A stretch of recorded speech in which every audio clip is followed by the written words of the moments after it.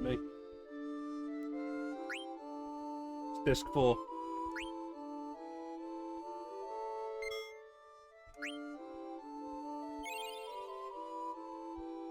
Insert disc 4.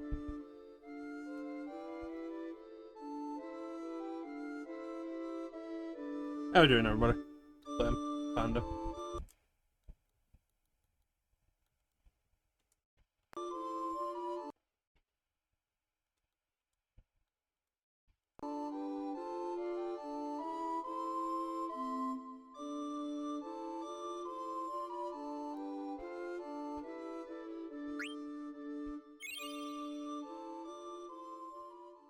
It's disc 4.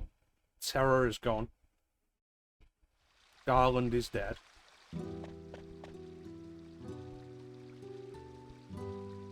And Kuja has achieved tracks.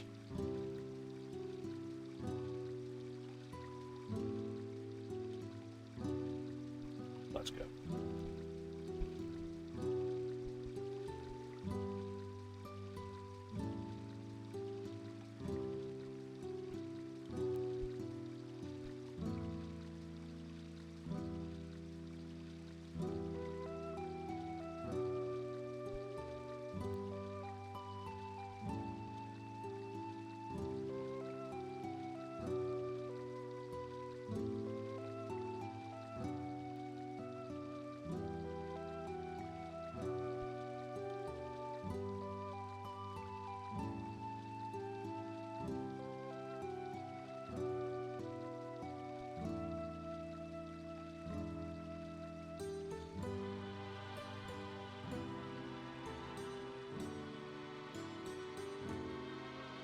I only have one character in Elden Ring. That character is a woman.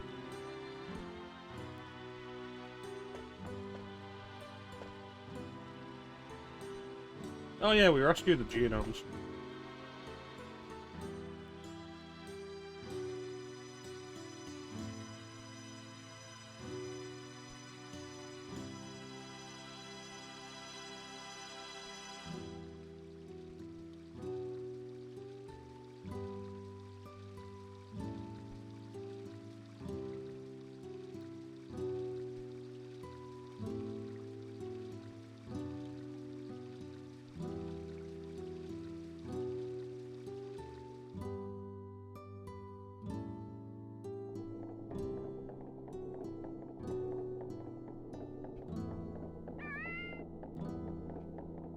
He's cool, Bobby Coolwin. Yeah, Bobby Coolwin.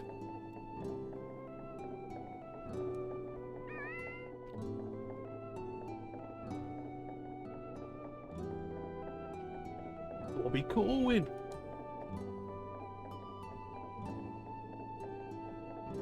Good old Bobby Coolwin.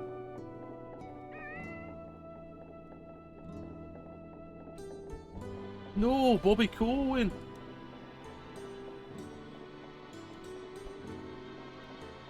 Yeah, you just call him by his first name? No, it has to be Bobby Coolwin. Okay.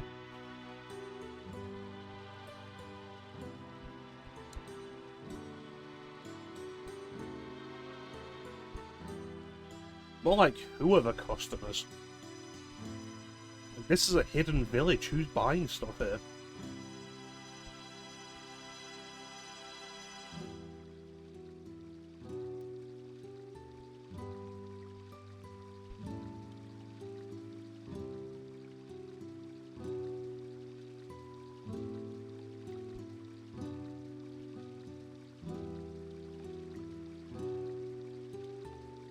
Water flows, it has a direction to flow.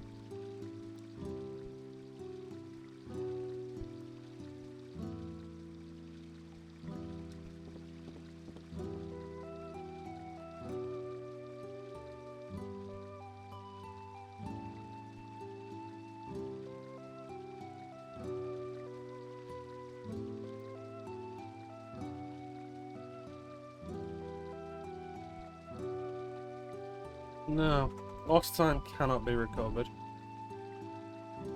If you're lucky, it can be made up for.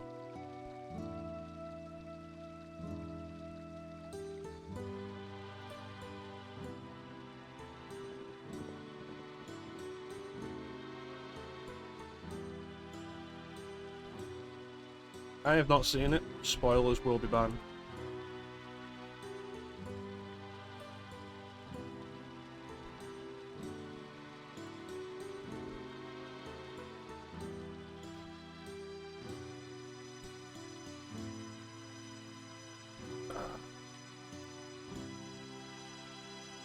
Clim is now banned.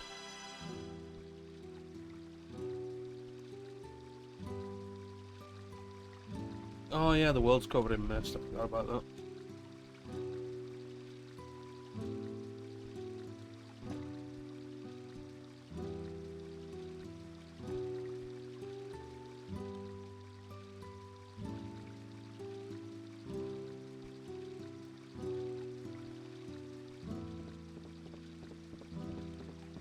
Really feels like it would be a good idea to tell Sid. It's like, oh yeah, we're gonna go to the final battle to take care of Kuja. We're not gonna tell anybody why the world is covered in mist again, though.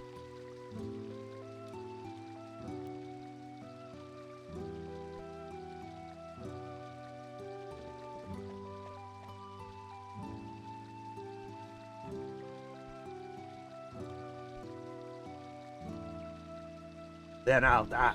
Then I'll die.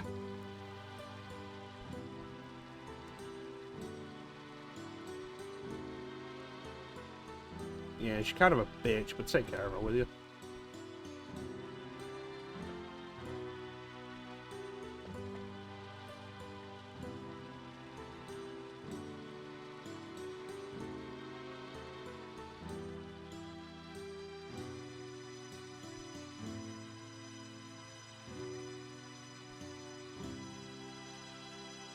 No, but it's not a bad line.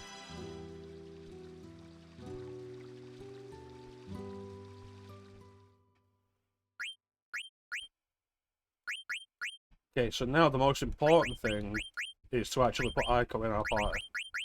Because she has haste. And Garnet does not.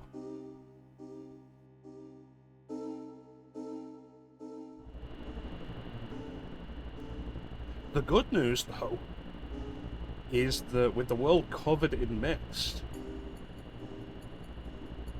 the pre-existing airships can go everywhere.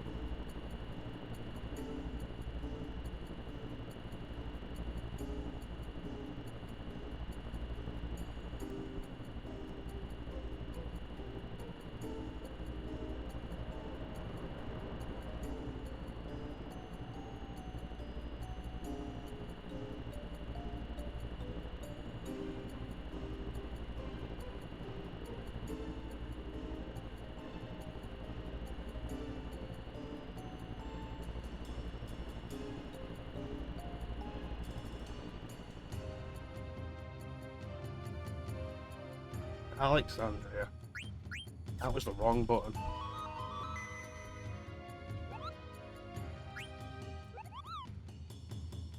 So I've got one more letter for Cooper. Let's see if we can find him.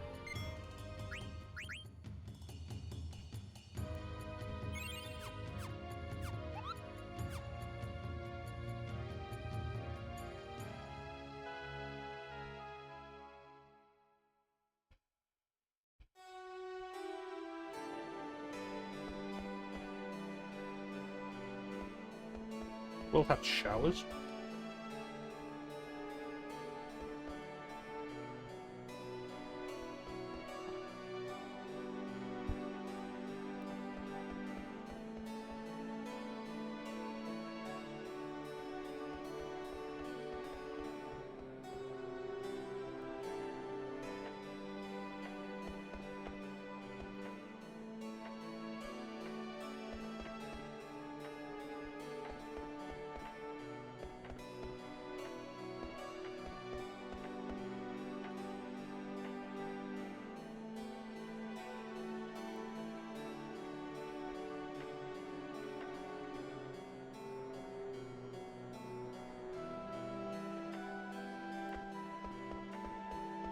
Yes.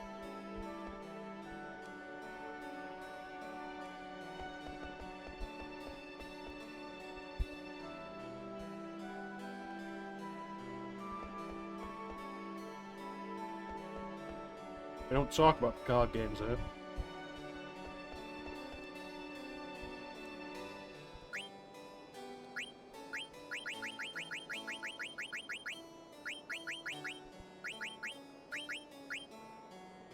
Hmm.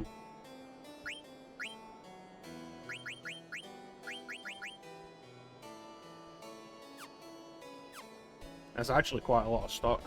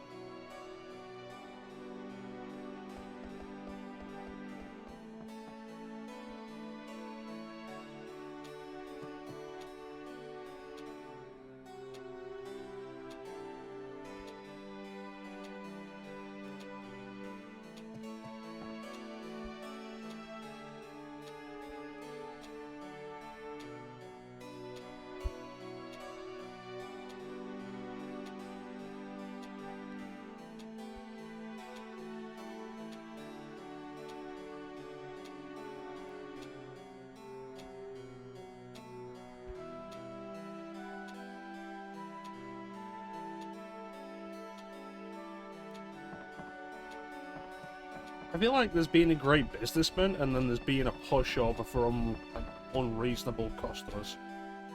It's like, oh, we made a reservation, yeah, cool, and since you made your reservation, the city was destroyed.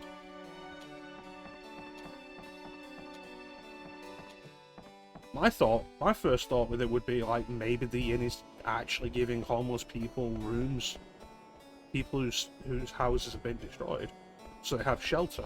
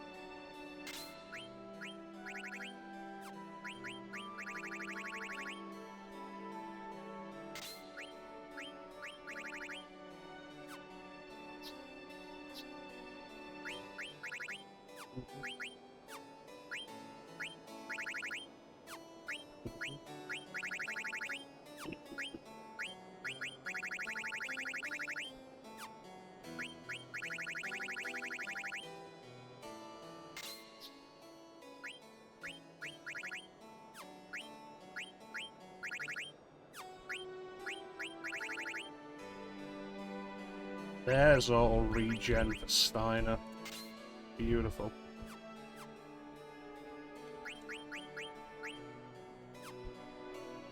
Man, we need to get Icor's level up.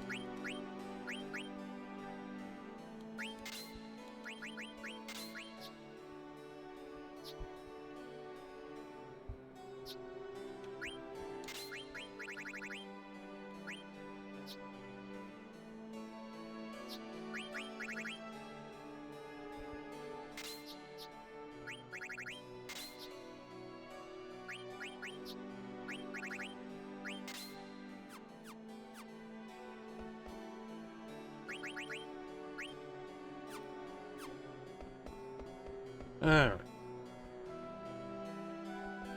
Hey, Ruby.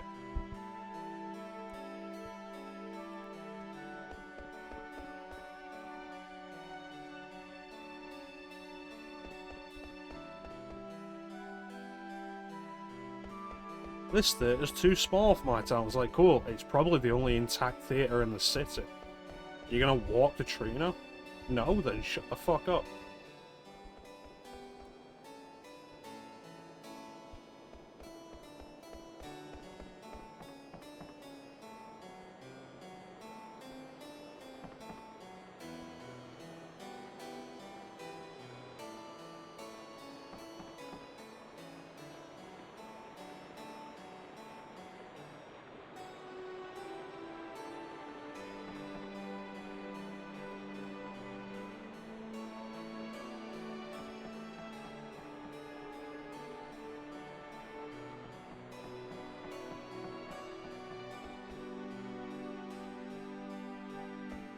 Oh, hey, Stilskin.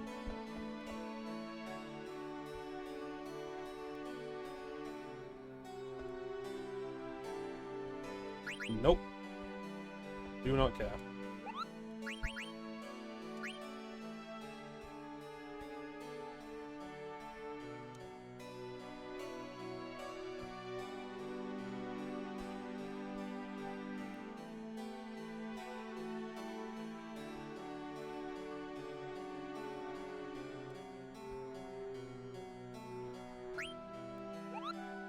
I don't know who Atla is.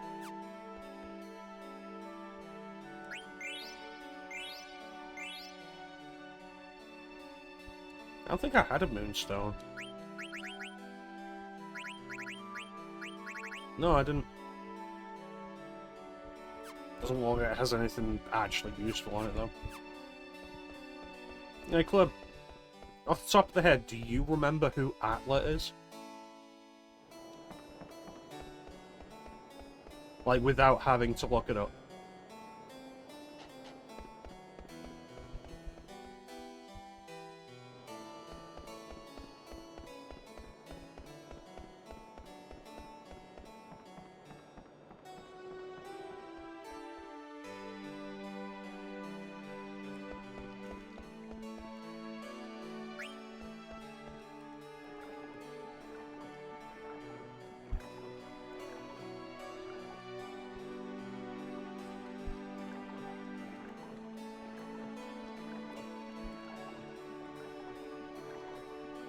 Just gonna row us sideways.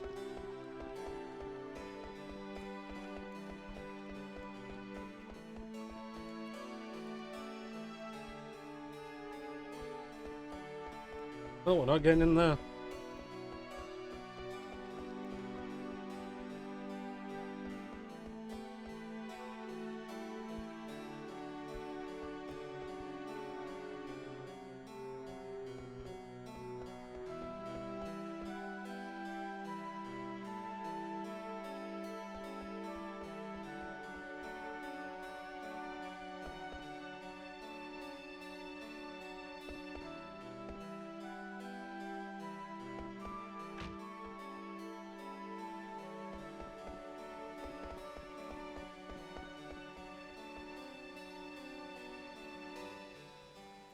By riding the Neptune statue? I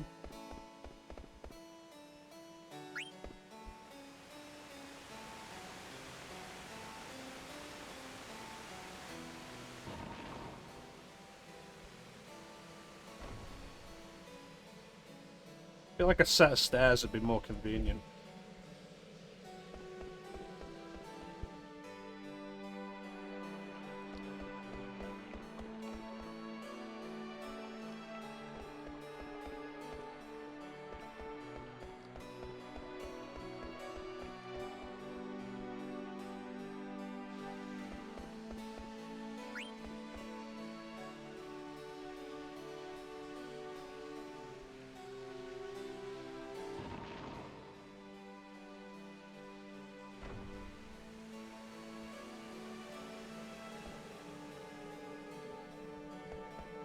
Yeah, just like, get a set of stairs.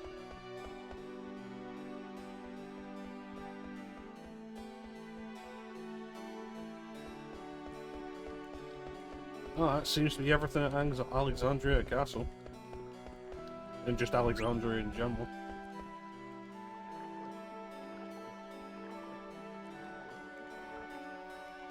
Lie down.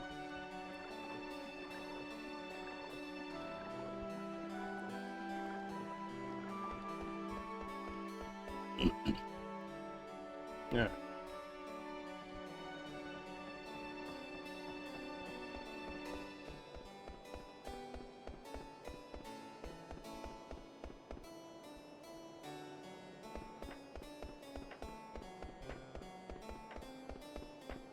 Can't believe they destroyed the bar.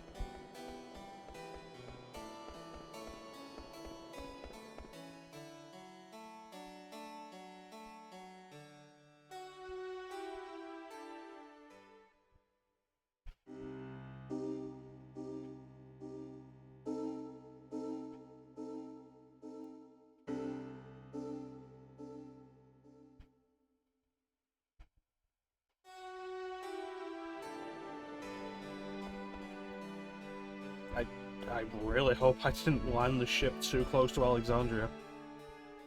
I really hope that's not a thing you can do. That would be really stupid.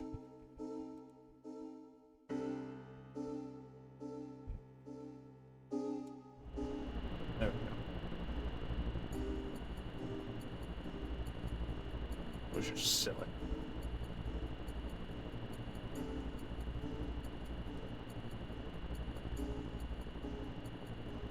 There's tree now.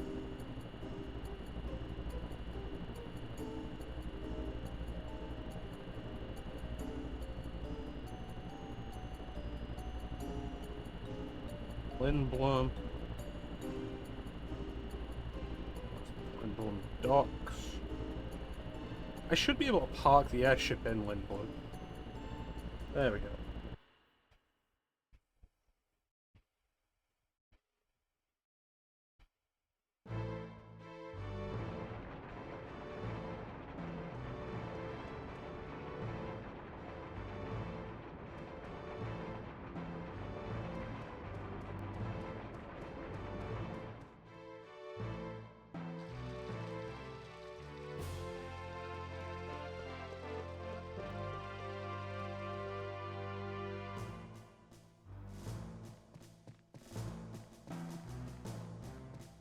Is this Moogle Alta? Atla? Nope.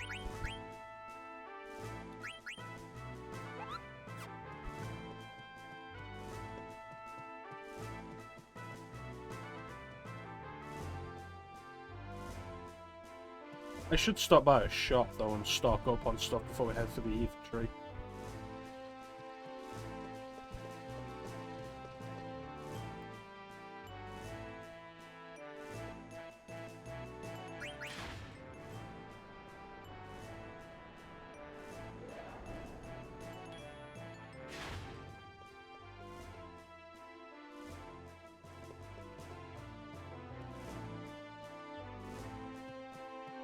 Can I just go in the Royal Chamber now?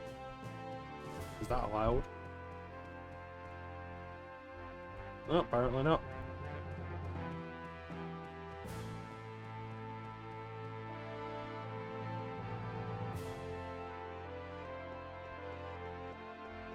Guess I'm just not allowed to talk to Sid at all.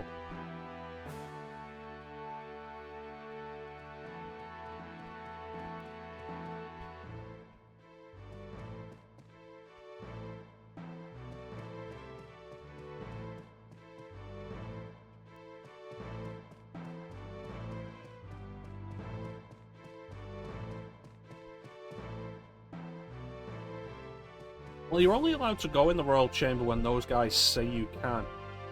And you can only get in it by talking to them, which is the weirdest thing. And it's not like you talk to them and the game immediately just takes you automatically into the room. No, you have to talk to them, they say you can go in, and then you move yourself to the door and open it. Rather than it being a scripted movement. And it's such a weird thing. But you can't open the door before talking to them.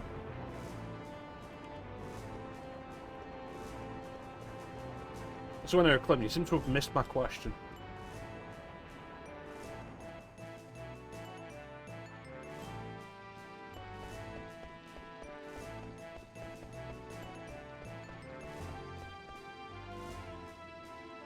Business.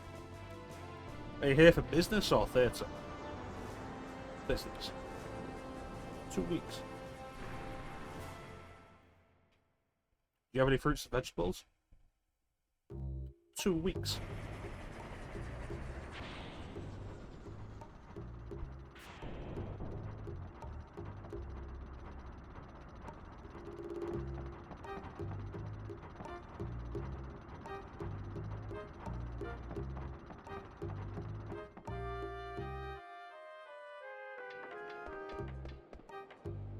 Oh, up here.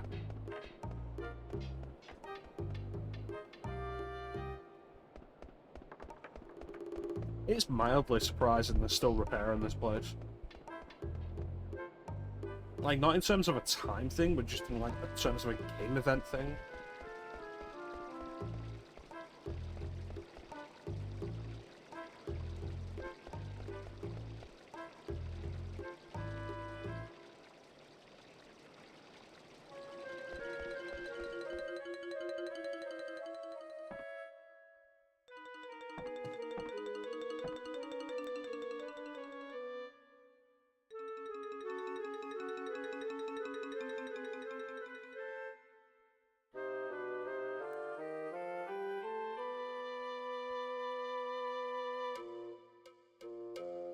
I guess I can't buy anything off her right now.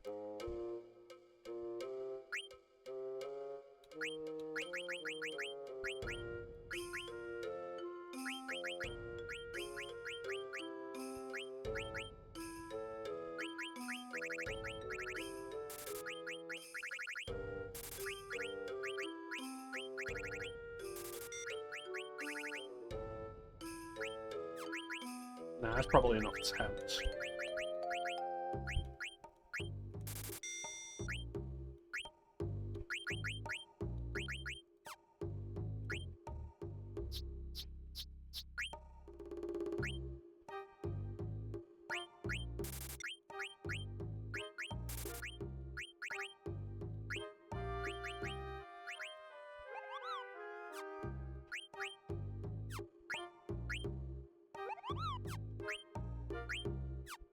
Yeah, it's probably enough.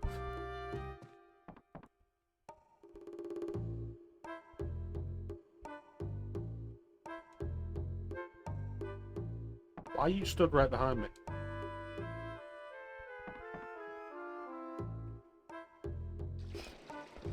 Read the sign about her shop, and then she stood right behind me as I finished reading it. It's like, what? What was going on?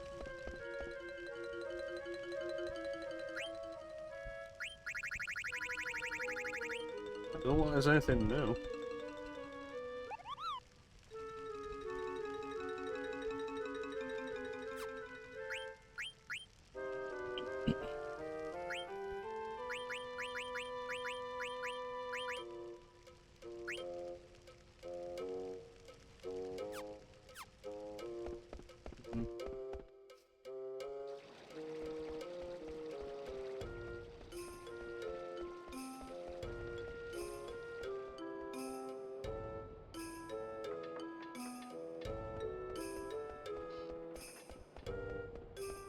Let's check the Moogle at the end, just in case.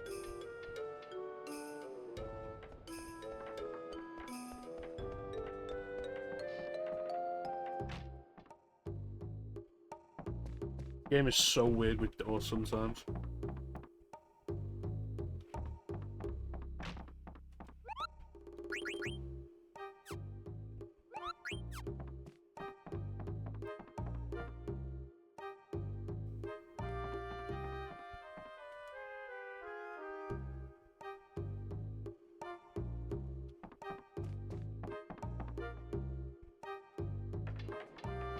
Well,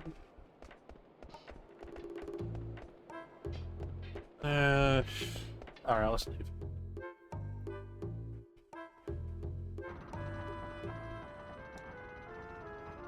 No, let's shut the theatre district one last time. Go and see the boys at Tantalus one more time. Before we either go and save the world or die trying.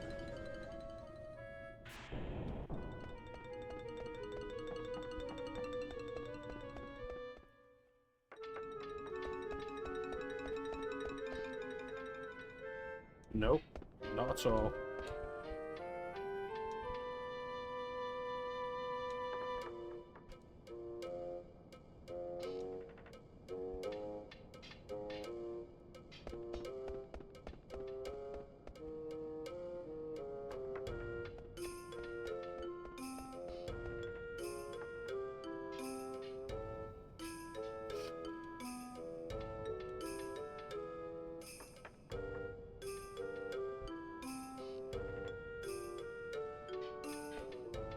Alright.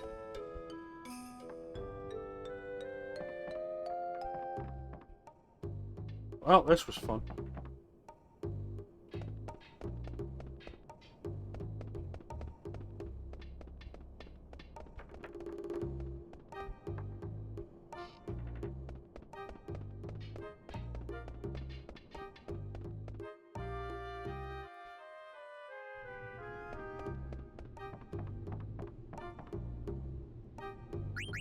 Alright, let's go.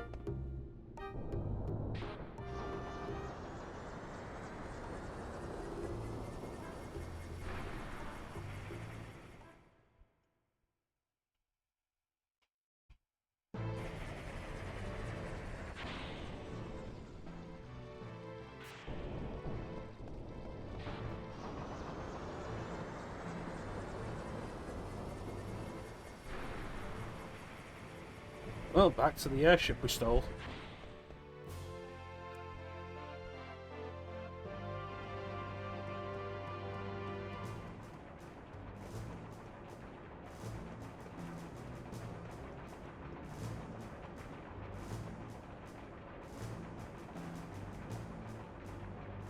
Yeah, let's go up the bridge.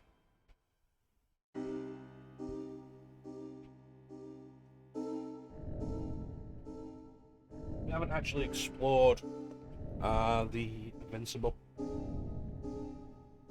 And there is that chest right there that we saw before. Pisces. I want to go back to Tree now.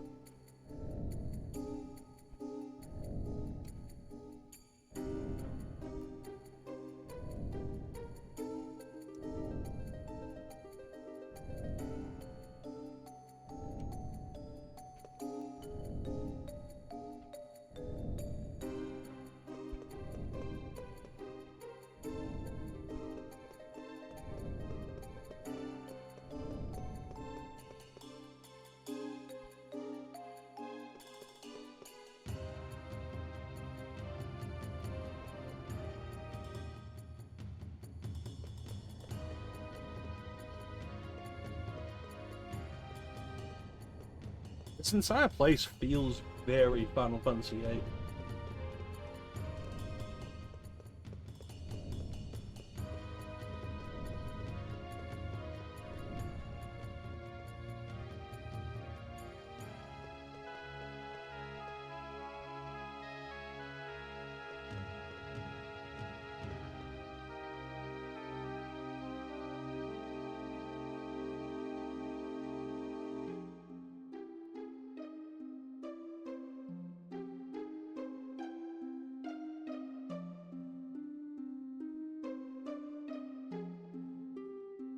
Yeah, let's go kill Kuja.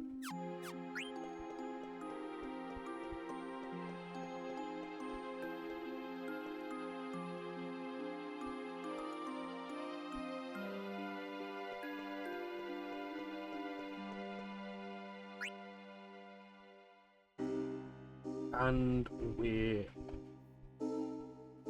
it's also a nice design decision to just have the ability to switch party members at the helm.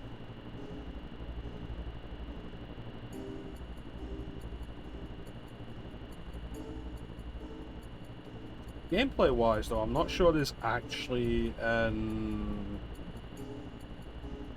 improvement between the Invincible and the Hildegard 3.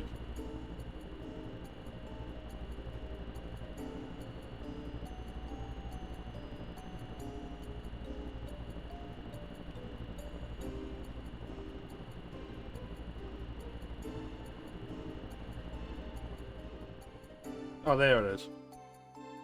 I guess the Invincible can land on not grass.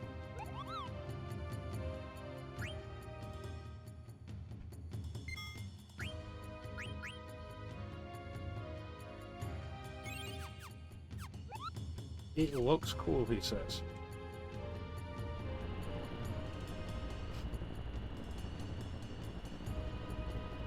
So, Clem, do you remember where Alta is?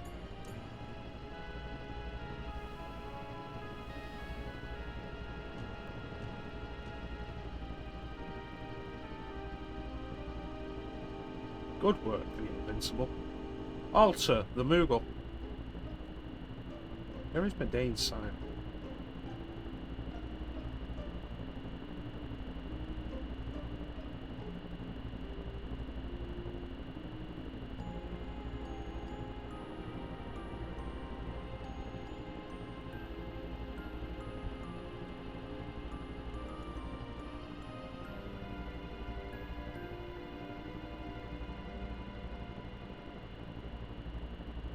Specific Moogle is not good.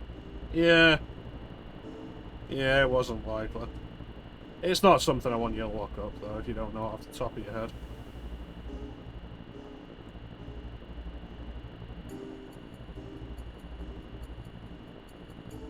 I'm getting so confused by this consonant.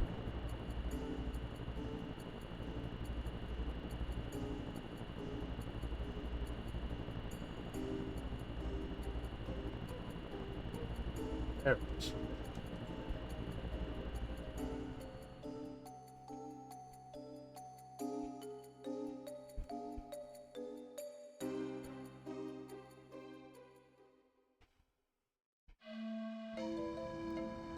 Hello.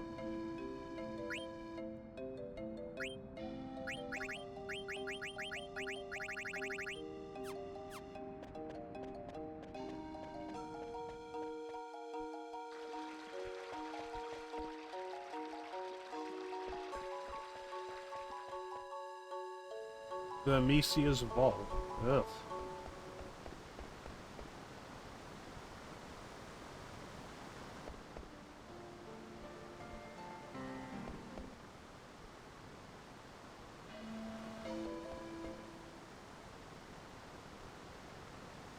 It sounds like a trap.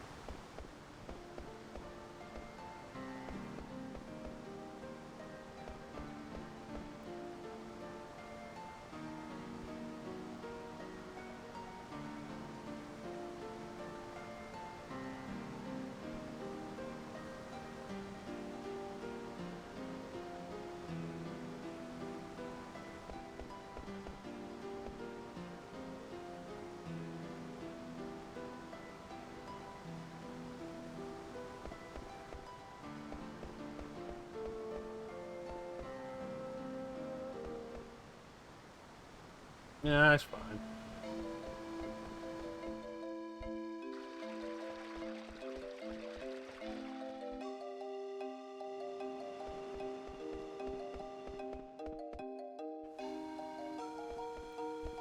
Hello. The Mesia's Vault.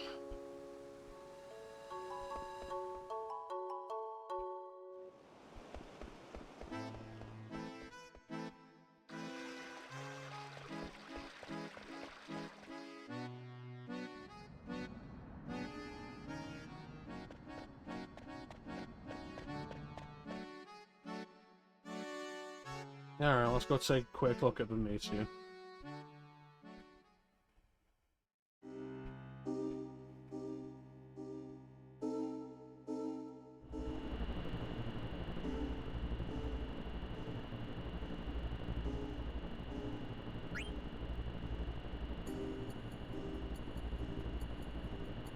Really do appreciate this system, just like point where you want to go.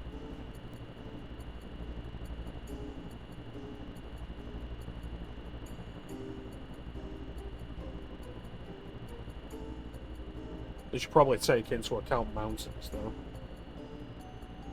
You know, we didn't look at Clara. Let's take a look at the remains of Clara on the world map. Oof. Oh, didn't fuck that up.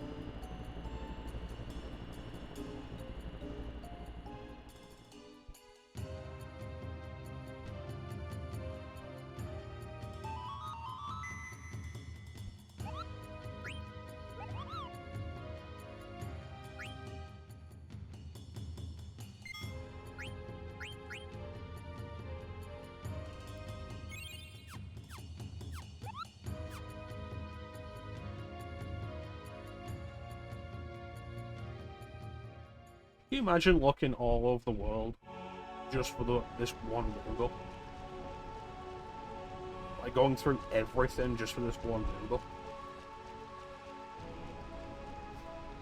Trying to find where it is.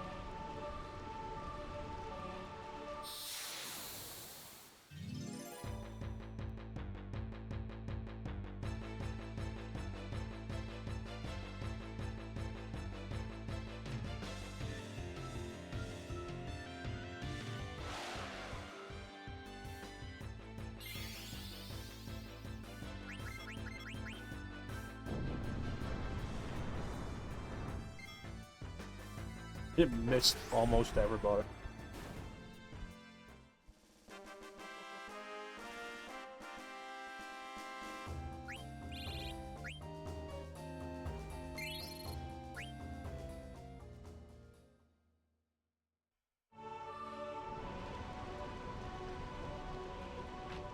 Ugh.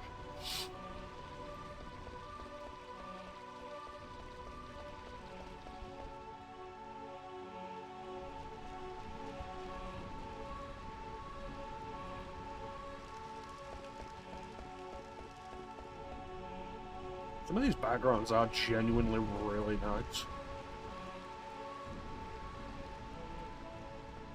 And it'd be great to get like high-res versions of them.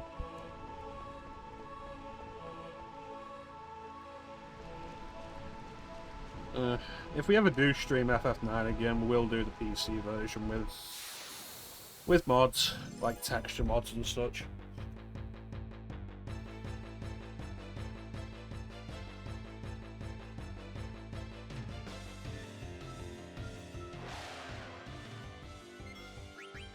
And a mod that actually fixes the controls.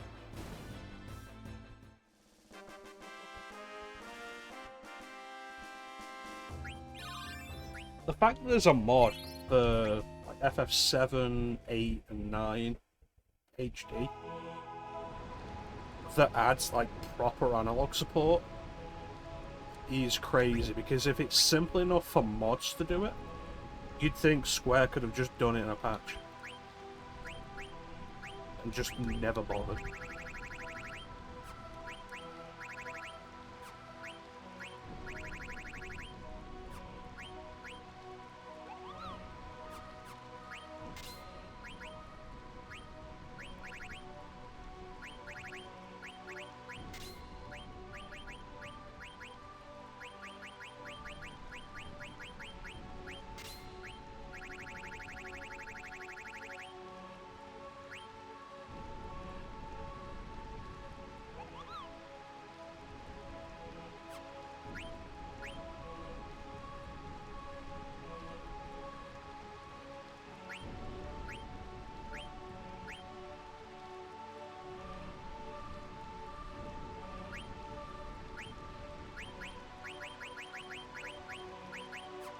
Let's finish up Phoenix.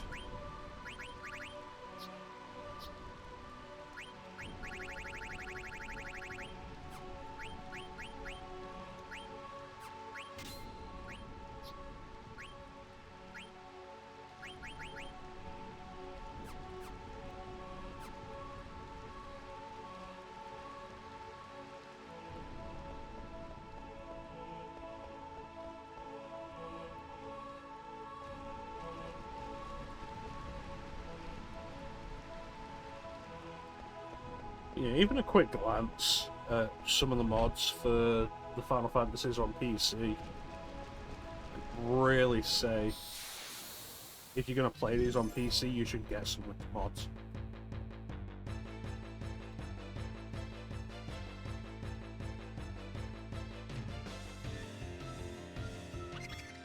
Especially for FF9, really appreciate, like, not even a mod, just like the cleaner character models on the HD version look really nice.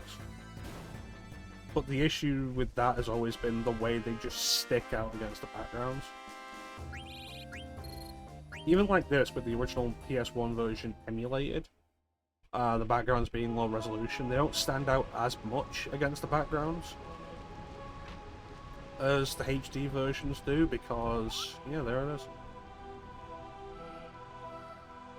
You've still got all the pixelated details on the models.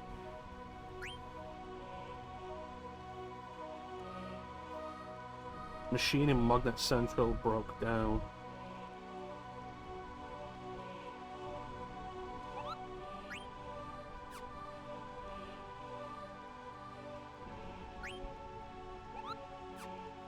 Oh, who that is.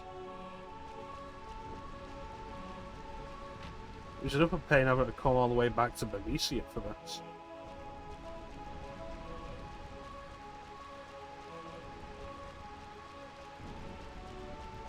I have to get all the way out.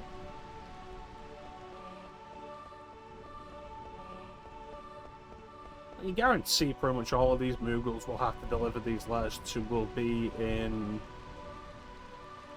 awkward to reach places deep inside dungeons.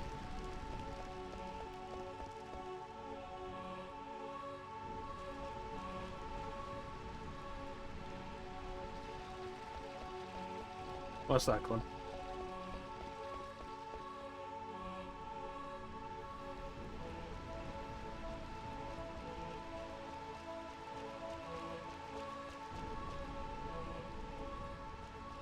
There's a forest entrance?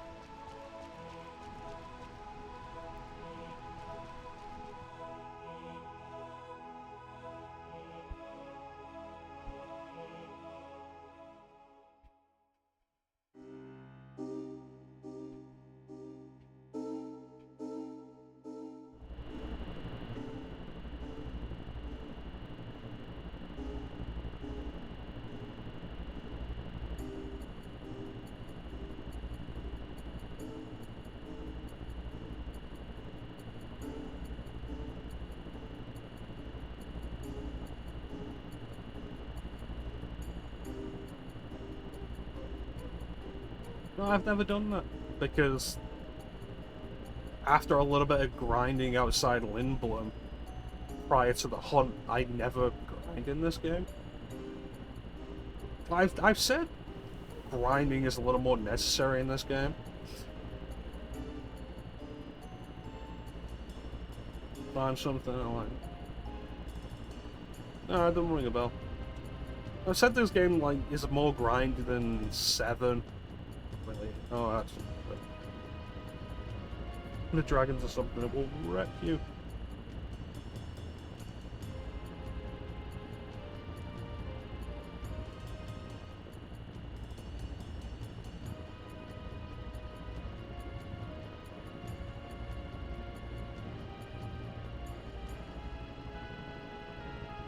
Well, like, after early game... Hop in that rock front there. No. Well, we've done it now. Yeah, after early game, for the most part, it's not really necessary to grind.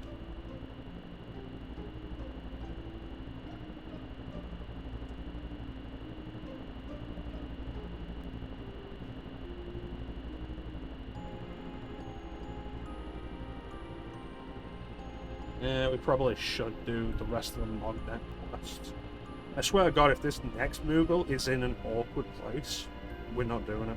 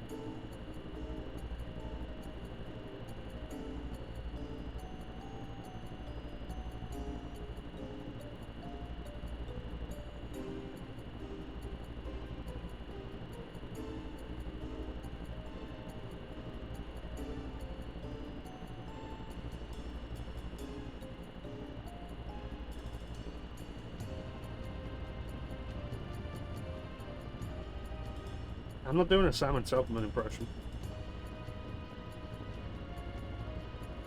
Right, Mogrio is in the Black Mage Village. Alright, it's not too bad.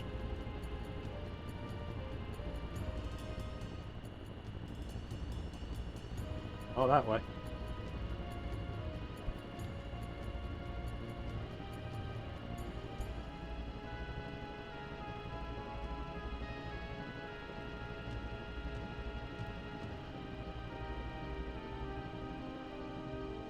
It goes. We're pretty close to the end of Final Fantasy IX. We're just doing the rest of the Mognet quest, I guess, and then heading towards the end. Yes. How you doing, Flame? Fucking Marlboro?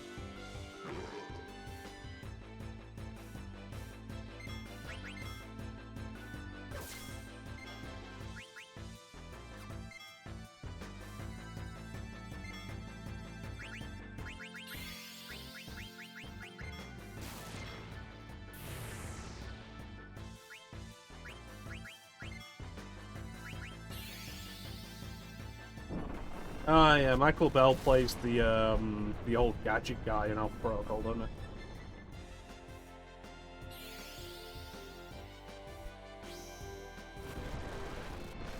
Probably other people as well, but like that's the main role he has.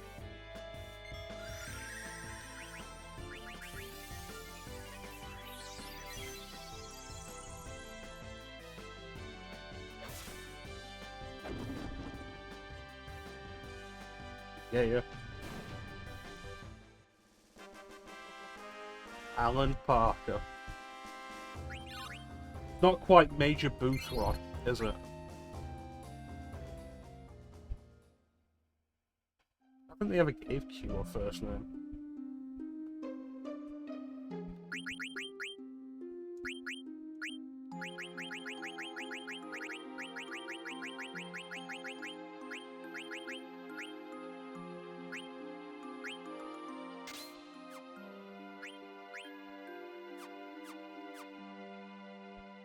Definitely want to learn Essa.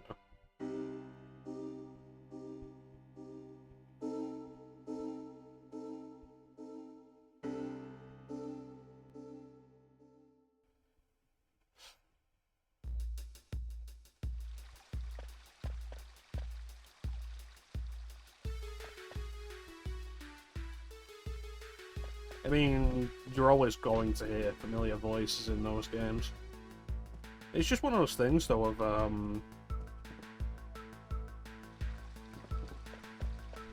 them hiring the actors they know work well. Simon Sempman, I think, is just one of those things, like, they know Simon Sempman, they get good work out of him, which is why he recurs. Cam Clark is a noted voice actor and has been for, at this point, literal decades. Like, dude was doing work in the 80s.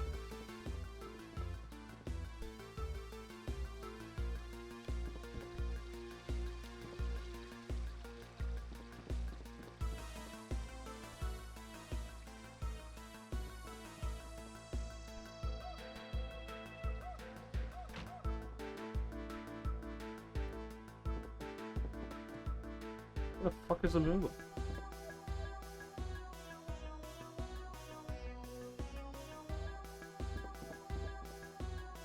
Yeah, Jennifer Hale's popped up a lot, but again, she just generally popped up a lot back in those days.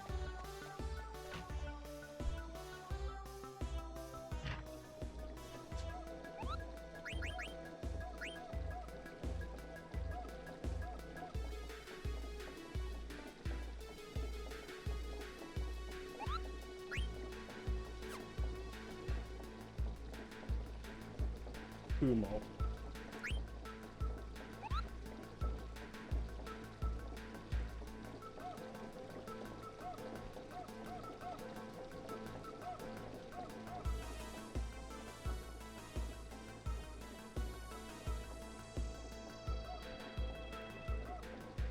Kumo is in Ipsen's castle.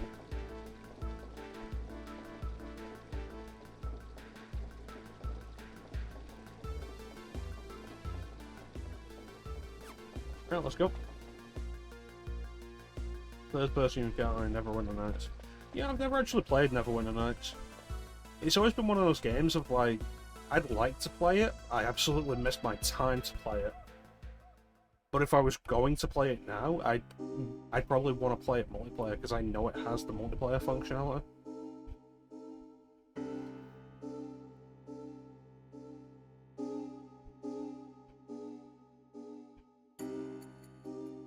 Essentially the idea that we have with Baldur's Gate now, but back then.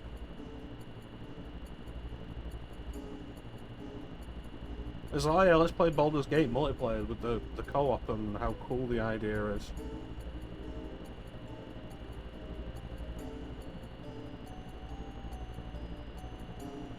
But like, before that kind of idea was just huge.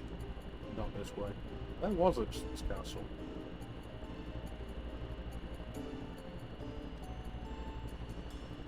I'm sure it was on the north.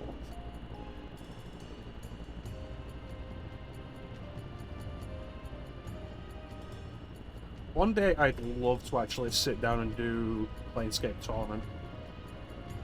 I've bought that game so many times with the desire of playing it all the way through, and the most I've put into it is like an hour.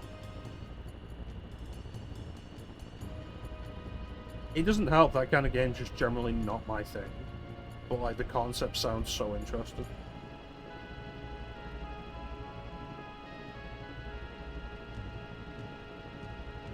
It'd probably end up being a game I'd have to stream to really focus on.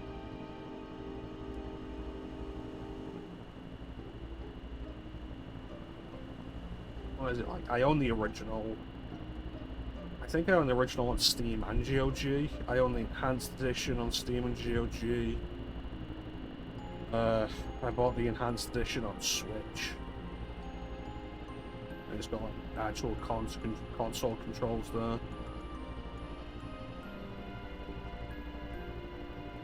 Look at the fucking...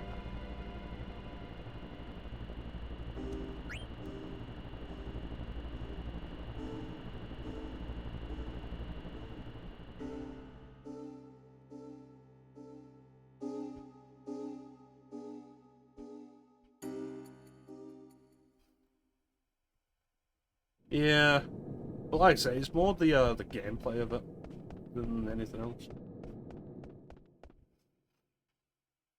I have trouble with isometric games like that.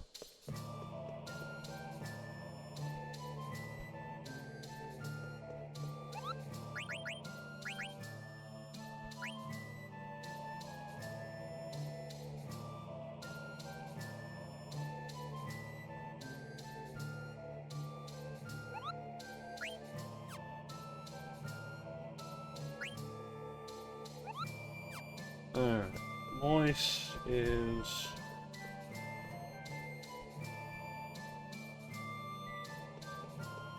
Okay, so this one would be awkward, looking at this. He used to be in the ice cavern, but it's sealed off now by ether tree roots. So now he's at the entrance to Fossil Brew. But to get to the entrance to Fossil Brew, you need Kina in the party. Yeah, even the Fallout games.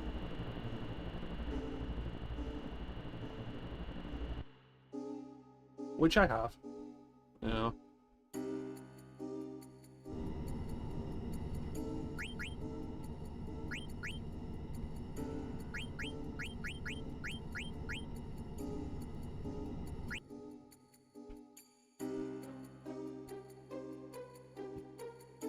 I spent a bunch of time on Fallout 1. I've not actually played Fallout 2, because I wanted to do Fallout 1 first, and didn't get far with it.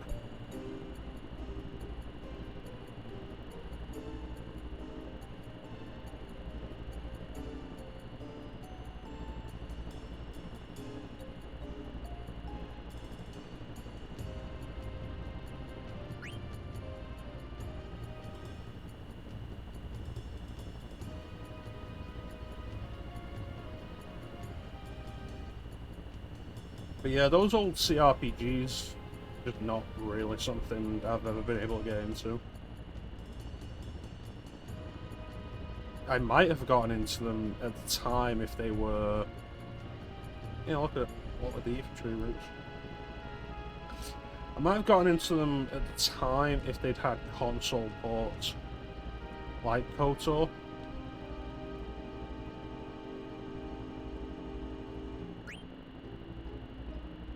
Well, I played KOTOR at the time because it was on console. I had it on Xbox.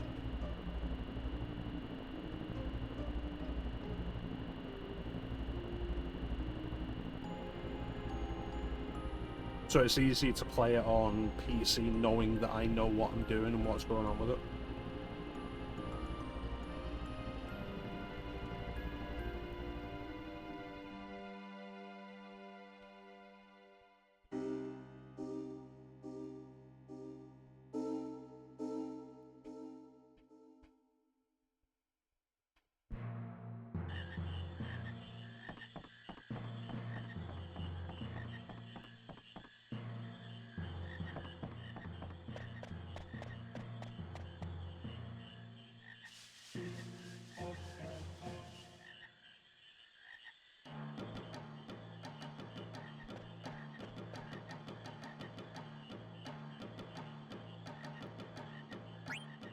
Fine, but only because there's a gold one there.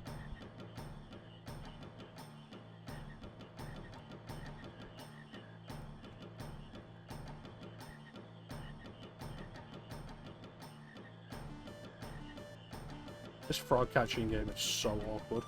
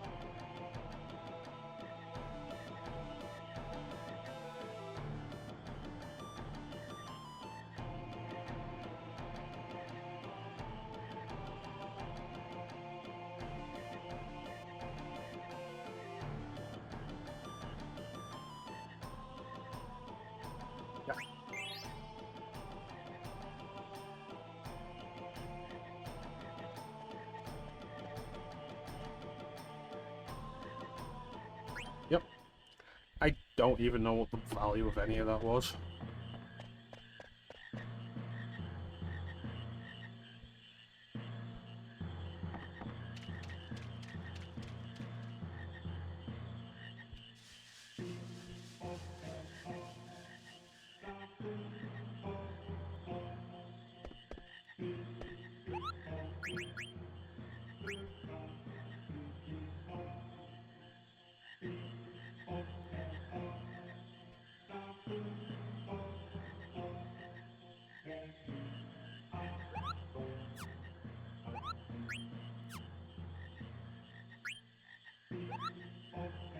Doggy, is it? Aguero. Is it Eddie Guerrero? Yeah, we're wrapping it up because we're close enough to the end of it then.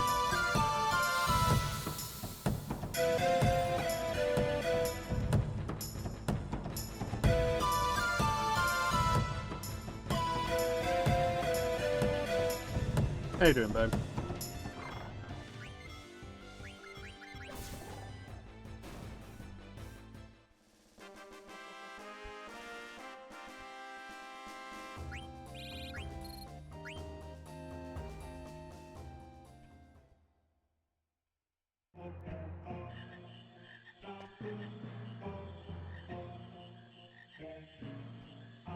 Yeah, it's kind of a real shame with Kudelka because everything about it is really engaging except the gameplay.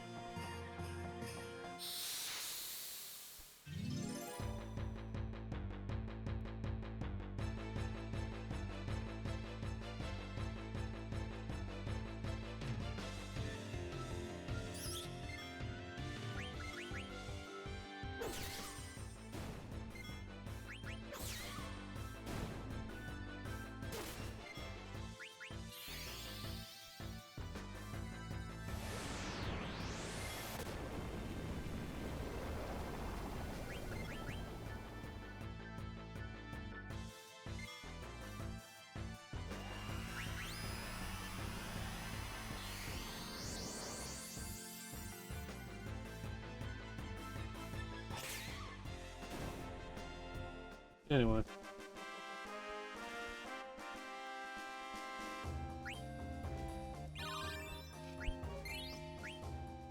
I think the spike in difficulty between Disc 1 and Disc 2 is mostly because you are left without a healer for such an extended period. You're getting by, Ben. Bye. Quite warm. And we're just trucking along. Yeah, you're left without a healer for such an extended period of time in Disc 2. Pretty much, like, once...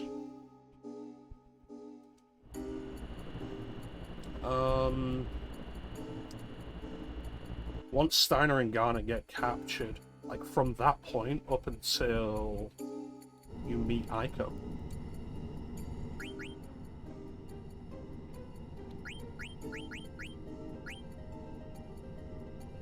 No healer, and items in this game are garbage.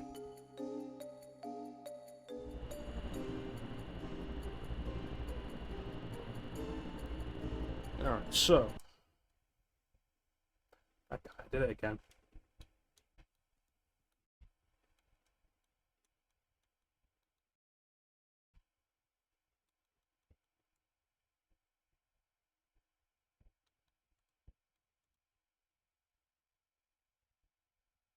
Yep, and Richard Walk does not like to have the game changed.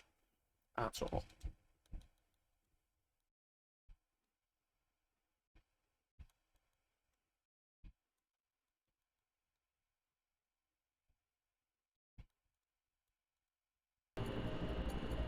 There we go. We got the map up at least. That was what I was after.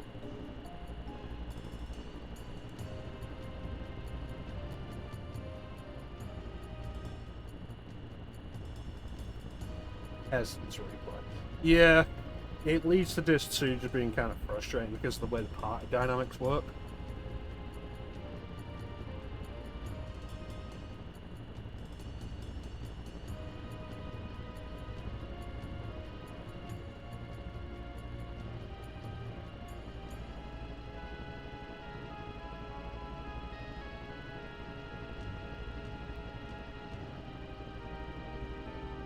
Island.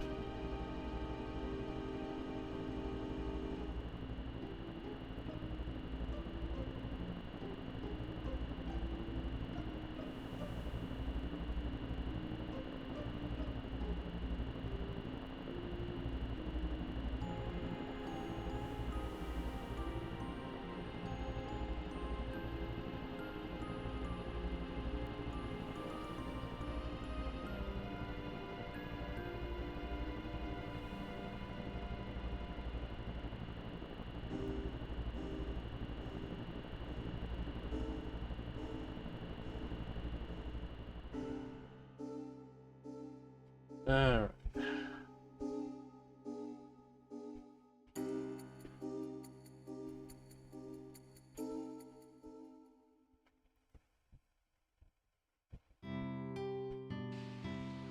I always just call this place the Forgotten Library.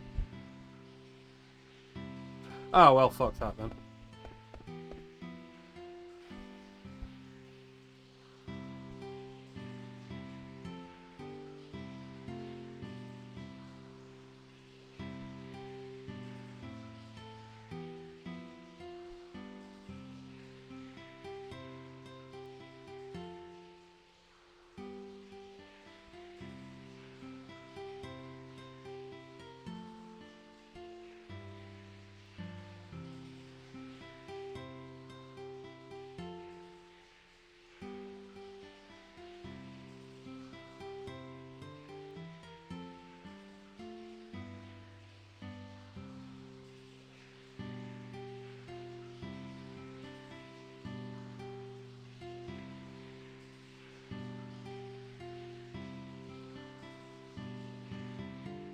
Requires a different.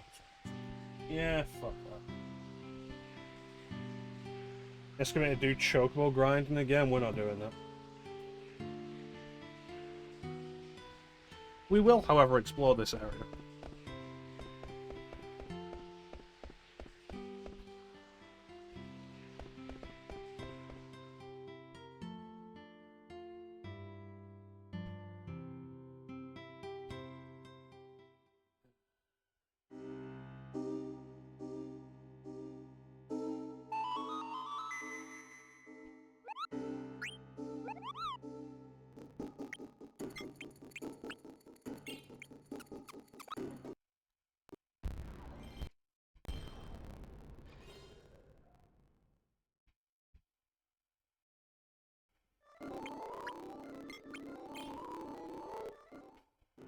There we go, we have to restart the game properly and load from a save to have actual analog support.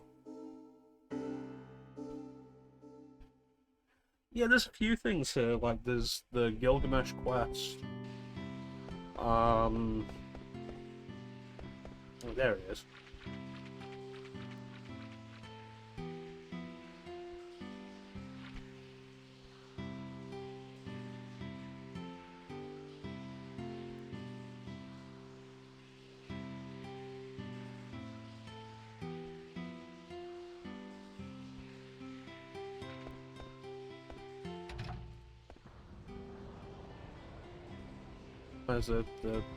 There's a few things here.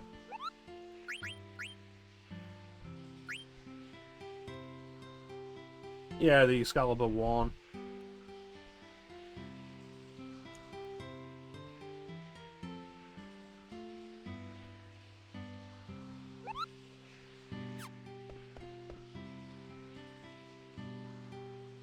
There's also the best synthesis shop in the game.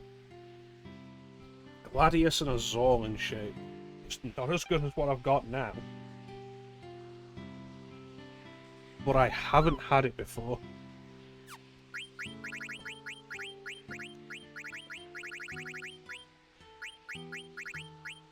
Angel earrings.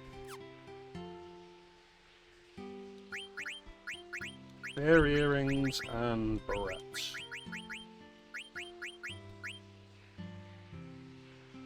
I have one. Make two.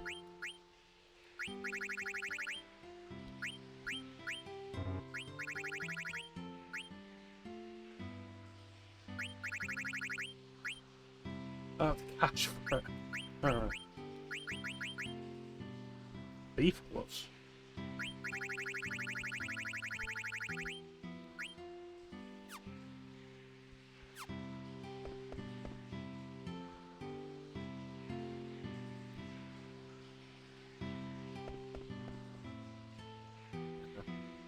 Yeah, stuff like the way Disc 2 works out does end up being... It makes the game less friendly to replay casually than FF7. Probably part of the reason why FF7 is generally my favourite of the PlayStation trilogy. It doesn't require as much messing around as 8 or 9 in that regard.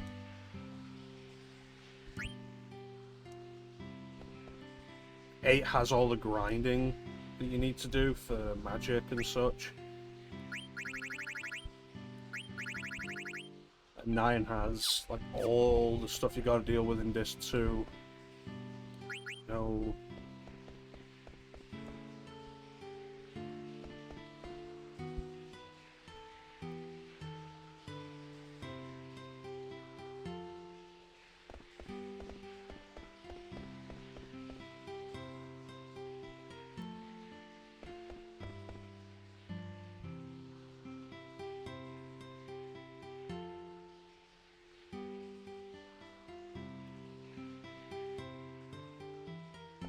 Cool, but if you're not going to like sell me anything, how can I help?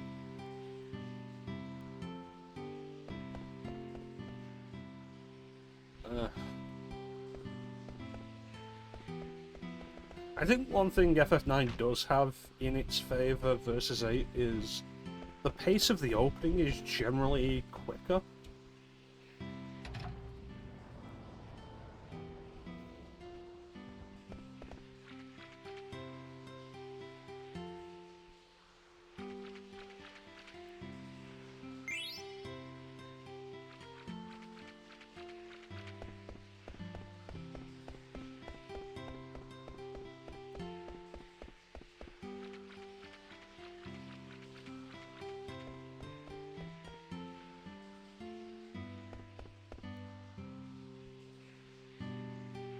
Like, on a casual playthrough, you're in Lindblom by the time it takes you to get out of Midgar.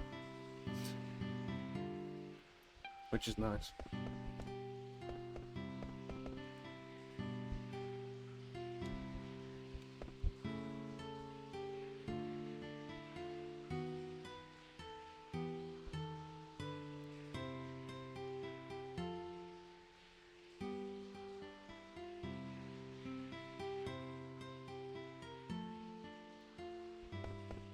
I don't know how you're going to restore Clara, the tree's gone.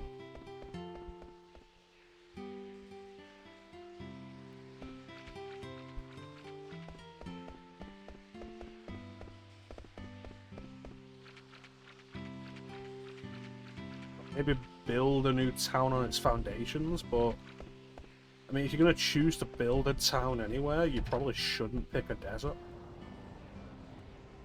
And just go back to Bermesia, rebuild Bermesia. Gladius and Zorlin shit. They should be easy enough to get.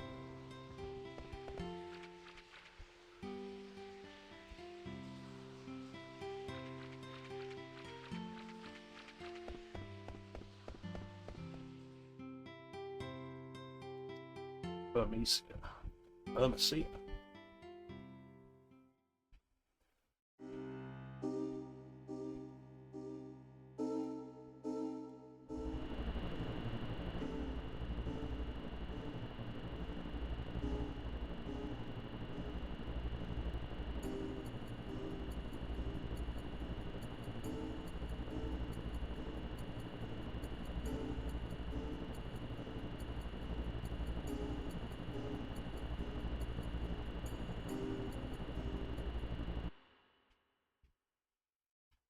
I gotta walk all the way through the castle to the business district.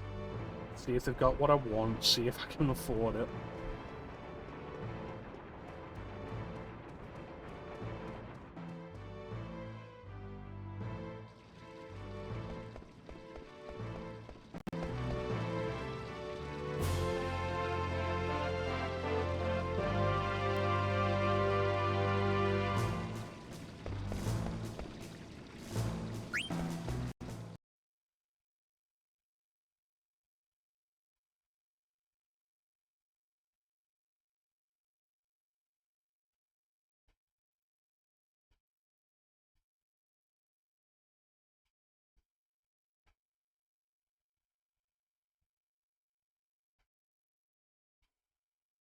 Game's going slow now.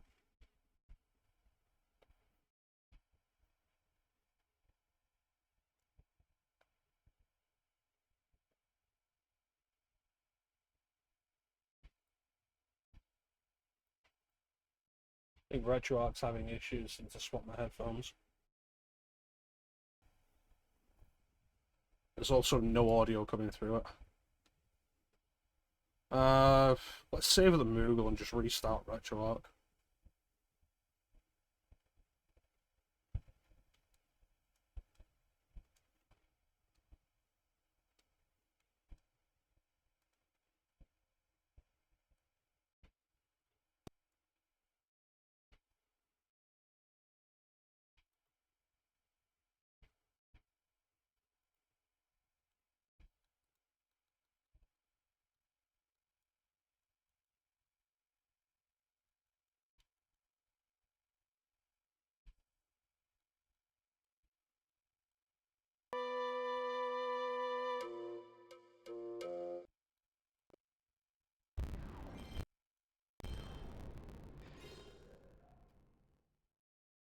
You have to restart the game from the start because it only switches to analog control through this. Because it's fucking dumb. But here we are, sound again.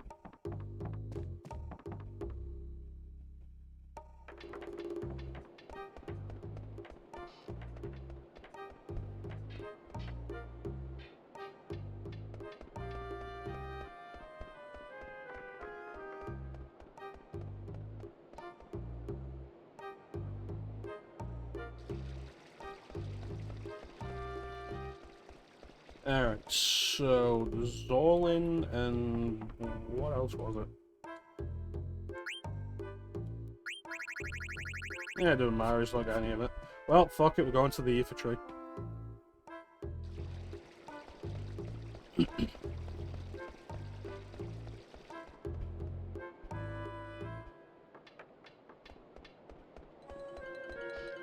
Those earrings that I wanted. That I didn't have enough for all of a sudden. A couple of battles, get them maybe. And then head for the ether tree.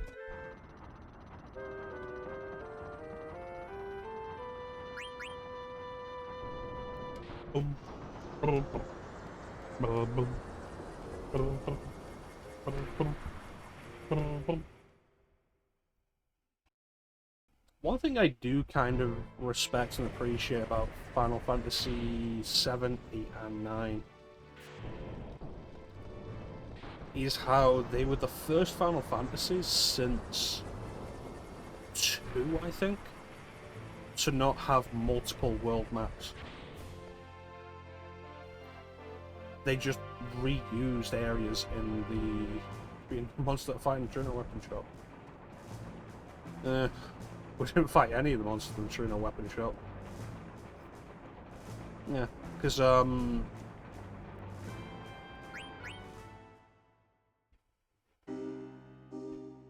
3 has the floating constant, and then the whole world map after that. 4 has the overworld, the underworld, and the lunar subterranean. 5 has the first world, the second world, and the merged world. 6 has the world of balance and world of ruin.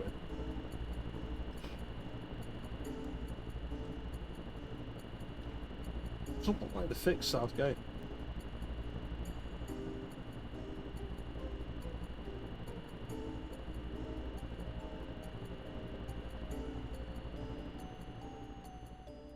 And so 7 ends up being the first Final Fantasy since 2 not to use multiple world maps. They just reuse areas. You go back to those areas for new story events as the story progresses. And I do quite like that.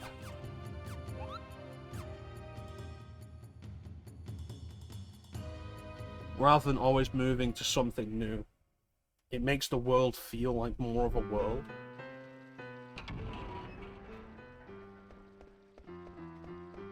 Like, of course you'd go back to places. I don't know. I don't know if I'd count an underwater area like as a separate world map. It's a little bit extra, but you don't move to it permanently in the same way.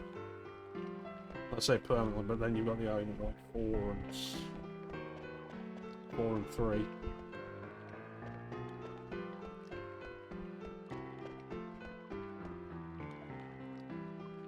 But yeah, I wouldn't call the underwater map in 7 the same kind of thing.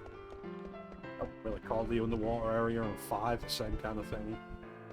But yeah, that part's just semantics.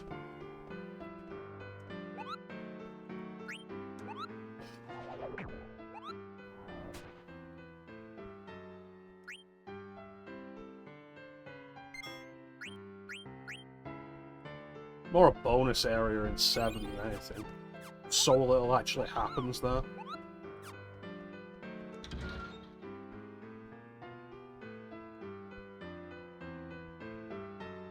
Oh, it's a behemoth.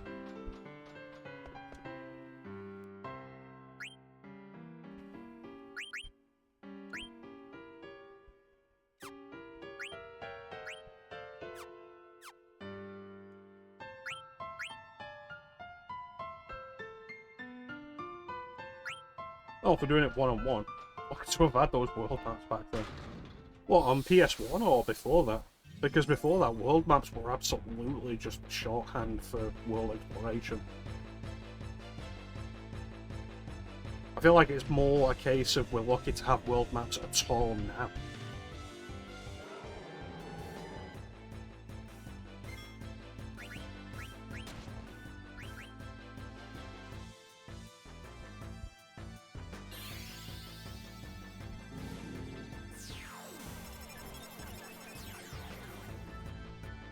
Okay, not worth stealing from, got it. Meteor counter.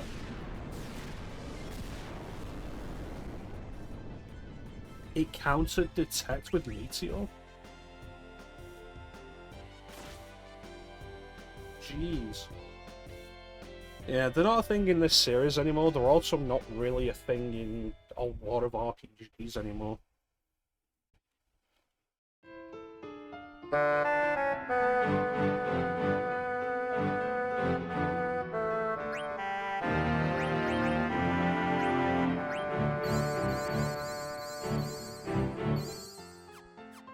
Thanks, Teak.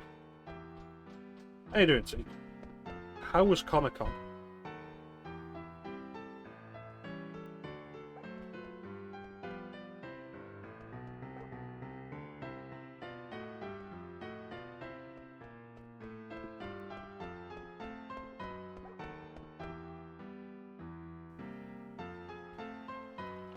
Any big news out of it that we might not have heard? Because, weirdly enough, the only news I've heard out of it this year is the Robert Downey Jr. news. And, like, nothing else.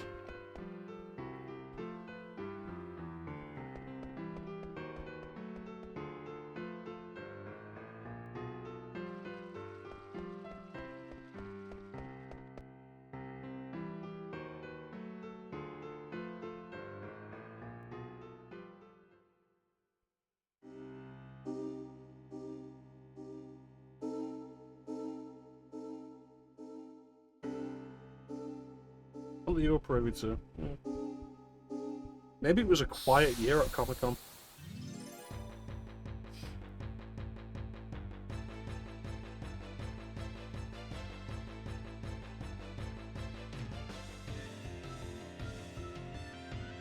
Animality. Oh god, the Mortal Kombat stuff. The full DLC roster for the first season. I was like, cool, what have you got? Conan the Barbarian and the T-1000. Like, oh.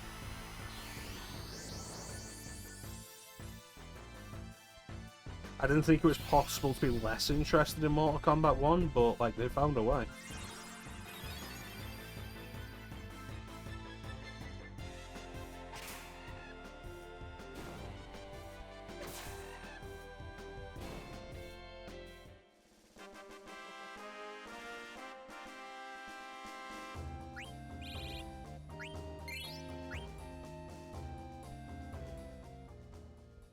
I wonder if the reveals will just happen throughout the year. It's like, did you see the Hellboy trailer that just appeared a few weeks ago? That feels like something that would normally have been reserved for a Comic-Con announcement, but it just came up on YouTube with nothing.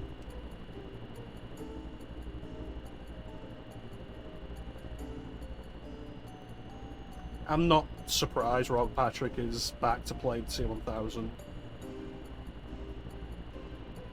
It's not like he does a huge amount of stuff generally. Like, to be able to say, no, I don't want to do a video game. And also, like, they got Peter Weller back for RoboCop. They're pretty sure they got Sylvester Stallone for Rambo in the previous one. They got Keith David for Spawn. Like, they're putting the money there to get the actual actors for a lot of these. The exception was Schwarzenegger, and my main curiosity is, like, did they bring Schwarzenegger in for Conan, or did they bring an impersonator back that was terrible? I'm gonna go when you find out One Piece concert. Fair enough, the Hellboy trailer didn't look that interesting.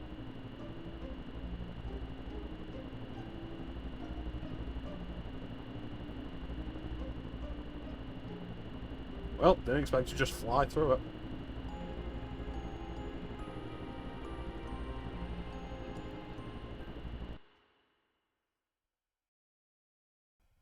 I'm so tired of crossovers, though.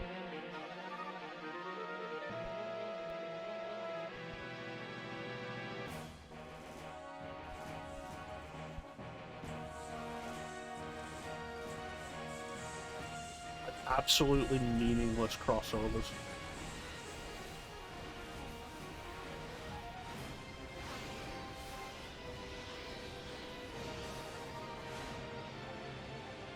That's a lot of dragons.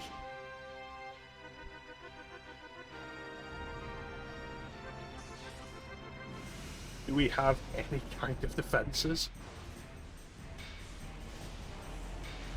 Oh look, those people that Garnet said we shouldn't tell about the ether tree. It turns out they thought about the ether tree. And came to help us and save us. Maybe Garnet shouldn't be in charge of anything.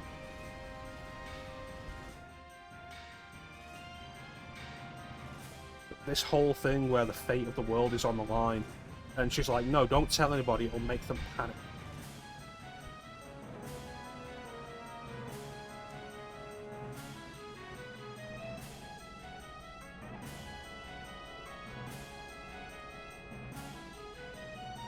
How could he not know to show up here? It's like, oh, we knew about the ether tree. We solved the Mist issue, now Mist came back and he's filling the world. What would be the first place you'd check out? Idiot.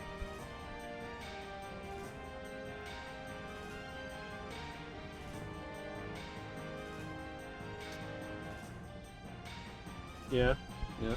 There was something a bunch of the Marvel cartoons did around the time, because they had them all running together, didn't they? Like, the X-Men showed up in Spider-Man.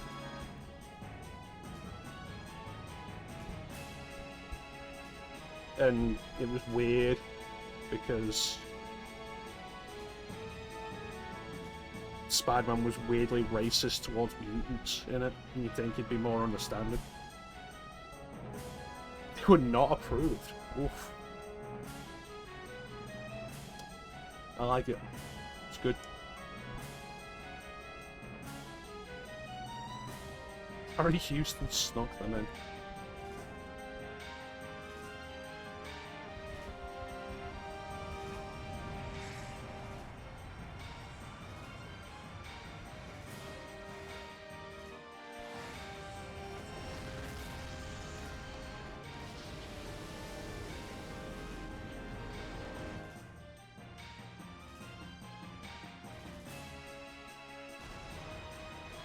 Beatrix!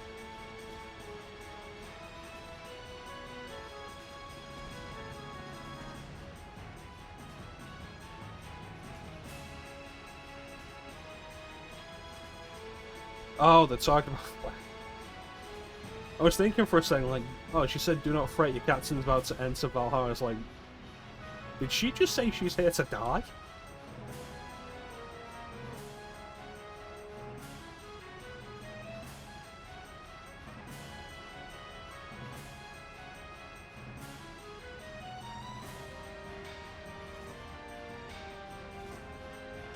The whole approval thing of stuff like that was always such a confusion thing. Because, oh, you know what's an easy way to get points and a little extra, probably, like, ratings boost in shows like these is have characters show up. It's like, oh yeah, these are all in the same universe with, like, the same characters. Maybe just have them interact a little bit. Big boost. It's like you watch a Superman animated series, and like whenever Batman turned up, big boost.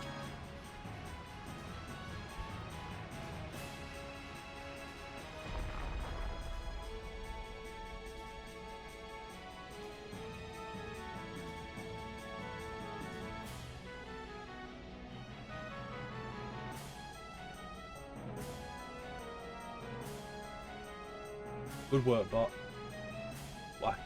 Why do I even have mods?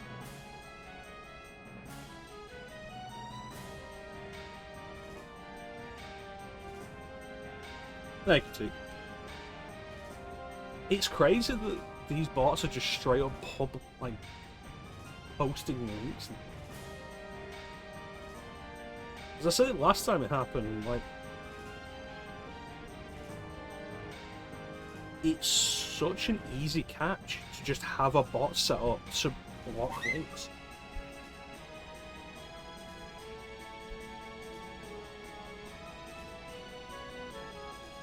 Things on sale.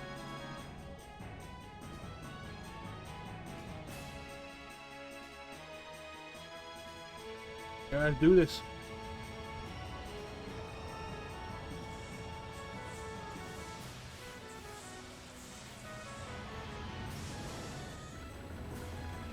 I also like that it brings back the whole point of, like, oh yeah, all the ships run on mist. And with the removal of mist from the ether tree, none of the ships could fly. And Kuja's brilliant idea of covering the world in mist really just made him more vulnerable. And everybody took advantage of that, and I love it as a plot point. It's like, cool, you know, the mist continent has a lot of ships that run on mist. You know what you just did? Gave them access to you. Right.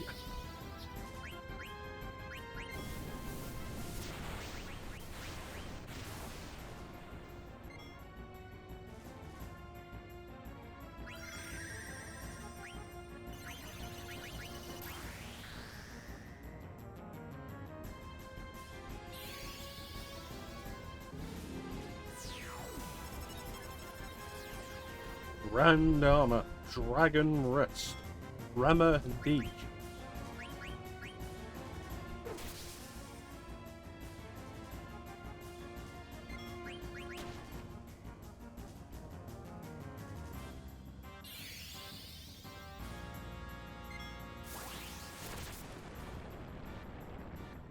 Oh, saw that coming.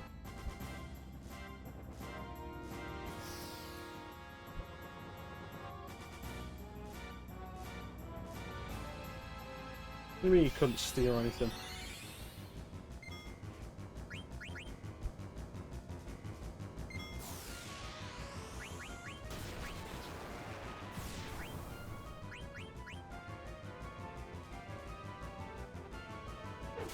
Counter attack. Ooh, Dragon Rest.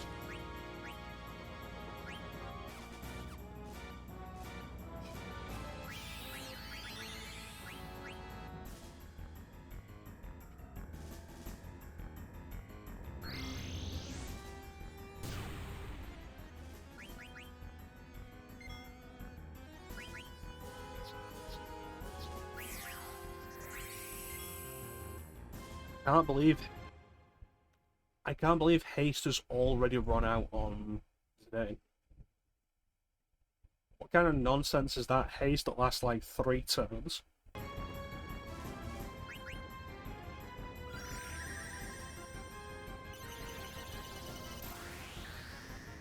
If it's not auto, there's just no point in bothering with it in this game.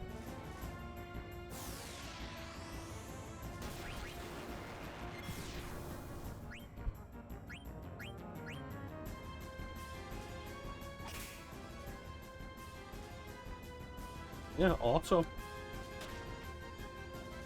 At least auto doesn't run out.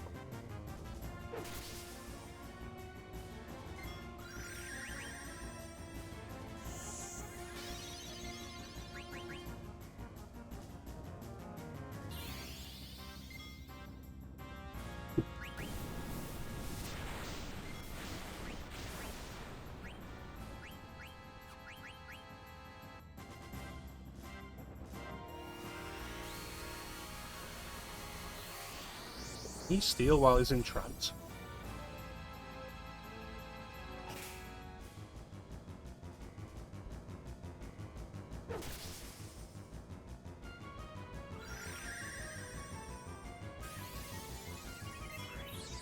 Yes, he can. Next.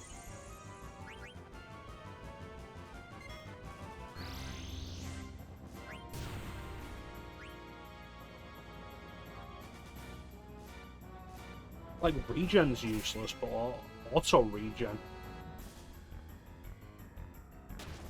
Again, because it doesn't run out.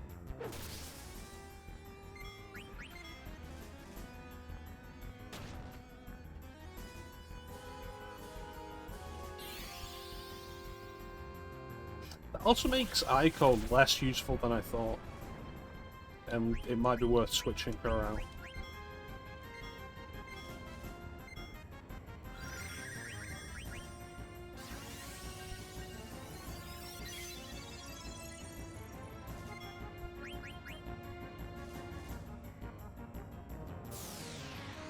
Because with the level difference, we'll be carrying her through the entire dungeon.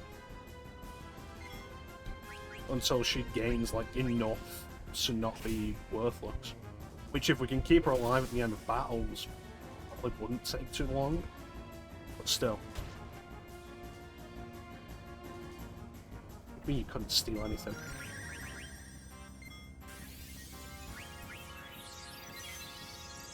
I love RPGs.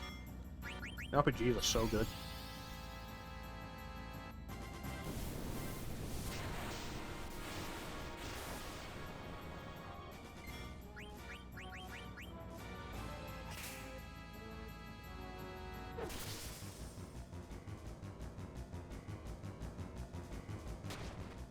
Turn-based JRPG, absolutely my favourite. Oh shit, Flame's dead. Didn't see that coming.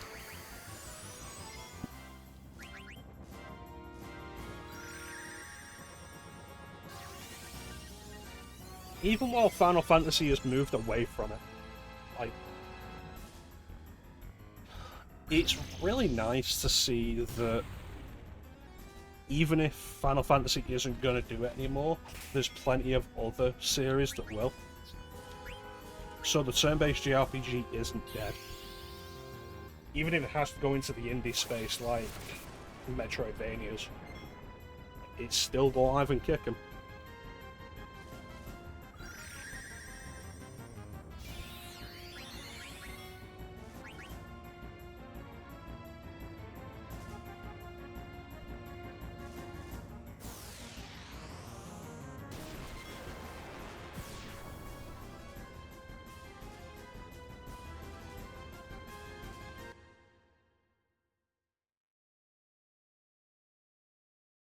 Did Aiko just die there and regen kicked in just in time?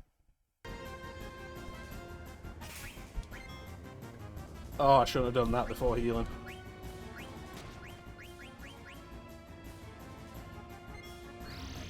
Oh, no, she's dead anyway.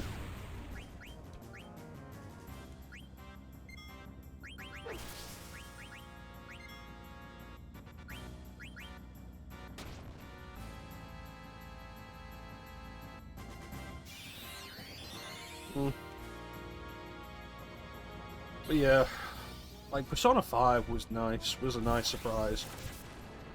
Because Persona 5, it's easy to forget now with, like, a lot of the overblown focus on Persona 5 and just Persona in general.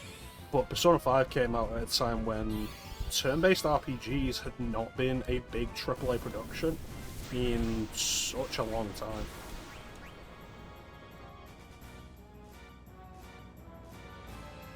And you can turn around and say stuff like, oh, what about Dragon Quest? Like, Dragon Quest have been relegated to handhelds. Oh, fuck off.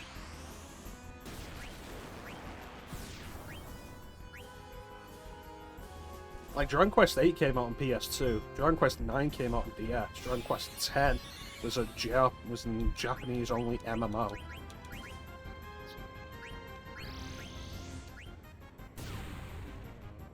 Yeah, Dragon Quest 11's there now, but that was at least 10-15 years after Dragon Quest 8. On consoles, there just wasn't big-budget JRPGs anymore, turn-based JRPGs.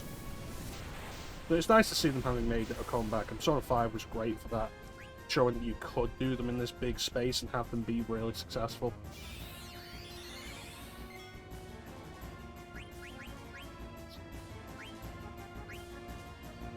Swear to fucking Christ with this stupid dragon bird.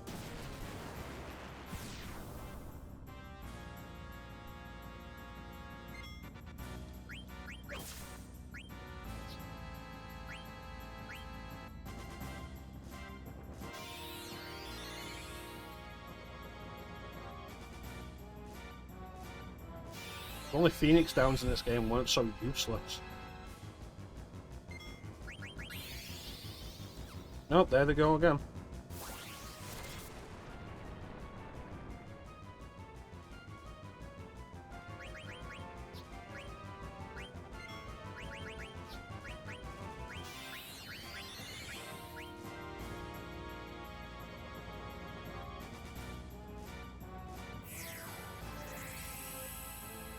I'm going to throw elixirs at party members because no other item does enough healing.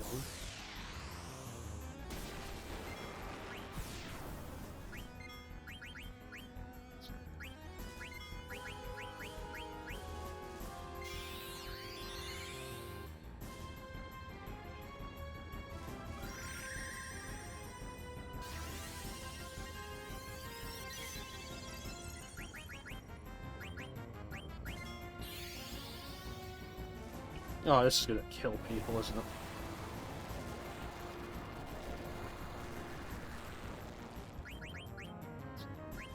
I love wasting elixirs.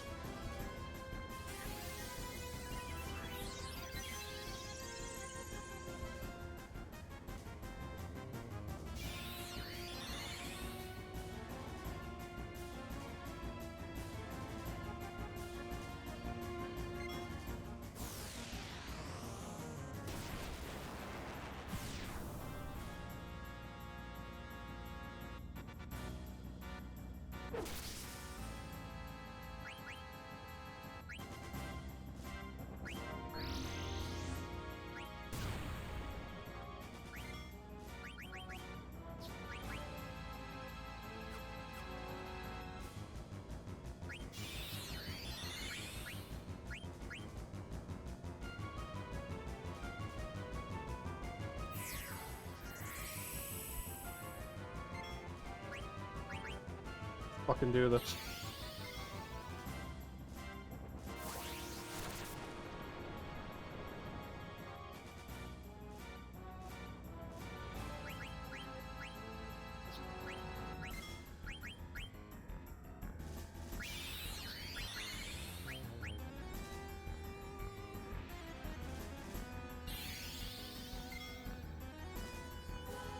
That's a wasted elixir. I'm done with this motherfucker. At least throw it at flame. Come on.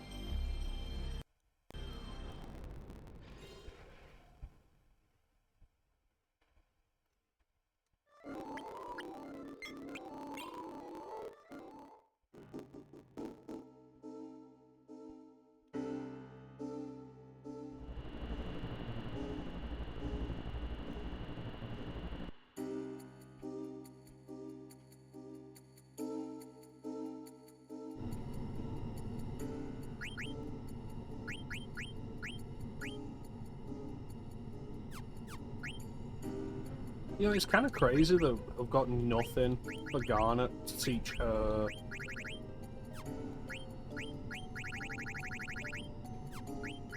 Estimate. Yeah. No, put the pumice stone back on. Need to.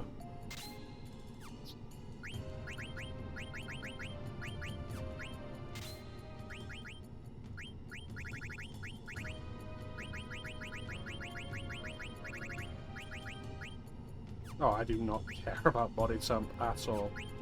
You're already wearing the best equipment.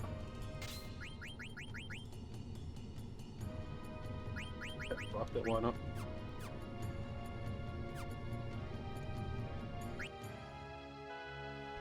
Let's try it again with a better party, shall we?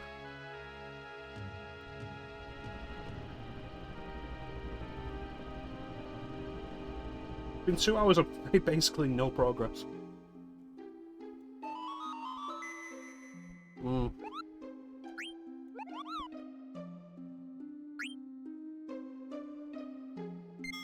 mean, that's not entirely true. We did get that piece of equipment for Steiner that teaches him auto regen. The Oops was relying on Ico to be useful, but what I did not take into account was the fact that any kind of buff you have in this game is worthless.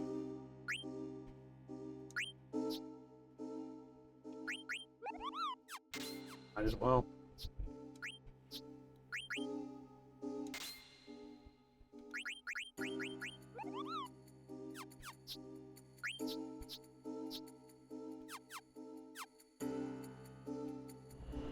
It's like, oh, Ico has haste. Ico's learning Esuna. Like, Ico's got a bunch of stuff that should theoretically be useful. But Final Fantasy IX says no. Alright. Let's go back to Garnet then.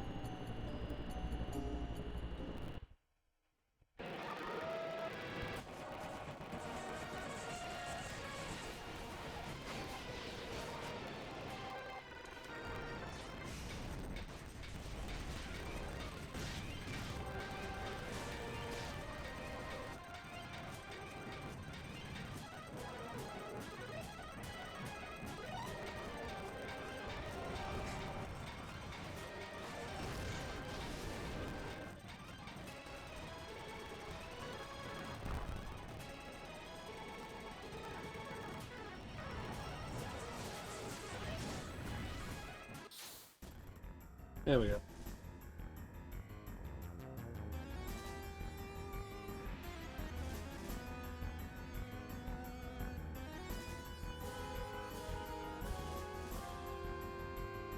Alright, this bitch.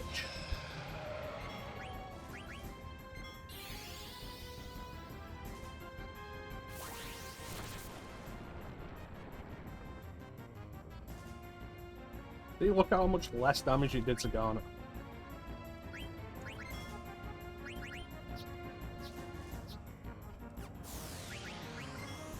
I don't understand why this game will just not allow you to scam bosses, though. Because it's like, hey, what are 90% of the enemies you're going to scan? The bosses. They're the ones that you need to know.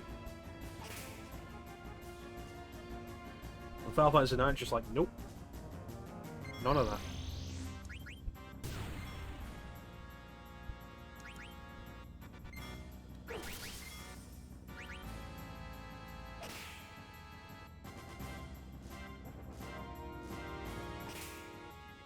It's a weird decision.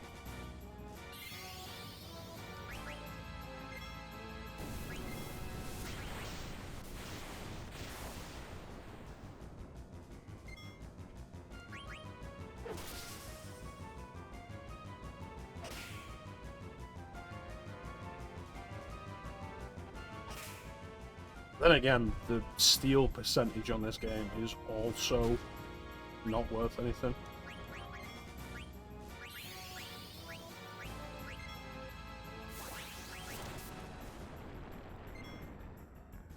Yeah, have their HP as question mark. But you still get something out of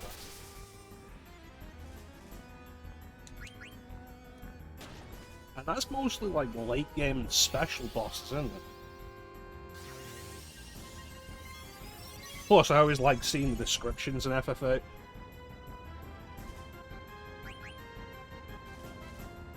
I like stuff like that, like the full descriptions FF8 would give you of enemies when you scan them. It was really neat. And even if a boss wouldn't show you their health, you'd still get the descriptions.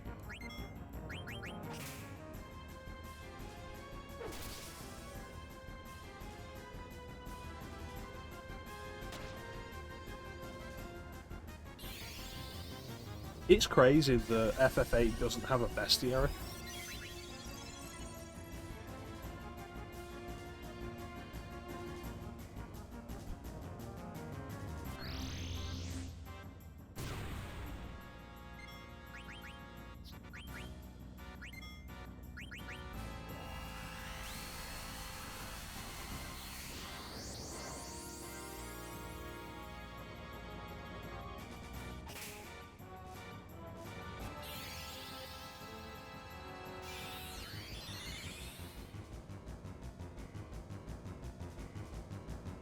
Yeah. Dragon Wrist, and now there's the Grand Armor. And we've got everything off this guy. God.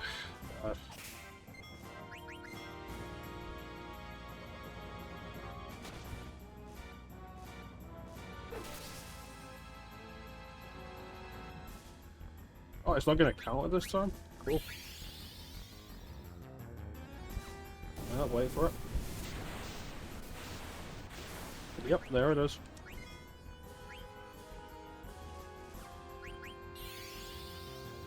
I'm gonna say Bundaga.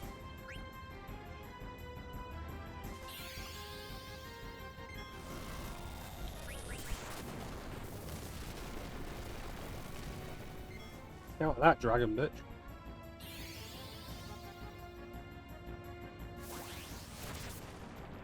Yeah, it really does beg the question of, like, what's even the point of scan at that point?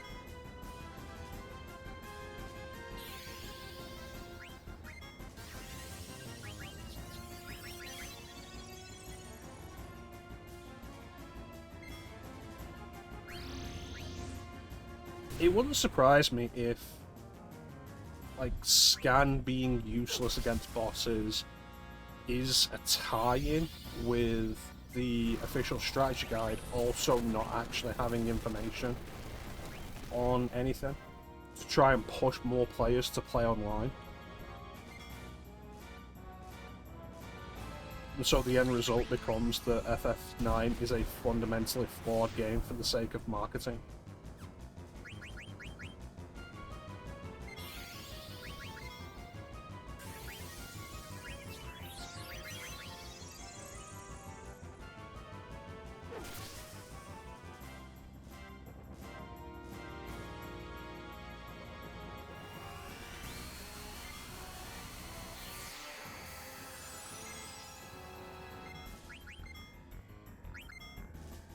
Want that Grand Armor.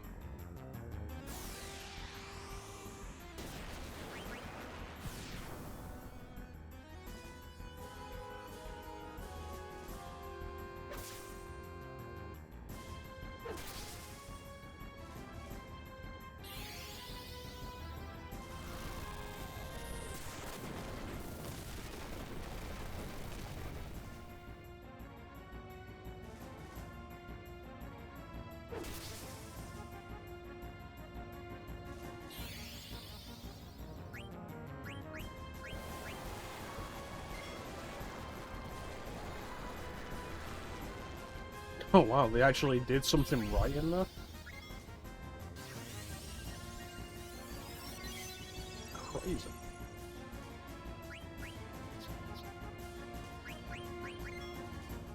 Does that be prime material for stuff to just leave in the play online section?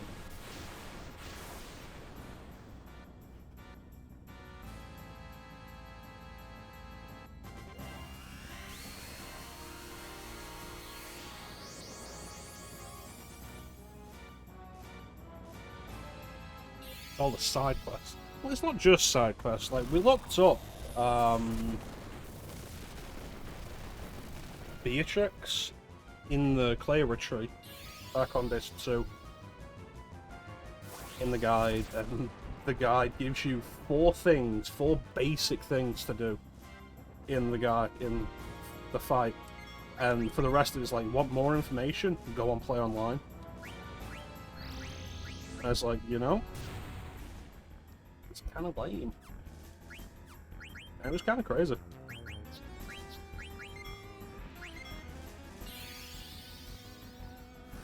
Like, you're not even going to give a proper bot strategy in this?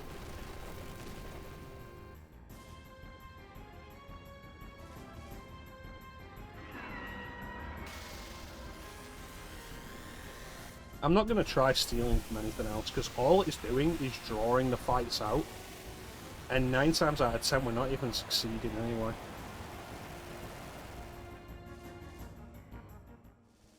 And now we fight the next 2 sorceresses. That's right, Klim's too cowardly to play Final Fantasy VIII. I did.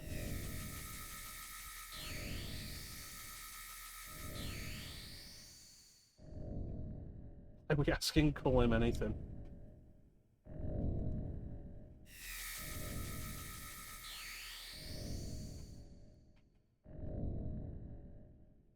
I'll tell you where the chocograph locations are on. It's such a bad guide.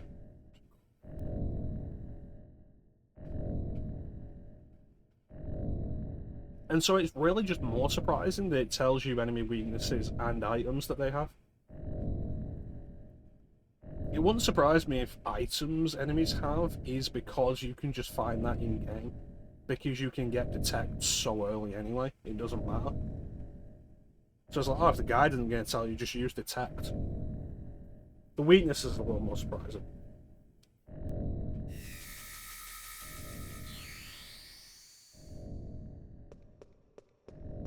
Let's just hope Klim didn't just send all of us to our deaths.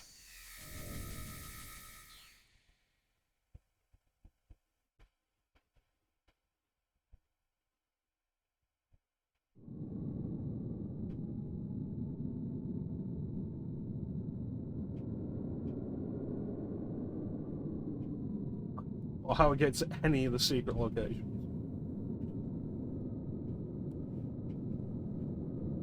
Did someone just call my name?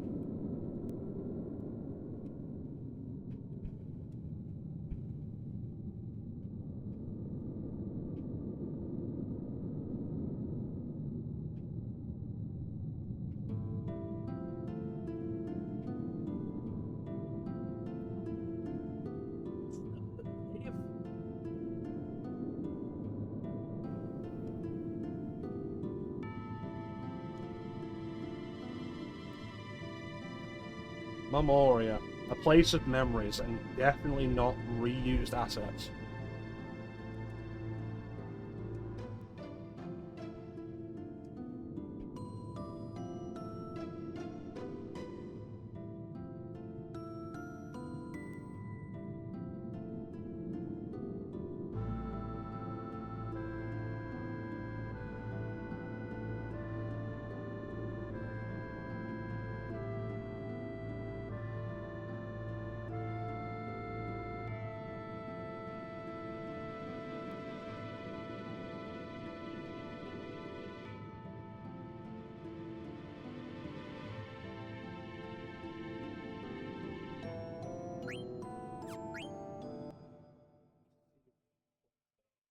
Because there was, I mentioned an article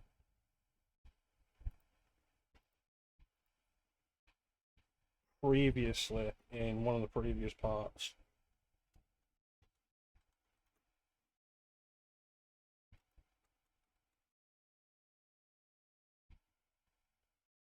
Here we go. From 2019.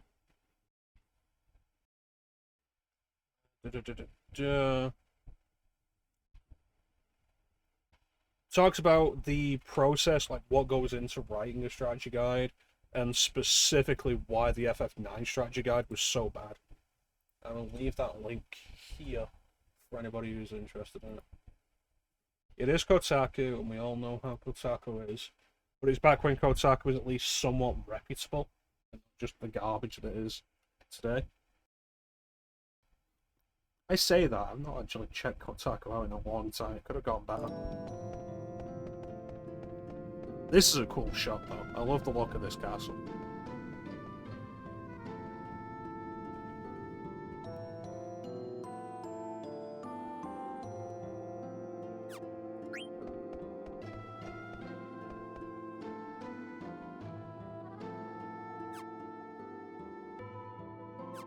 Yeah, let's use a 10.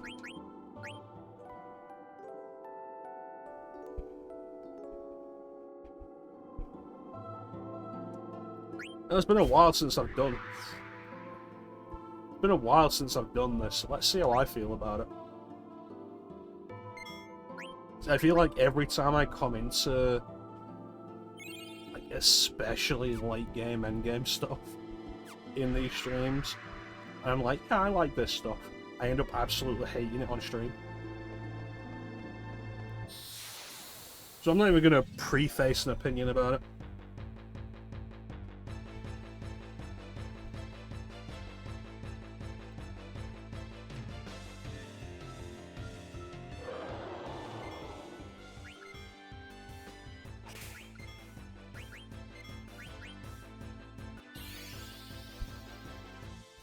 Oh boy, Venom.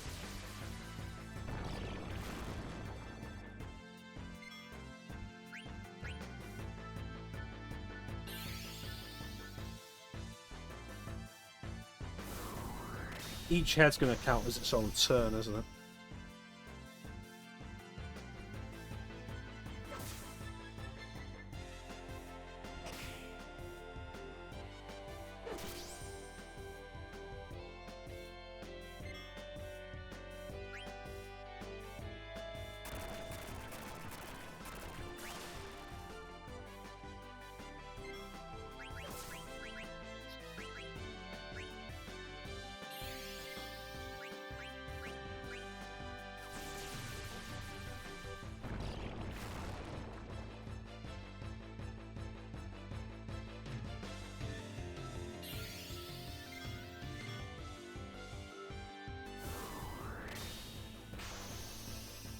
I'm gonna hate this dungeon, I can feel it.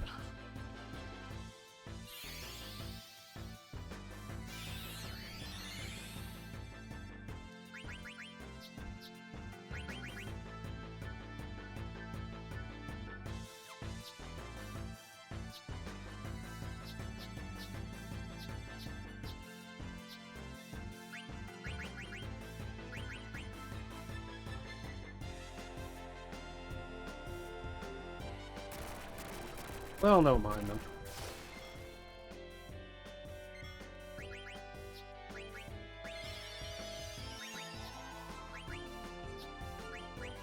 Like freezing things, have some fire.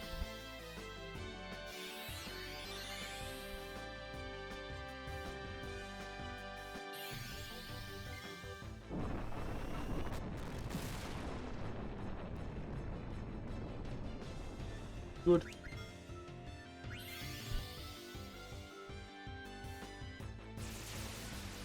I don't want to have to put body temp on people.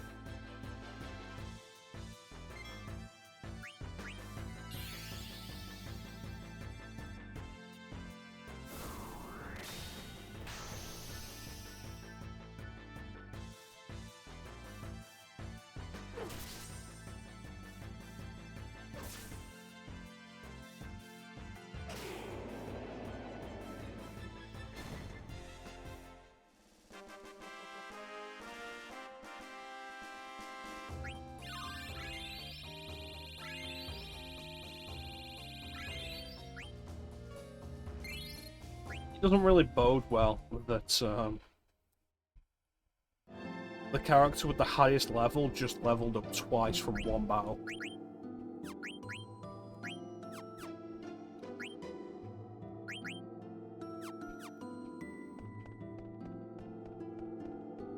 Like, that says that I should stop and do some grinding.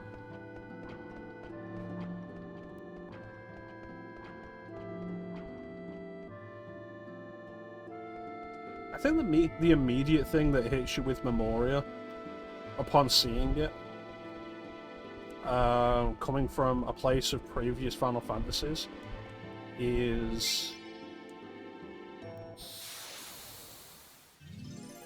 how Ultimisia's castle it is in just ideas of its appearance. If you get me. Oh, an Iron Giant. Look at that ass.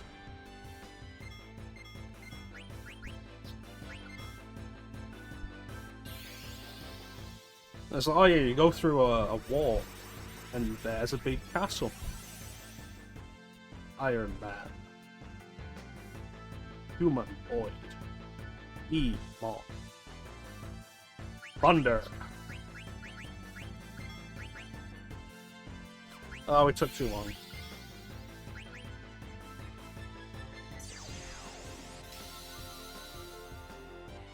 Oh, that's a bad thing. That's a bad idea.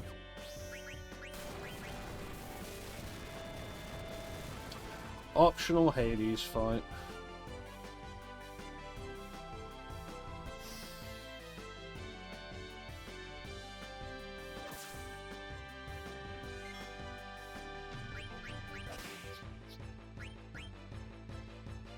Yeah, probably.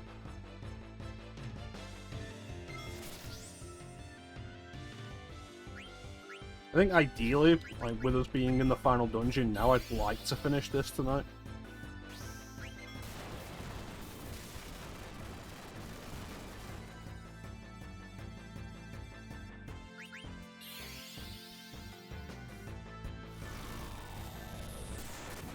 I'll say though, like, there's been a plan to go back to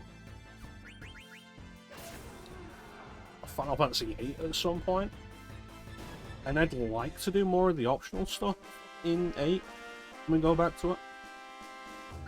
Because like with Final Fantasy VIII, once we hit Disc 3, we just kind of blitzed straight to the end. So we didn't do like any of the optional stuff except, I think, Odin and the Tomberg.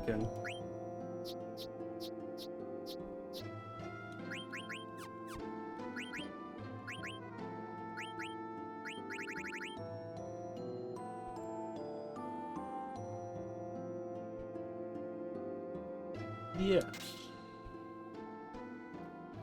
Let's ball with us. I've said previously, like, I'm probably going to end up going into Final Fantasy X. You know, like, yeah, I'll do all the side stuff, and then just stop that as soon as we get to Blitzball.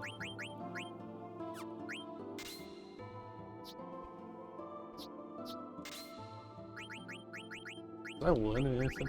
No.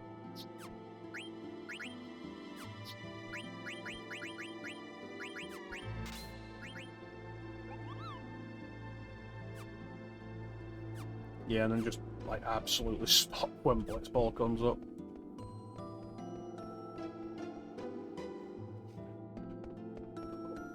With the international version of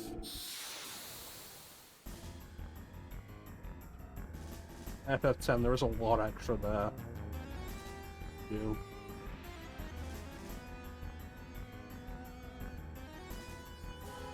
Oh, hey, Curly.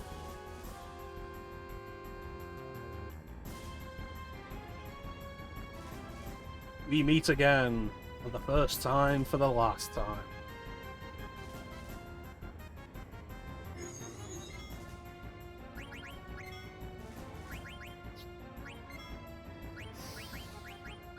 Nope, said I wouldn't steal anymore.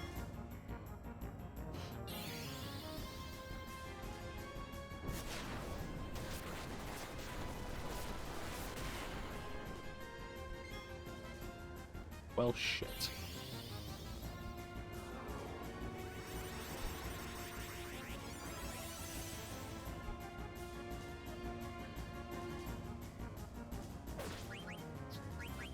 Fire monster anyway, fuck it.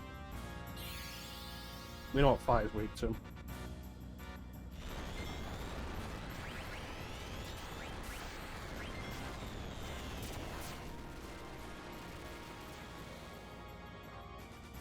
Oh no, not he.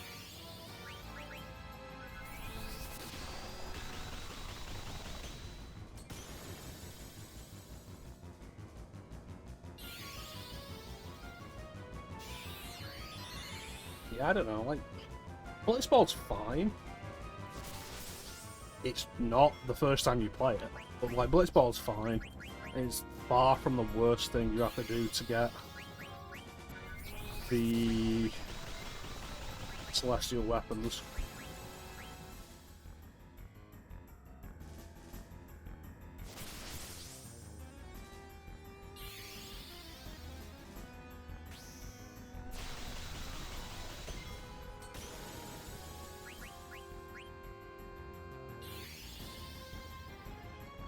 Also, nobody appreciated my Spaceballs reference,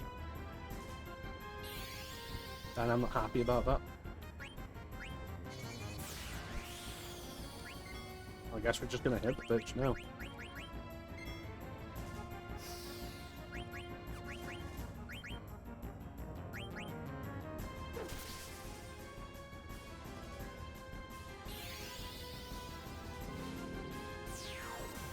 Not good enough for them. Oh, the ultimate sword. And Genji armor? God, how can I not steal from this bitch?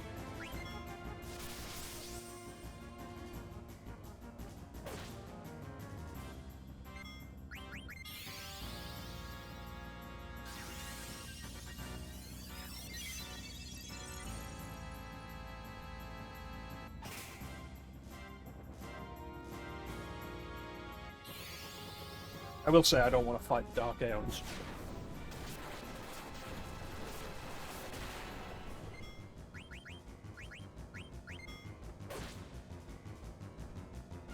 It rips it off and it's set it on fire.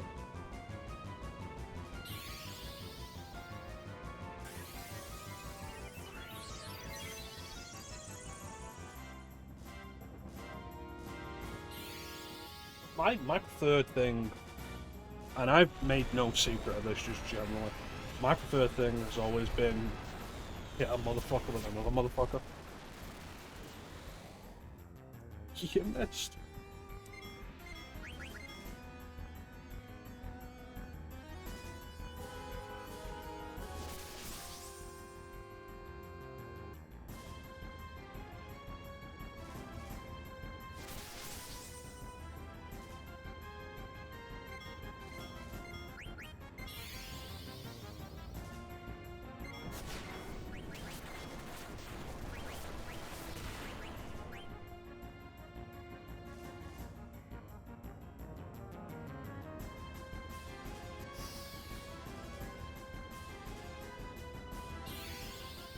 It looks like Reflector's probably worn off. But if I'm gonna try it, I should try it with a spell that isn't gonna just wipe me out if it bounces back.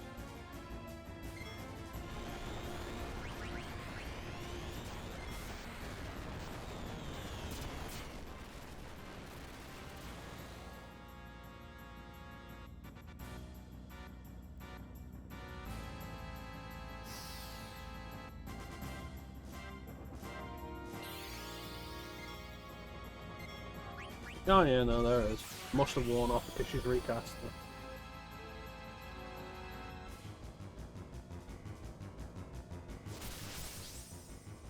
He's dead.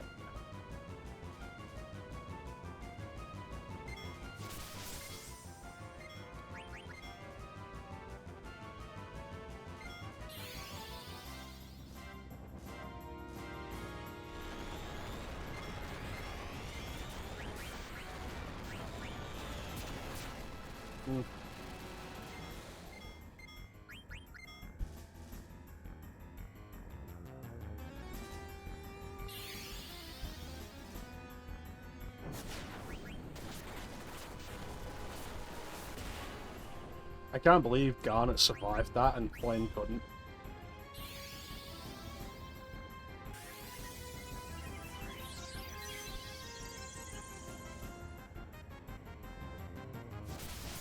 Am I ever going to stream Elden Ring? There's a question.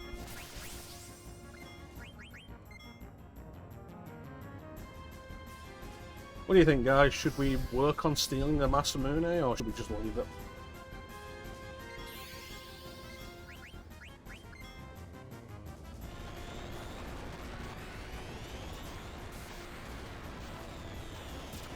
It is, in fact, a question.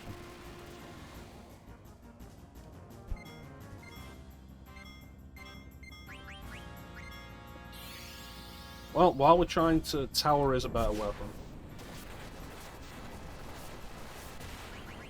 While we're trying to, we're just going to have a chance to keep focusing.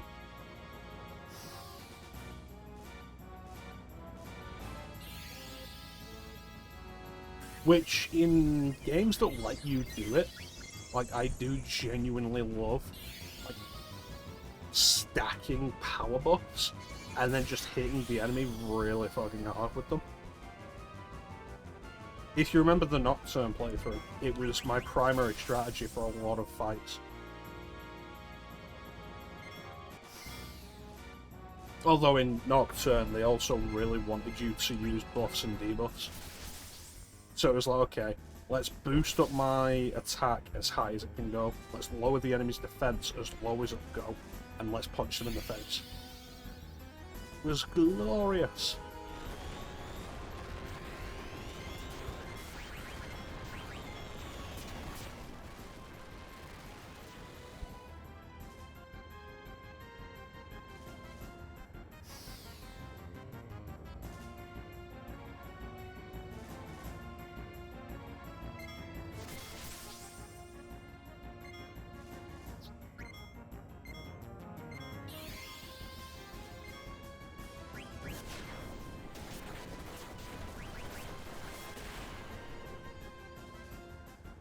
Punch him in the face really hard. I think this is a woman.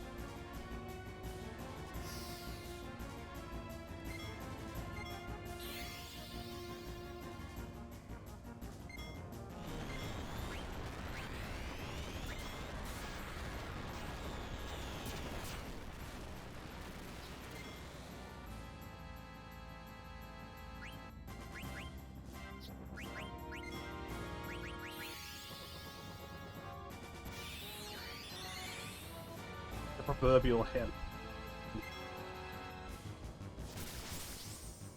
Well, he got great with who's the snake one? Then don't put your dick in that.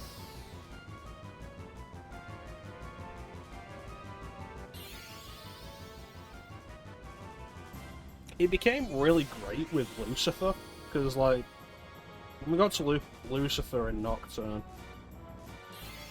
oh,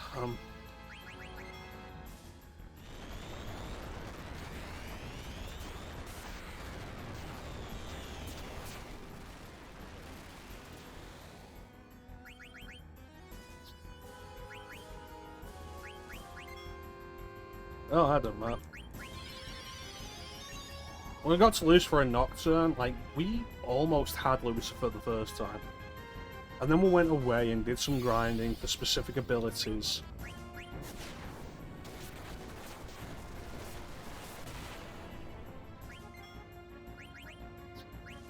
To allow us to just take Lucifer apart. Bearing in mind, Lucifer is the super boss of that game anyway. And at that point, it was like...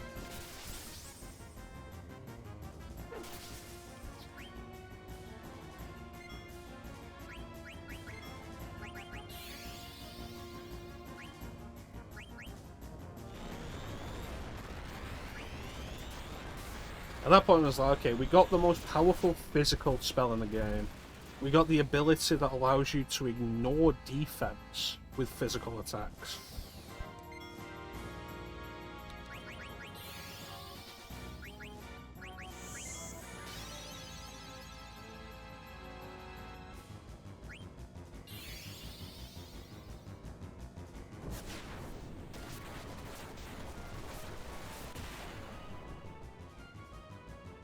And then we reduced Lucifer's defense as low as possible, increased our attack as much as possible, and then just punched Lucifer in the face a few times and he went down like a bitch.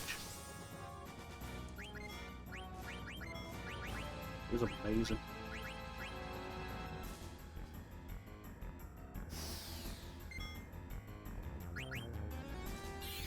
it probably would be really worth leveling Aiko some, because Aiko has the option of learning Kiraga at the minute, and Kana does not.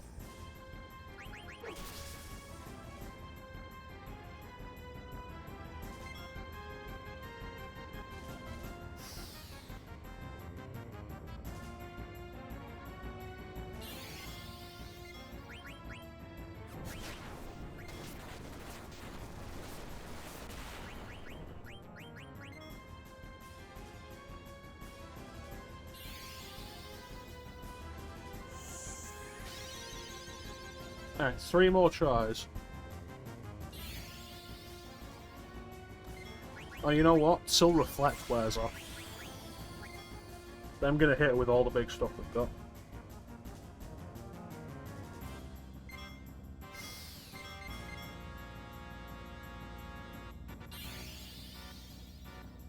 Because it just becomes so tedious trying to get these steals.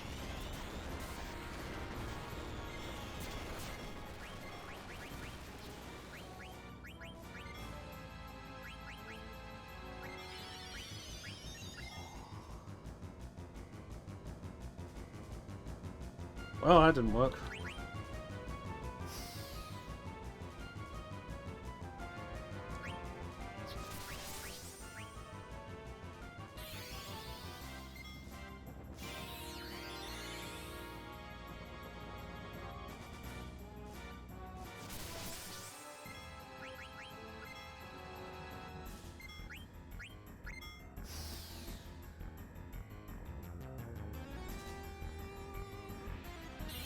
Everybody keep an eye out for when Reflect wears off. Yeah, it does more damage to Flame than anybody else. It's actually kind of ridiculous. Like, Chance took less damage than that, and Chance is a squishy black mage.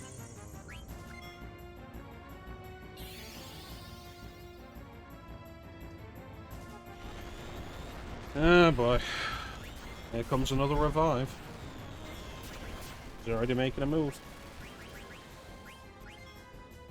There it is.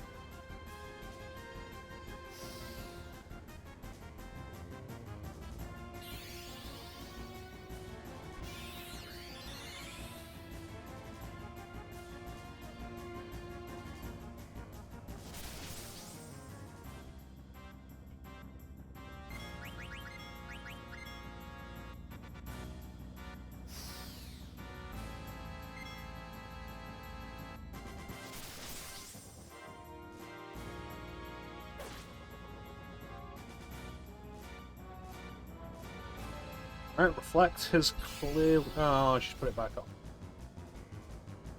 But Reflect wore off, so you know what that means. Picture going. Ah.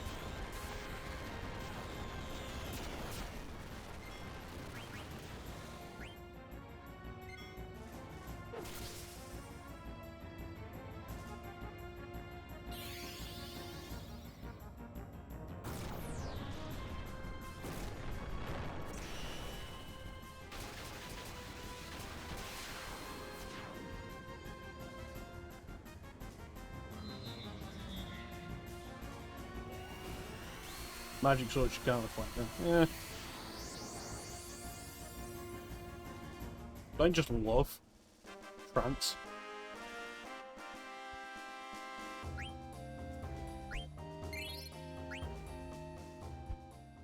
Yeah, Steiner was doing enough damage with his regular sword. How you doing, Star?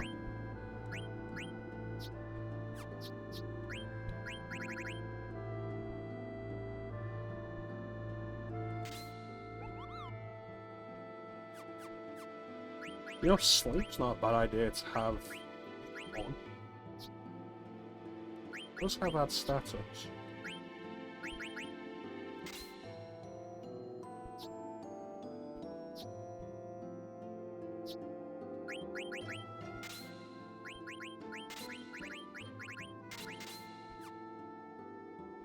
Excellent.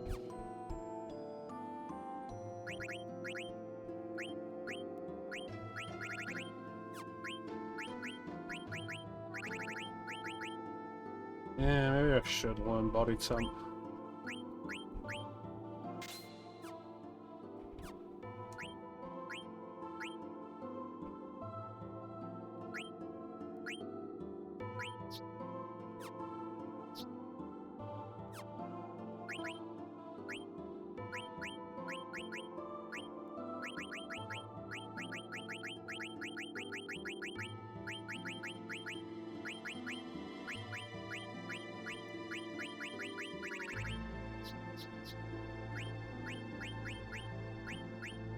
I really only have the one item with body temp on it. Fuck it. I forgot I got the Genji armor. No, we still want the Carabini armor because I want that auto regen. So that's getting re-equipped.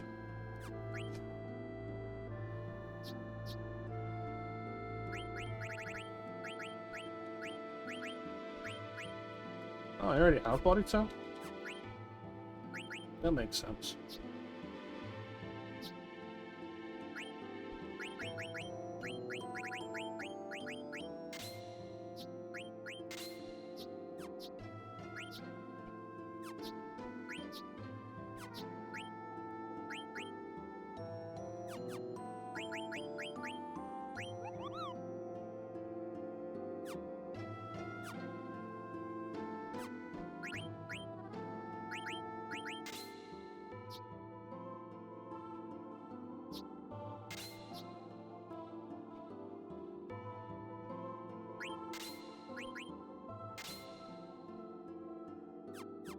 Yeah, we got a lot of antidotes.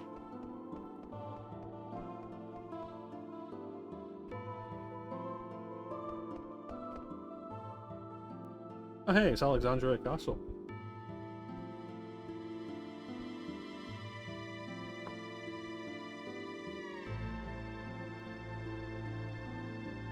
This place was made from our memories, remember?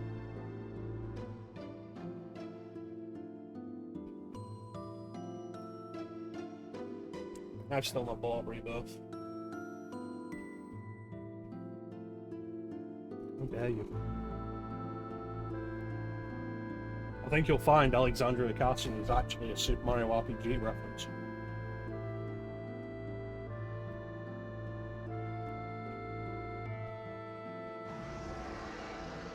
Oh hey, it's Bahama.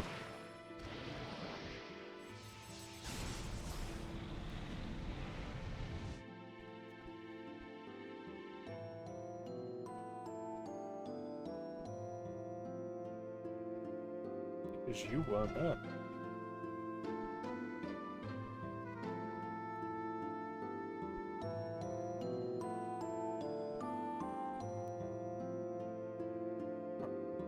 I'm mostly ambivalent to Mario RPG.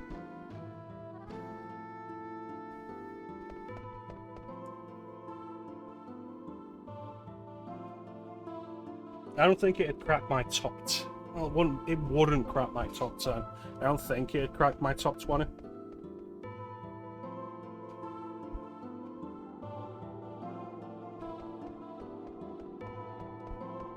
Yeah, I'm also not super fond of Super Metroid.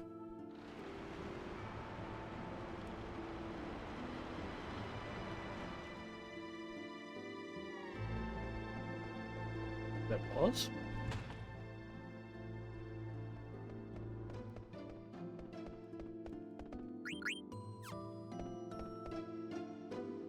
Oh, that's fucking nonsense.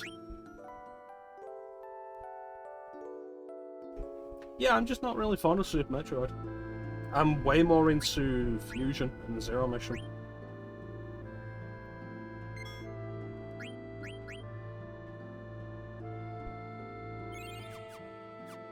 I respect Super Metroid, I just don't really enjoy it.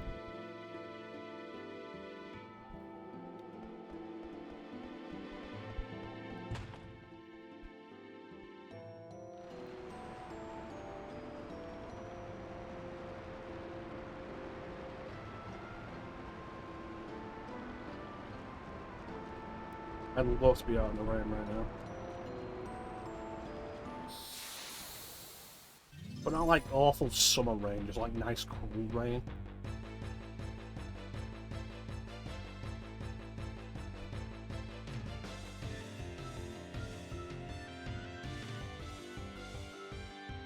Hey big boy.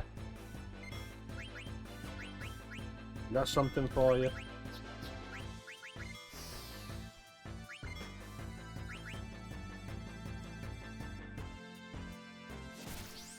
Oh look, it's the opposite Clint Hazard. Yep, the last Metroid is in captivity, the galaxy is at peace, ain't it? I just don't really enjoy it. What would I put in my tops? A Link to the Past is in there, definitely. Like, putting them in any kind of order would be difficult. I've never really played Donkey Kong Country 2.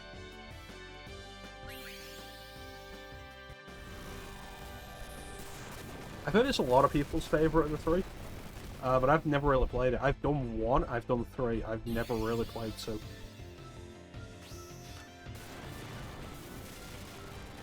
Because I had 1 as a kid, and then at a later point I had 3 as a kid.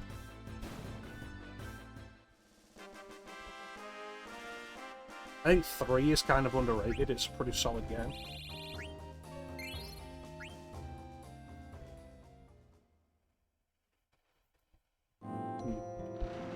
The boss ideas are very different, which is pretty neat.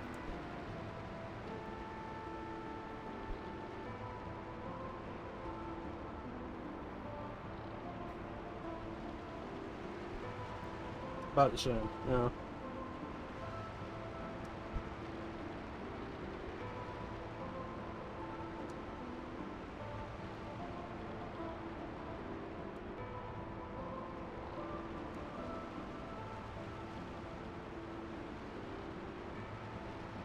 Yeah, released after the N64, and it has the Super Mario 64 reference in Wrinkly's Save Cave.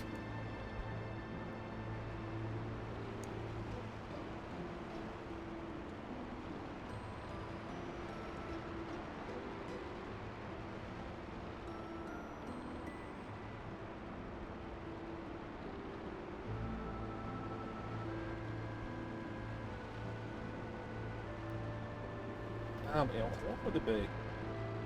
I suppose, like, no particular order. Star Fox 64 is another game I've not really played.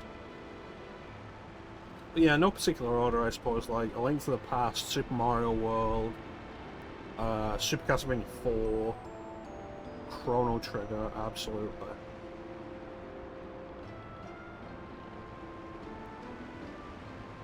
Final Fantasy 6.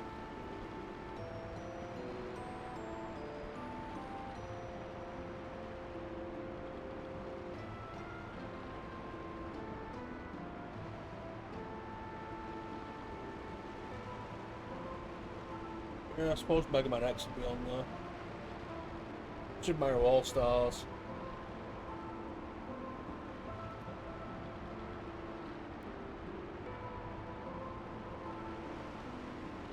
The thing with A Link to the Past and Ocarina of Time is Ocarina of Time, for the most part, is really just A Link to the Past again in 3D. It's a very similar case to Metal Gear Solid and Metal Gear 2 Solid Snake. In a lot of ways, it's the same game again.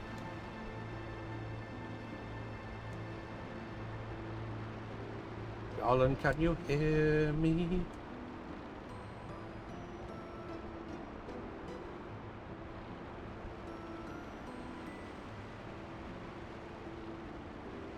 Metal Gear 2 is a lot better than it has any right to be. Like, Metal Gear 1's like, yeah, it's interesting, but it's also really rough. It's the first incarnation of that idea. Metal Gear 2 is such a step above, it's insane.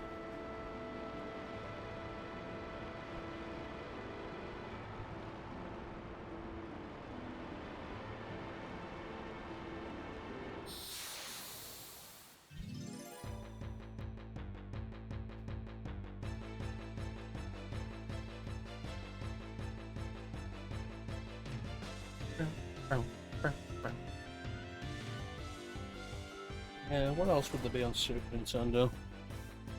Mario World is there, of course.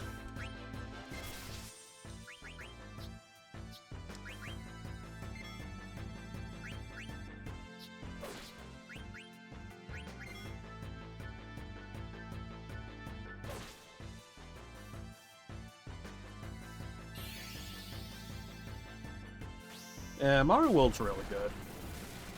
It helps that it's just a really solid platformer. And what puts it above Super Mario Bros. 3 for me is, I think it just controls better.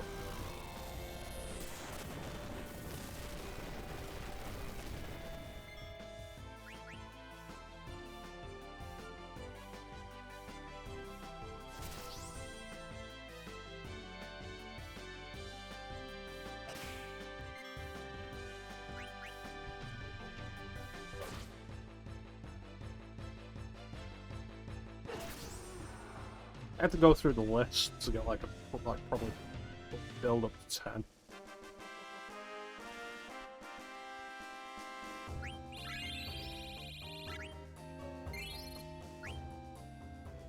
Yeah, a lot of good games on Super Nintendo. I like F-Zero more than I like Super Mario Kart. That's the Invincible. Fucking absolutely horrifying.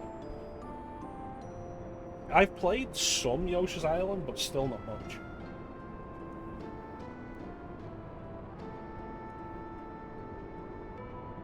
Oh no, can you hear me?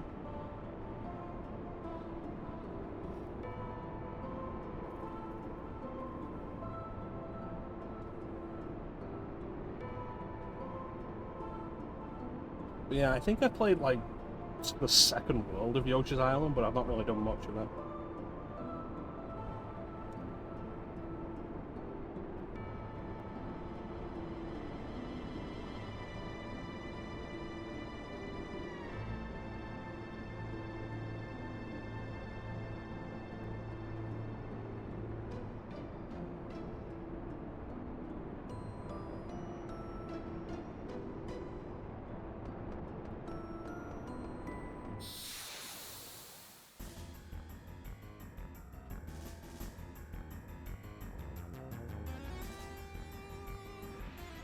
I do like Aladdin on Super Nintendo. It's a really good game.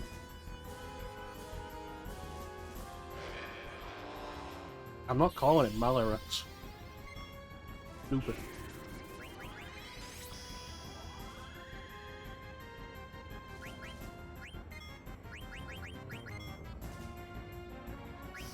Yeah, I do really like Aladdin on Super Nintendo. Most of that is probably nostalgia, though. I had that when I was a kid.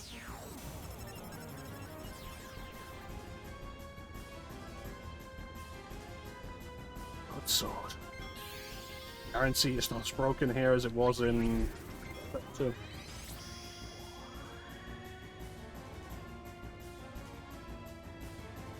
Yeah, it's always kind of weird that they don't actually show you cracking.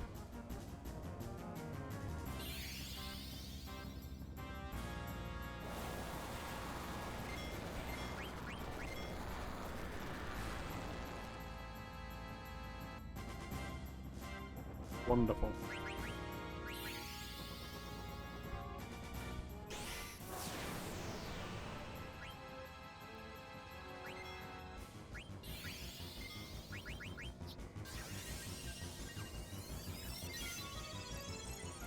I could believe that. Particularly because, like, they actually created all the areas and have the characters run through them, but don't actually do anything with them. It's such a strange choice if they wouldn't, like, was in the intended choice.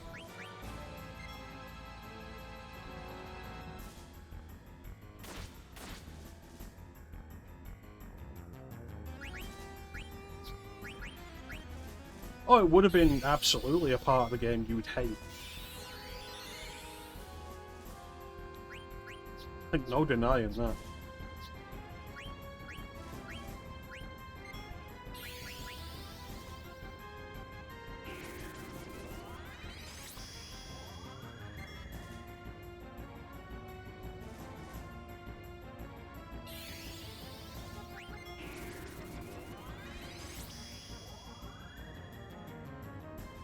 Nice.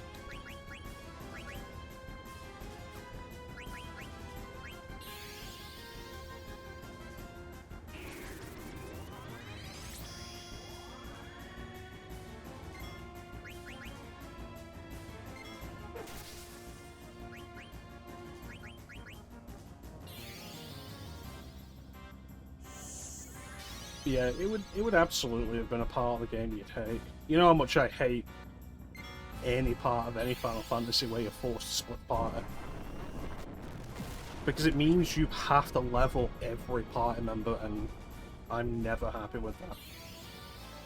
6 is the worst with that, but that's largely a side effect of having such a big cast.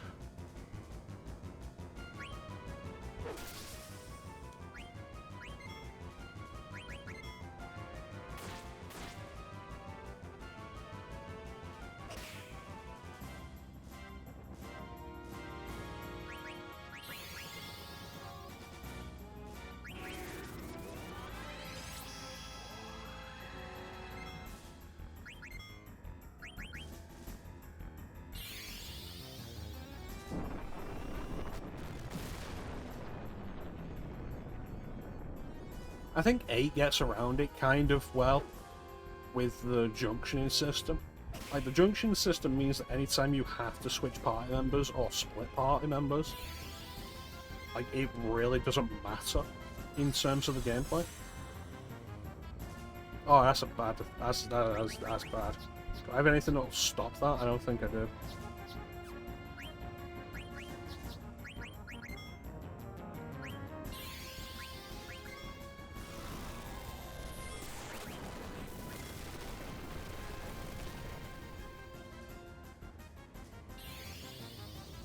If an enemy ever casts a status effect on you that is intended to be a buff, be quite afraid of that.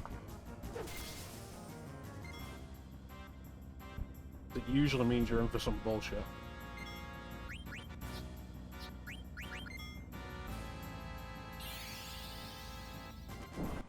This motherfucker's susceptible to sleep. Did you guys see that? Because Steiner's sword, the Ultima sword, has the status effect of sleep, and we equipped him with it. So Steiner just put it to sleep. This motherfucker is susceptible to sleep.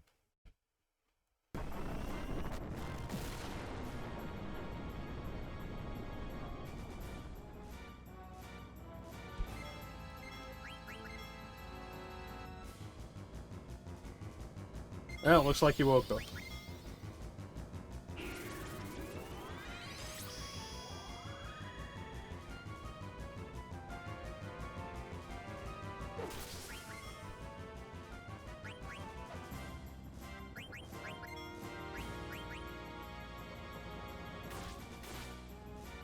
Just a little micro nap in between turns.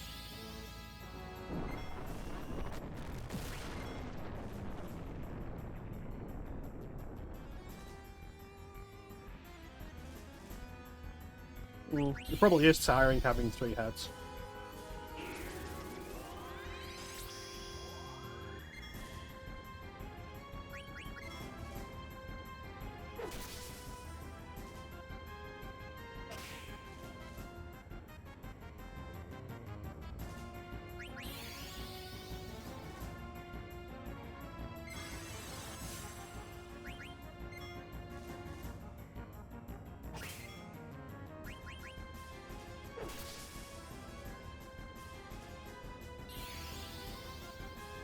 There it is.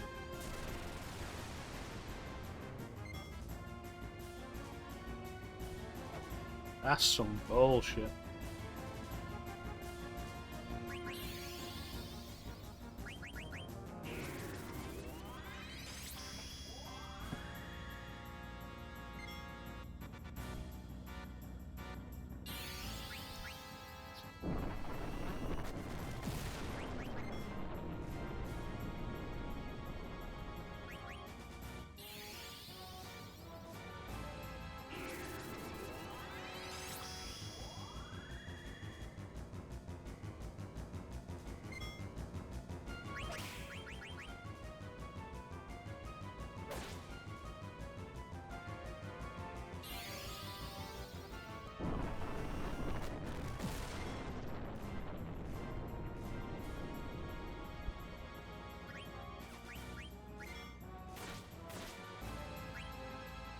Oh, that's not pleasant.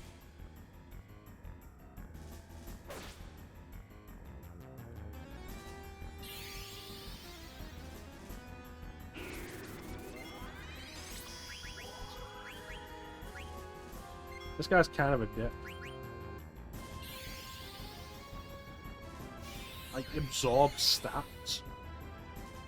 And then if anybody attacks it while you're inflicted with float, it counters by removing them from the battle.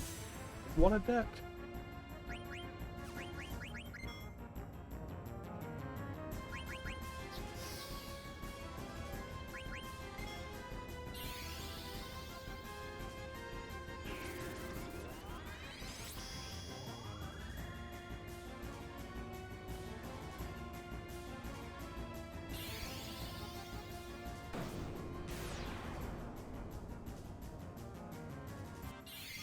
I didn't think it'd work, but would have been nice if it did.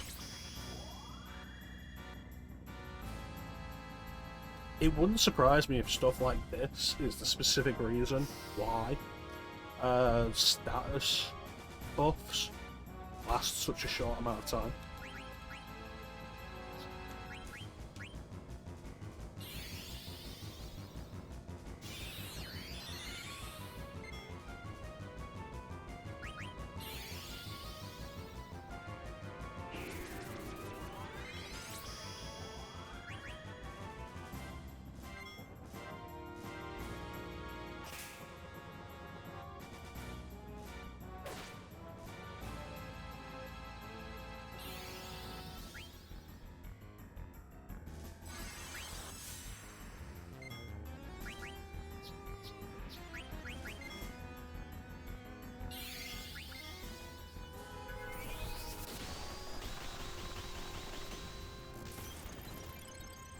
I think if it steals enough of our strength, what we'll end up doing is just using Thievery, because that's a guaranteed amount of damage.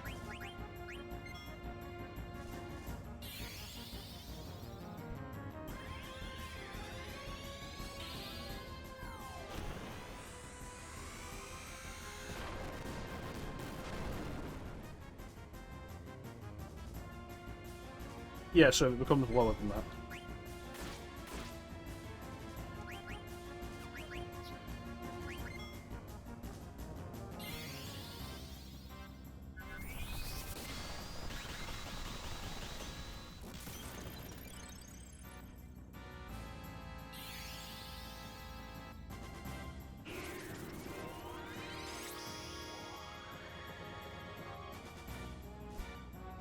Oh, I wish I had Steiner with me.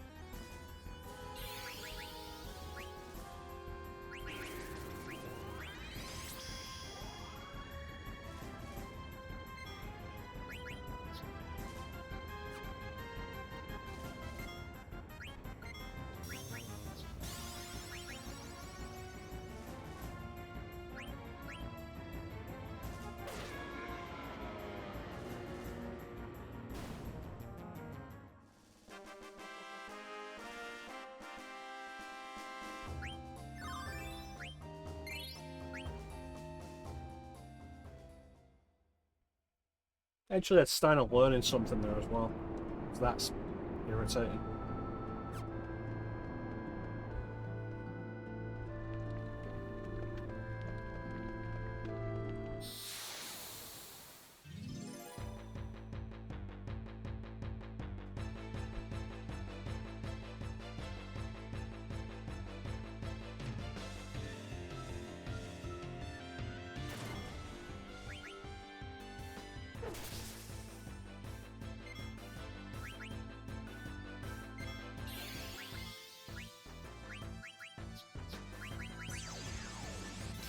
Thundergar.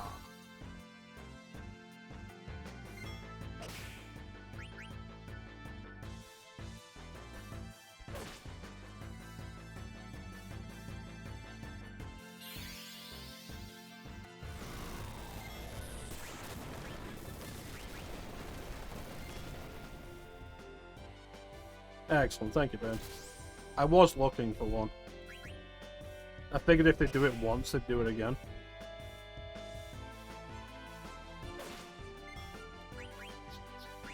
Which is such nonsense.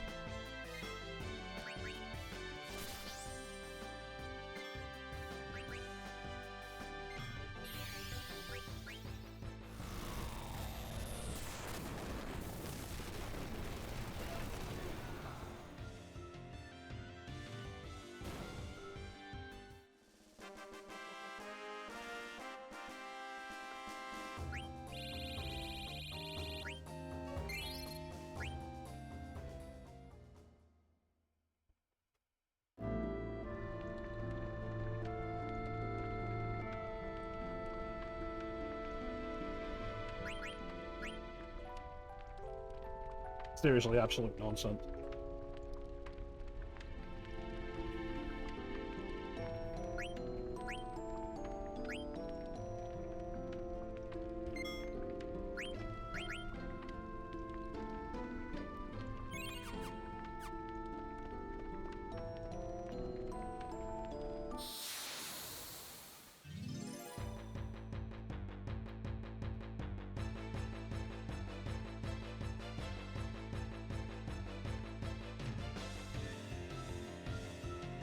I do quite like the,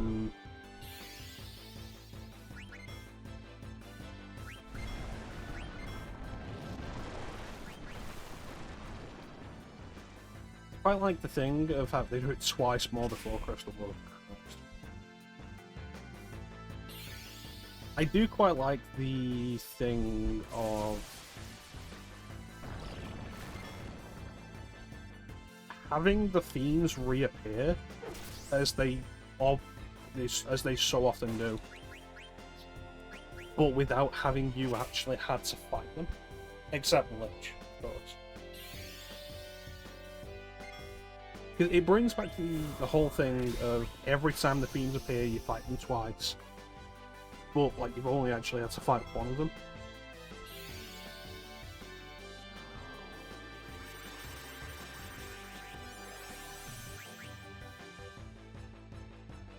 Because it makes it more interesting than in, like...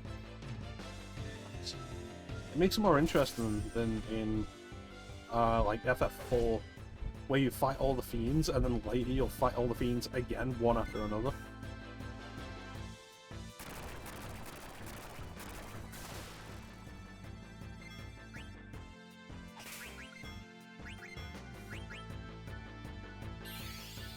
It's like, oh, they're reappearing, but they're not bosses you fought before.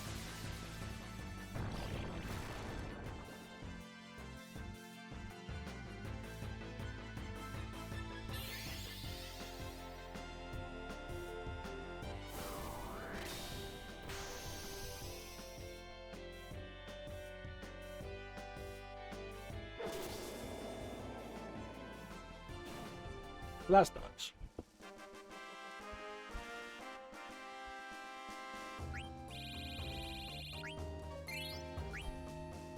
Right, so if you're not frozen, Virus Crunch isn't a guaranteed kill, but it will actually inflict virus on you. But if you are frozen, it is a guaranteed kill, but it won't inflict virus on you.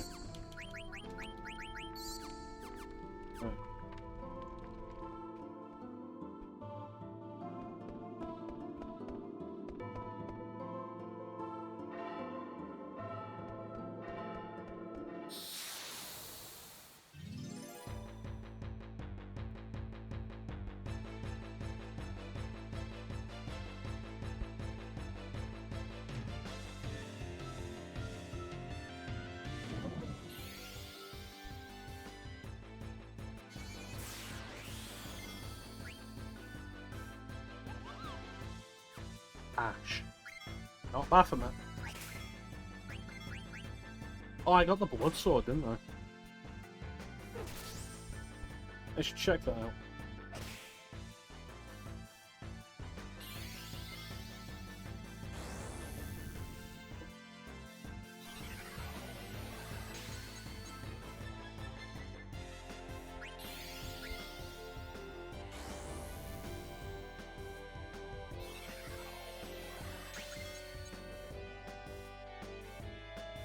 Good.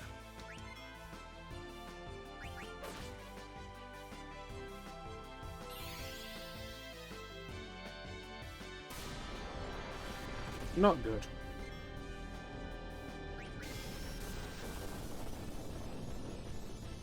Oh, good.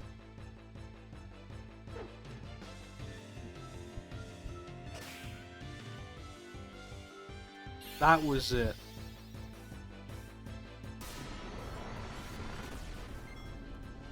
The Final Fantasy IX level in Dissidia was Crystal World. I can't remember what it was last time.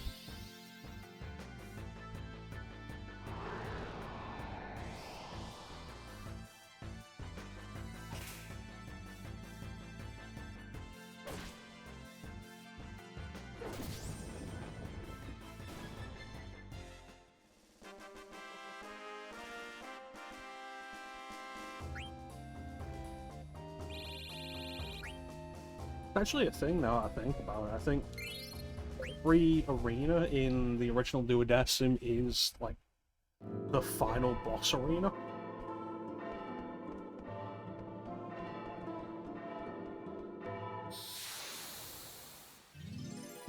FF1's the Chaos Shrine, FF2 is Pandemonium, FF3... What's FF3?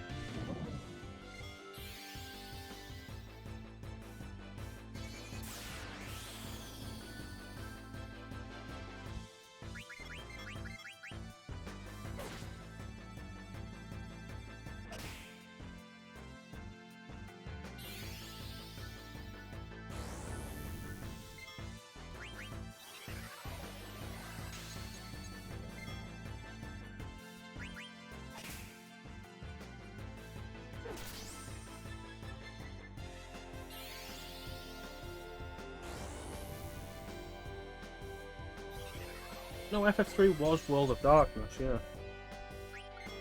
FF4 is Lunar Subterranean. I was trying to think, like, what was FF3? Like, what was the actual arena for it? And it's the... not quite squarish platform, like, not quite rectangular platform, with the pillars on it. It's World of Darkness. FF4 is Lunar Subterranean, FF5 is... I can't remember FF5. FF6 is Kefka's Tower, FF7 is Planet Core, FF8 is Lutelicia's Castle, FF9 was Crystal World, and FF10 was Inside Sim.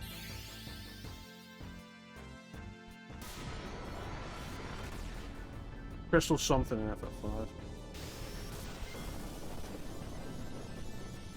Oh, the arena? I wouldn't have thought you'd have played, Dissidia, Clem.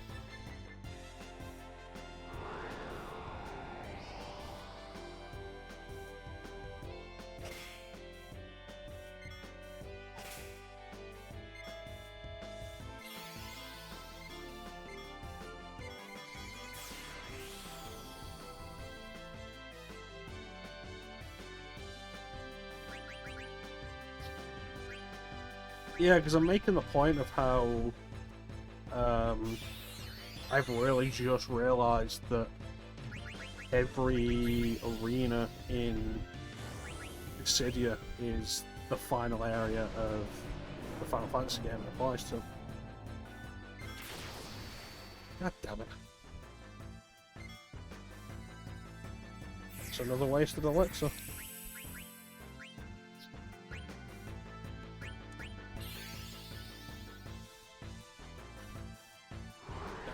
I can't remember what the arena for 5 was. No, I remember it was Void World.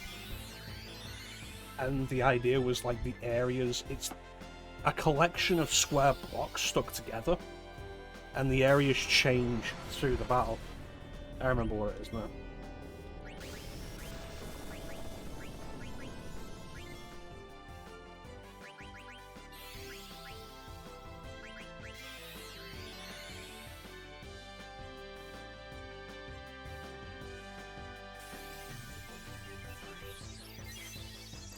Yeah, so it is Void World.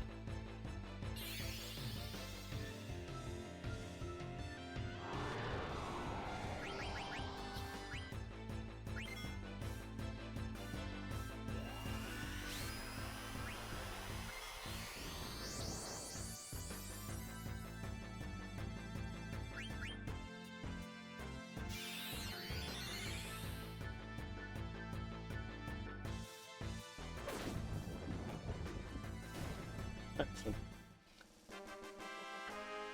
But yeah, Duodessa makes things a little more interesting by adding more arenas to a bunch of the games, and then not the final arenas. Like FF9 gets a new arena, and it's the Prima Vista stage on the Tantalus ship, which is really nice. It's a neat arena.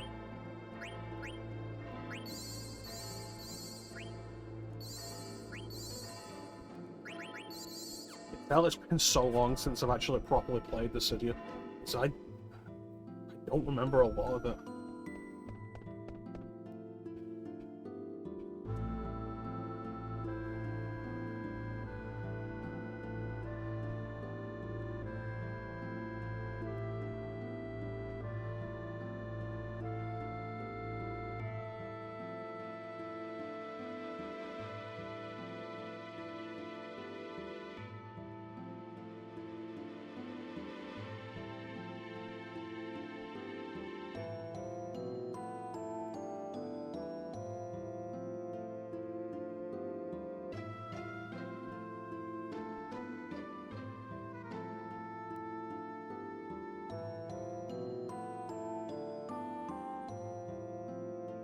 I feel like at this point, the easier thing to do, bearing in mind the technology they had on Terra, would have been to, rather than trying to merge the two planets, just migrate. Move.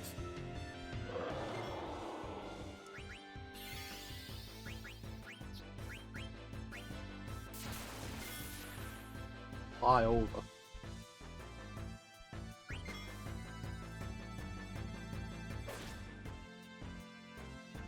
That's not evil enough. We need to be bad guys.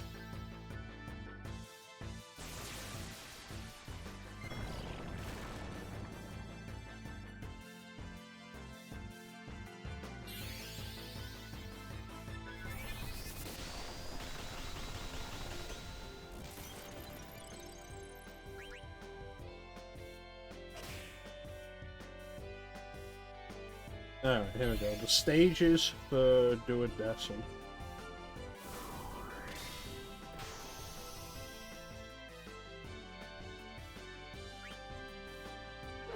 Get back to that in a second.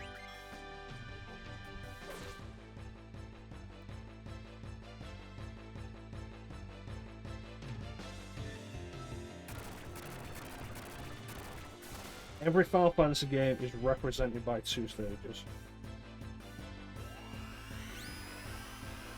Oh, it's worth noting, I think even though Duodecim introduced lightning and made Varn a character, because there was in original Duodecim it was 1 through 10, even though 11 and 12 were out at that time. Judge Gabran was a secret character for 12, and Shantota was a secret character for 11. But even though Duodecim adds lightning and Varn from 12 and 13, and Gabran isn't a secret character anymore, I don't think there's actually... Oh, I'm wrong. There is a Final Fantasy 12 stage. Where is it?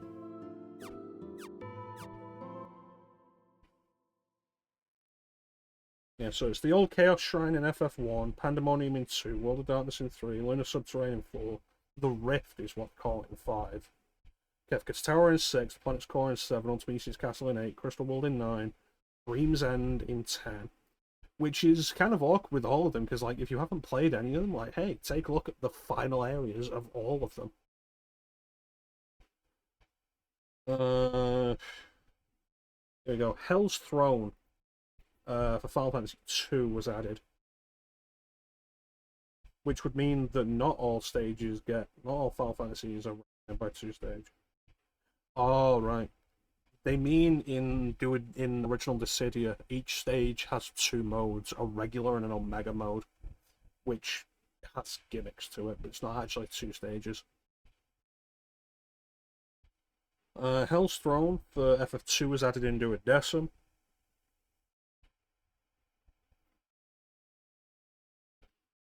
Crystal Tower was added for FF3. The Phantom Train for 6, which I'm not fond of. It's very enclosed. The Prima Vista for 9. The Ephemeral Paradox for 11, which I do not recognise. Wait, no, I do. It's just really bland and doesn't stand out versus the original Dissidia stage. Sky Fortress Bahamut for 12. Orphan's Cradle for 13. I was wrong, they did add it. I've played so much in Orphan's Cradle. Why do I not remember that?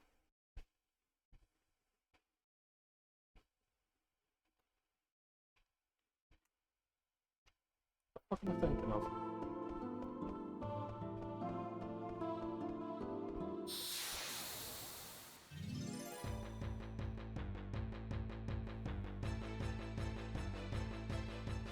I suppose based on that, though, Skyfortress Bahamut is probably the final area of Final Fantasy XII.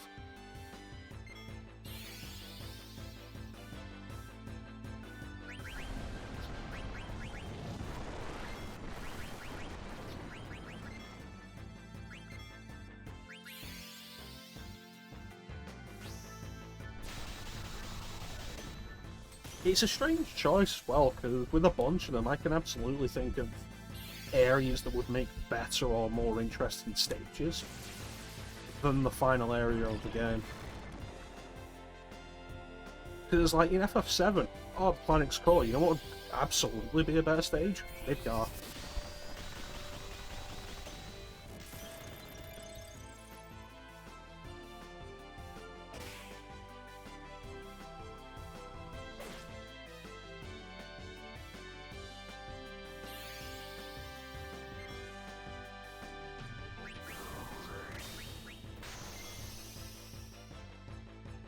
Well, no point in taking that off him, he's gonna die in a second.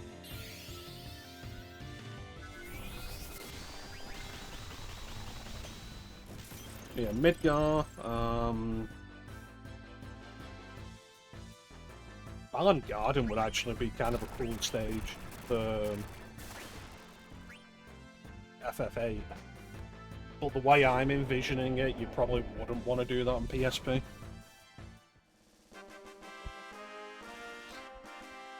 But that said, like, Ultimisia's castle in Dissidia is really generic. It doesn't feel like Ultimisia's castle. It feels really bland.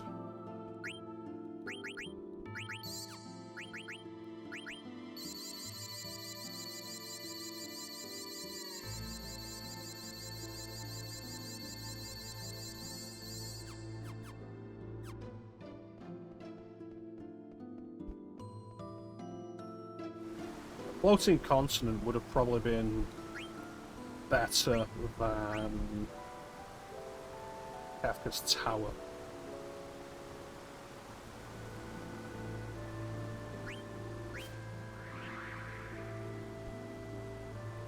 Like maybe just have the Floating Continent with Kefka's Tower in the centre.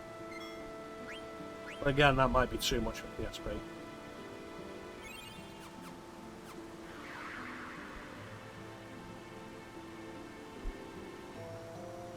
I've also just realised I was thinking of the FF2 stage, Pandemonium, in my head, but I've just realised what I've actually been thinking of is Hell's Throne. Pandemonium is a different stage. It is still the FF2 stage, but it's a different stage.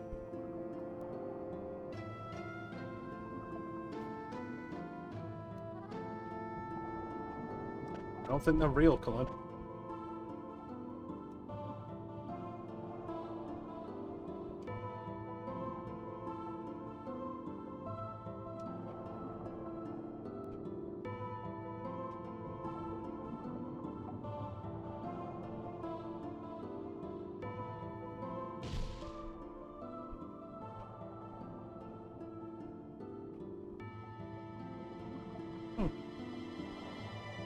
What a curious effect. If you believe the memory is real, it will be real for you. Curious.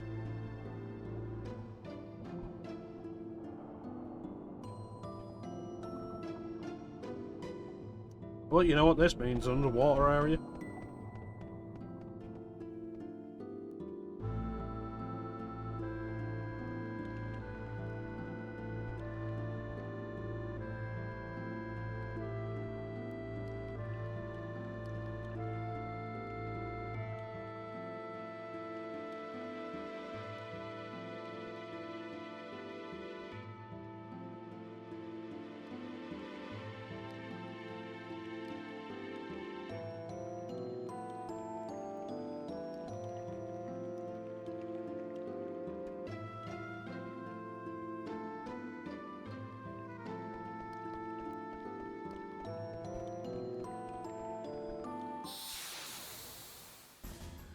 There it is.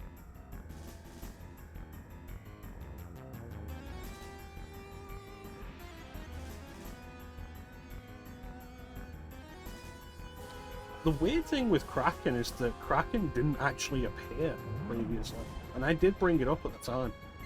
Like, Kraken did not appear on the field map.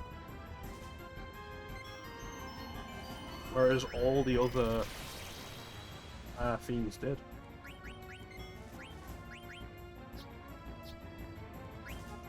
I'm going to assume Thundarga.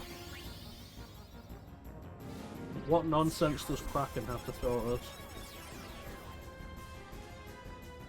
Oh, Wizard Ward.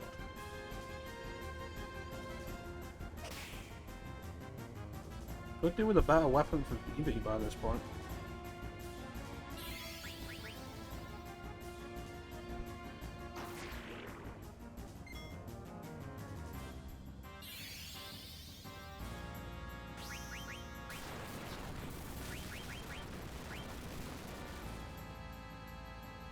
Yeah, I'm going to assume it's weak to lightning.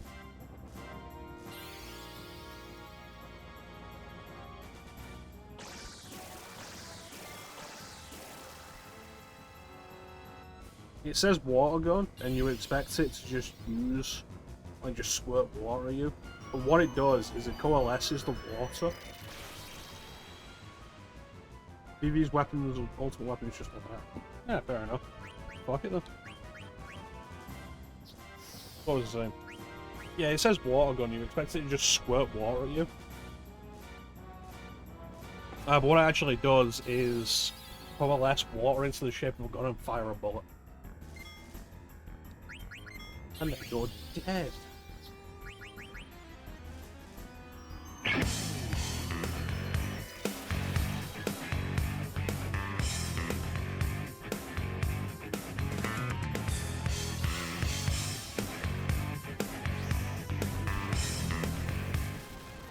Hey, it's Ninja. How you doing, Ninja?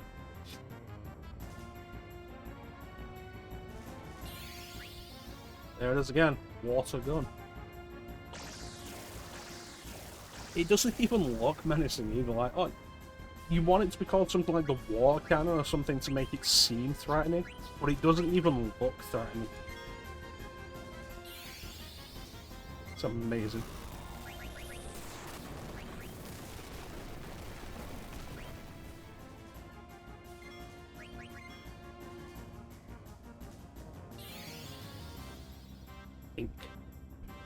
Finished gaming for the day. For the day?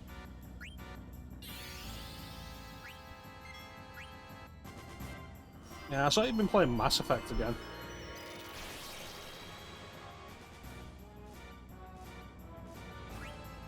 Been doing anything different this time?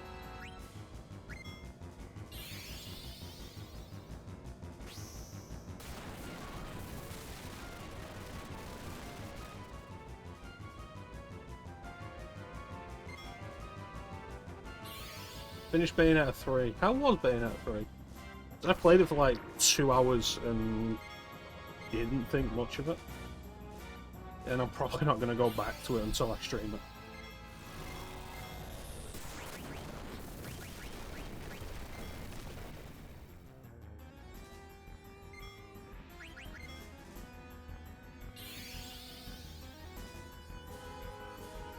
Oh, Renegade. Oof. Renegade's fun up until Mass Effect 3.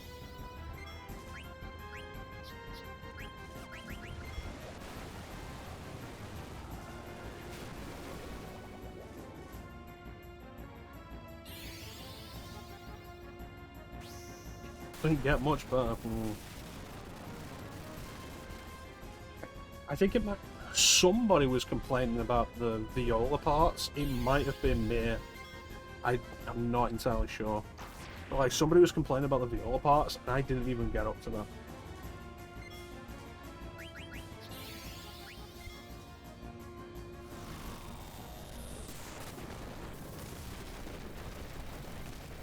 It's the worst in all areas. I could believe that. It's crazy how the game doesn't even look good.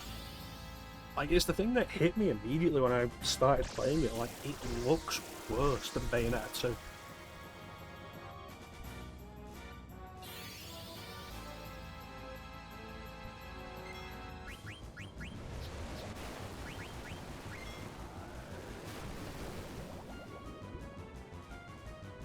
Yeah. It's absolutely insane.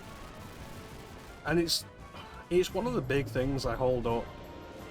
I've been saying recently of like, you see the reviews for stuff like Bayonetta 3 and Tears of the Kingdom, and I think SMT5 got a little of it, where reviewers were like, the Switch is holding these games back. But in all three cases, these games were developed for the Switch. And so the Switch shouldn't be holding anything back. These games should be made for this system.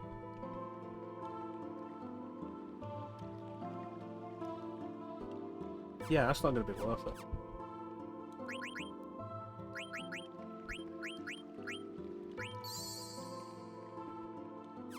So it's like, oh, Bayonetta 3 has terrible textures and looks generally awful. Like, cool. Maybe they should have made a smaller game then.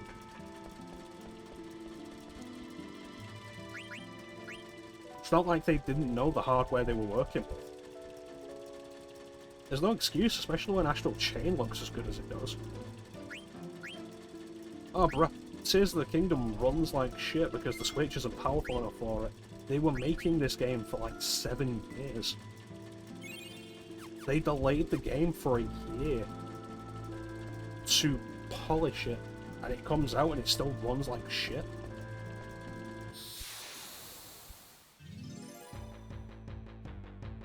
Like, you knew what the system you were building it for was. Breath of the Wild, I'll give some slack because they were originally building it for the Wii U. After each ladder, search platform together. Alright, thank you, babe.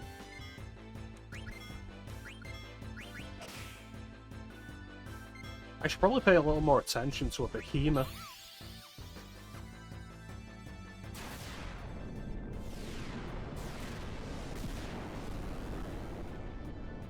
I should probably run from the behemoth.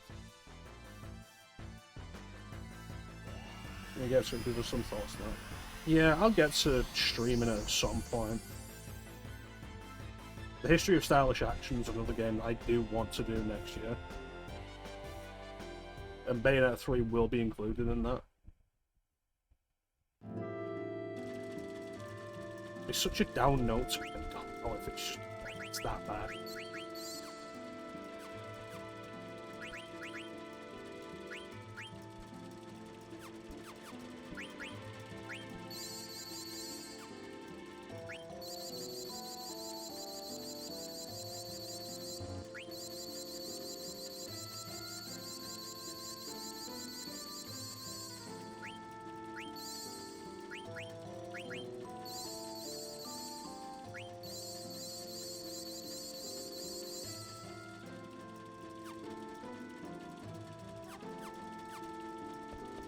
Yeah, now that Kamiya's left. Now that Kamiya's left Platinum, we're talking about, like, oh yeah, well, we're planning like 6 games. And now it's like, yeah, we probably won't do another one.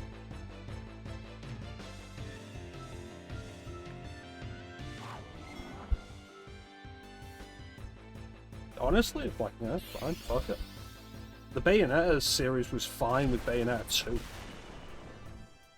There was, like, something I was very surprised on with Bayonetta 2 that was actually really cool, is how Bayonetta 2 adds on to the original game's story and makes a complete cycle out of it. It's actually really cool about it. So it has its own thing going on, but also adds depth to the original game story, and I really like that.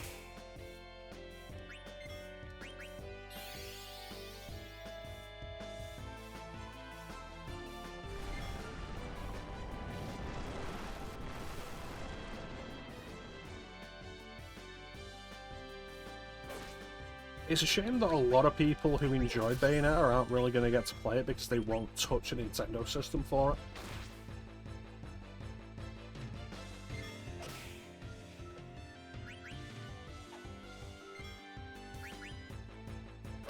I hope Klim tunes in for the eventual Bayonetta 2 stream so we can see how good Bayonetta 2 is. Like, how much better Bayonetta 2 is than Bayonetta 1. Have you played Astral Chain yet, Ninja?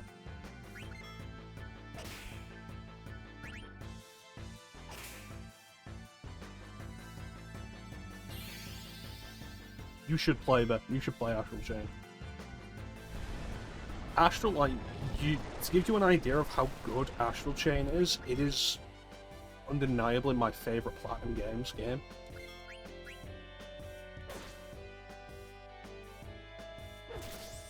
It's not a short game. I have finished it twice.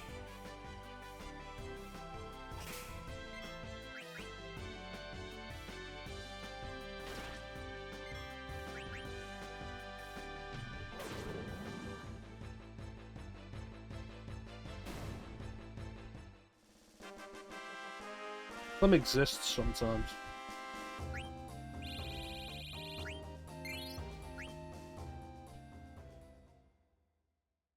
Vanquish is an interesting choice.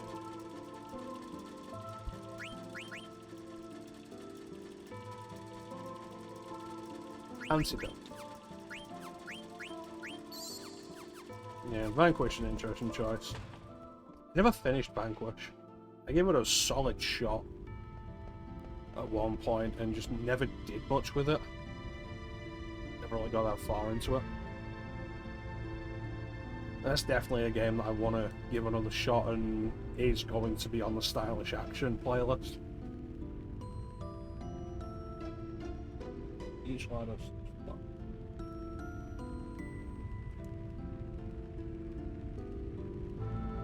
it's kind of like a plan.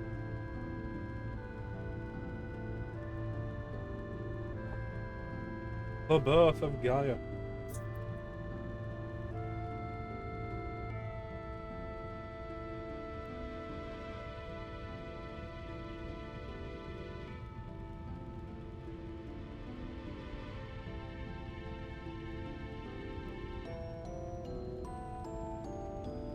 Gaia's only 5,000 years old.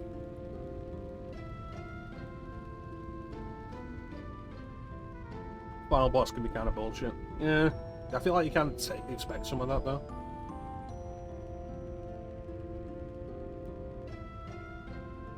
Yeah, I think next year I want to just like set days for stuff. Kind of like Teak does. It's like I want a day for like Super Nintendo stuff. I want a Castlevania day because I want to do some Castlevania. Possibly just have a day set aside for the history of Stylish Action, and like Vanquish would be on that. Most Platinum games would be on that. See about the viability of doing Mad World with a controller. See whether or not that'd be reasonably mapped to a controller. skip Anarchy Range just because I don't want to have to set the PS3 up for it.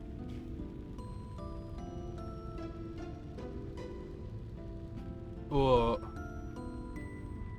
like most Platinum games that I can think of, with the major exception being Infinite Space and the Ninja Turtles game they did, mostly because I don't want to buy it.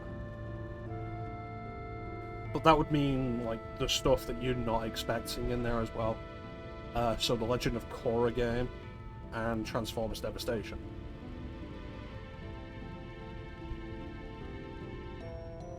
Yeah, I've never really like dedicated myself to days like that, where we do specific things.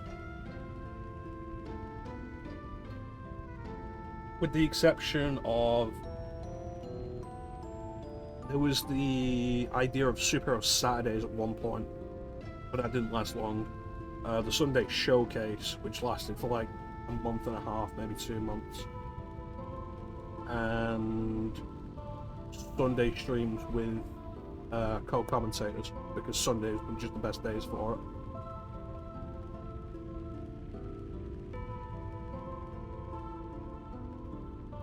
Yeah, it could be a good idea. The Super Nintendo Day, the Castlevania Day, the Extreme Style Traction Day, and if possible, the DLC Day, or just like the other day. Oh, that was a marathon though. That was a point where I was streaming Resident Evil, just consistently for a while.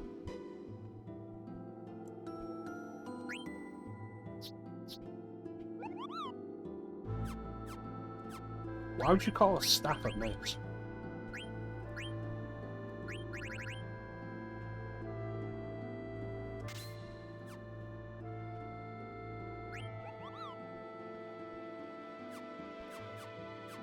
Yeah, that was just like we were just doing Resident Evil for a while, because the same is true with Castlevania. We had the Castlevania marathon.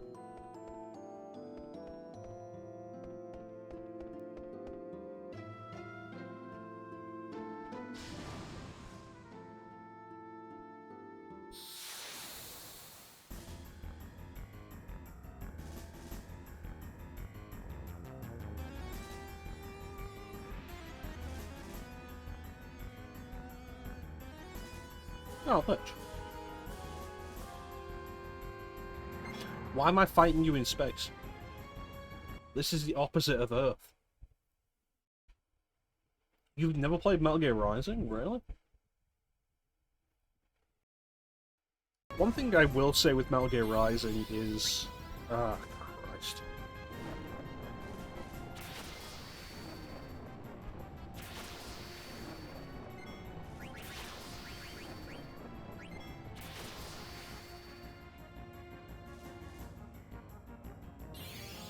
Rules of nature. It's kind of a shame with Metal Gear Rising. It was going for basically nothing for a long time. Like, it'd go on sale, and it'd go on sale for less than like $5.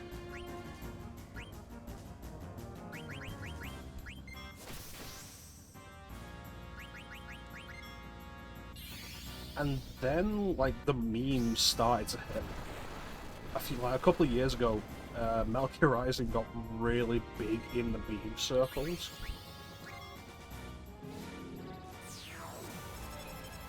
And so it became really popular because of that. And the result of that has been that Konami's just kind of raised the price on it. So it does not go for as little as it used to on sale anymore, which is a big shame.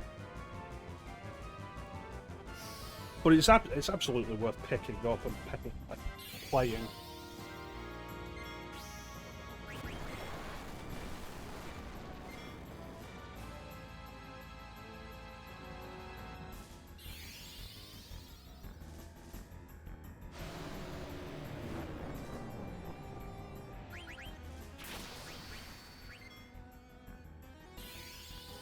It was last month or the month before, I actually ended up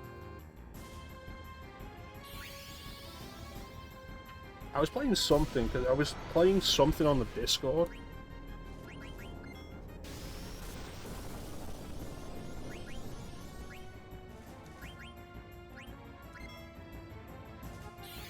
And I finished whatever I was playing, and I started playing Metal Gear Rising, because I had it installed, and was just playing it. I played through the entire thing in one sitting. Mir was there, Kira was there. Teak popped in and then left and then came back before we'd finished. Like, we did the whole thing. It took like 7 hours in total. And like, it still holds up. It's a lot of fun. It's still a lot of fun. It had been a while since I'd done a full from scratch playthrough of it.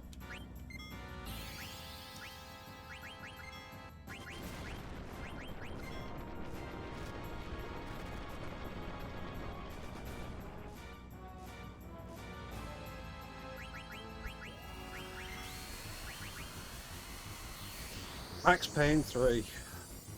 I never finished that. I tried to get into it twice.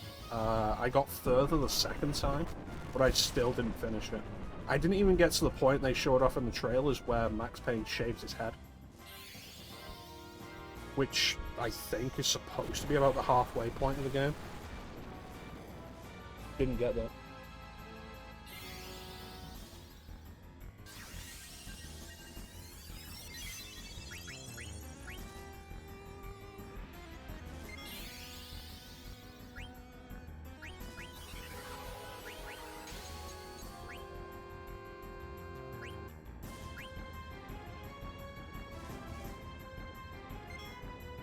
It just wasn't fun. Is like largely the reason why.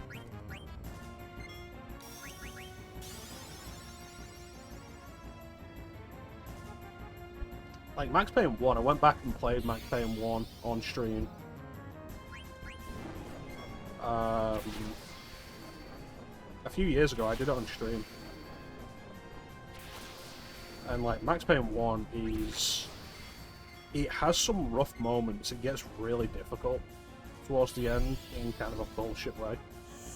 But a lot of it is really good. This motherfucker's undead. Why is he not taking damage from healing magic? It's nonsense.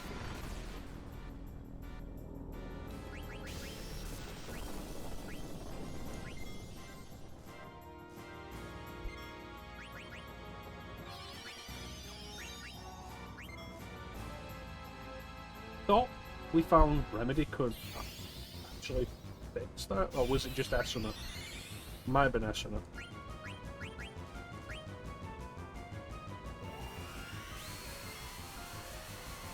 Yeah, the final fight of Max Payne 2 is stupid.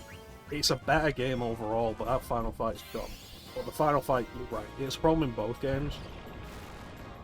Having to get the grenade launcher to shoot out the tower to drop on the helicopter at the end of 1 is just dumb.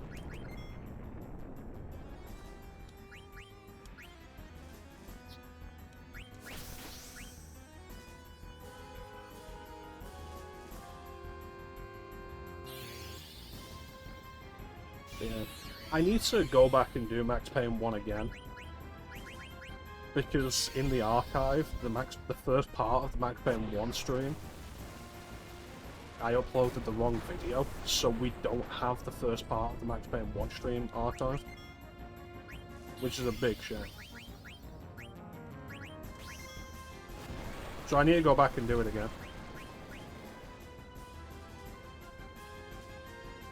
But then Max Payne 2 after that. It'd be easier now, actually. That should have been. Because when I stream Max Payne 1, it's the only game I've ever streamed from my 360. Because at the time, Max Payne was not backwards compatible on Xbox One. It is now. All 3 of them are now. But at the time, none of them were. Motherfucker.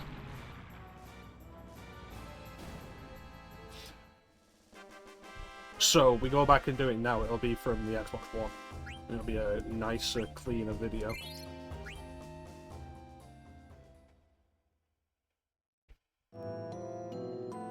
I love the Xbox One for that.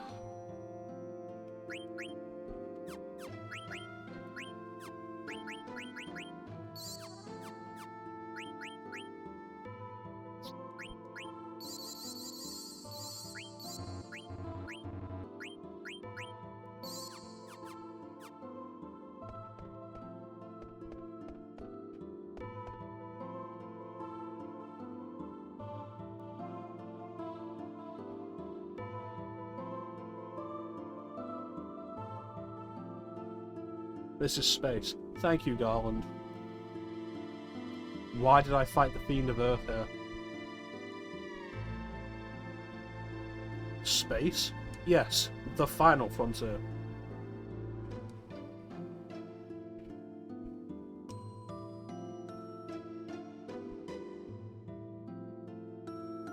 No!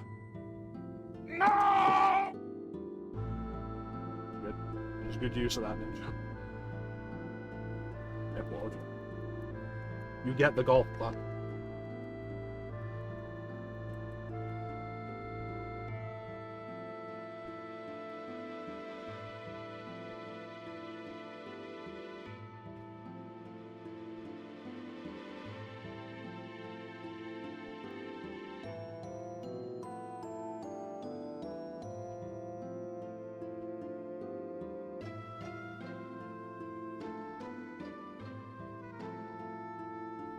I had to choose between Alistair and Hawk in the Fade.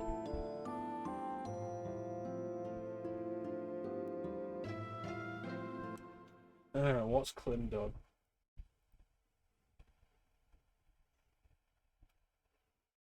Hasn't been corrupted by capitalism. Price!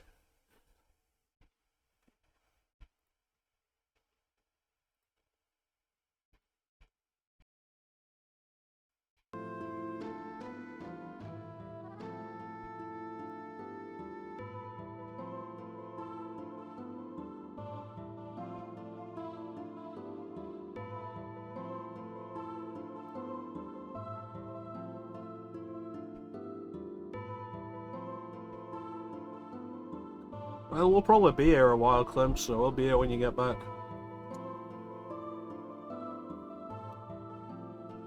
Oh, I can control this. Christ, the game could have made that more noticeable.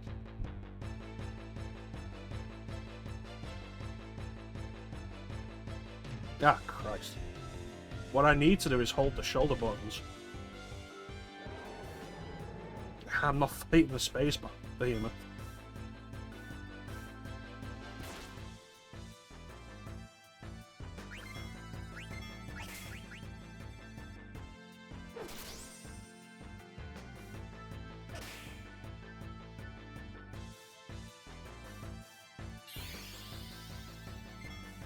Yeah. It's gonna kill someone. There it is.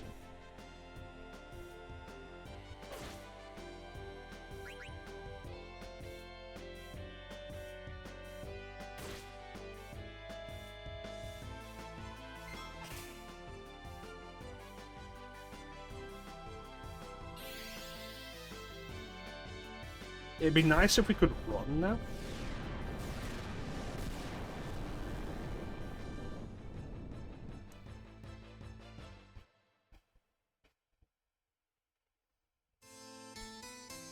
So that's the Lich fight we'll have to do again.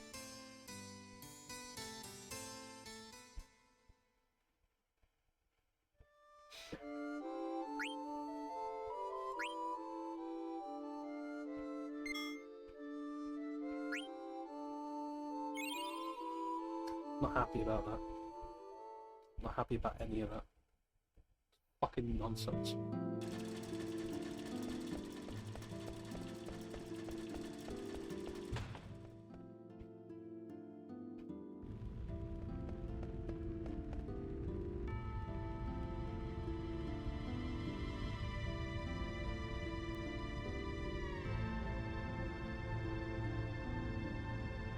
Yeah, I have no idea what you would have thought.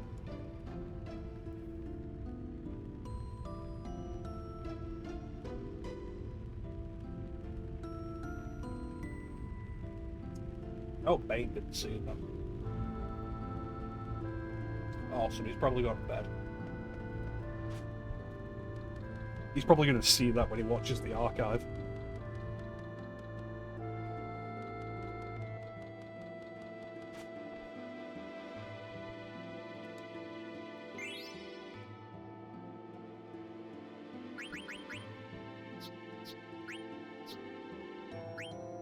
It's your fault. It's the way things run in this game. No, there's nothing anybody did to distract me. I was holding the run buttons from the minute we entered that battle, because don't fuck with behemoths. And it used meteor counter twice and wiped the party. Nothing I could have really done.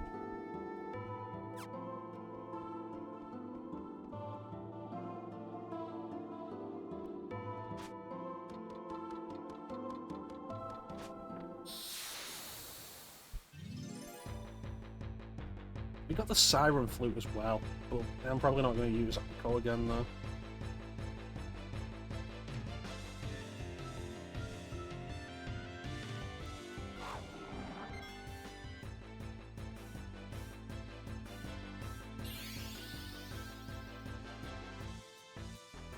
Yeah, that's a mechanic that I've not really been fond of in Bayonetta 3. But it might be something that grows on me the more I use it, I just don't like change.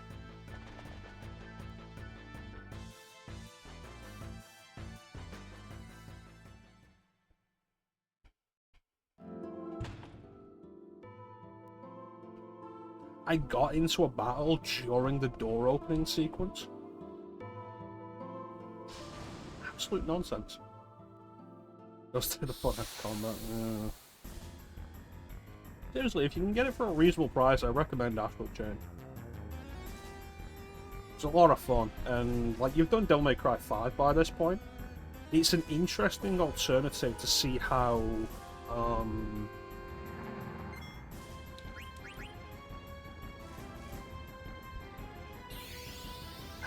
the concept of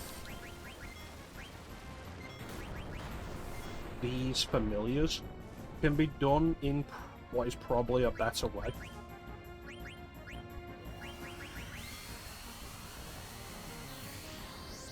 Because it's a major gameplay mechanic rather than just a mechanic of one character.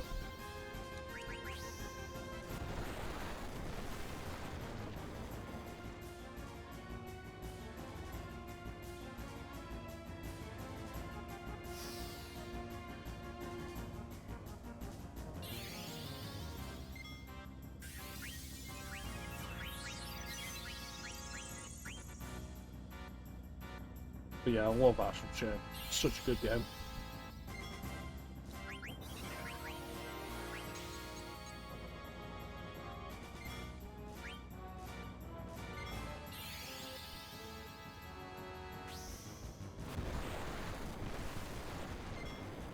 We get what we get, and then we go.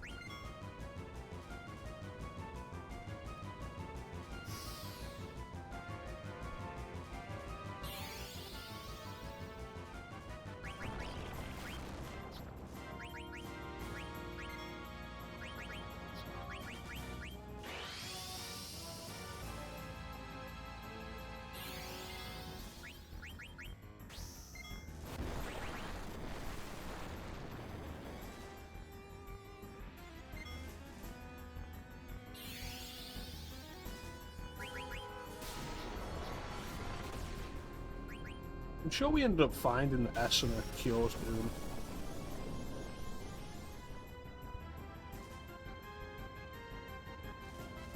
Which is just kind of crazy.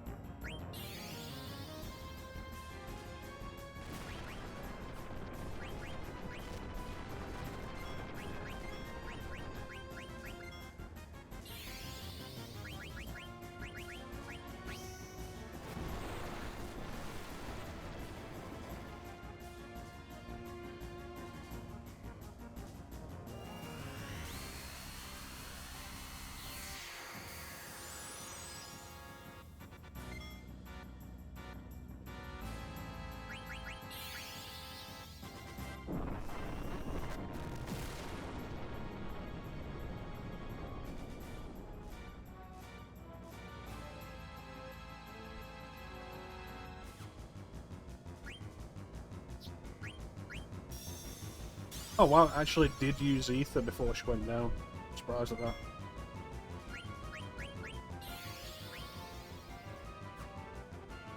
Oh boy.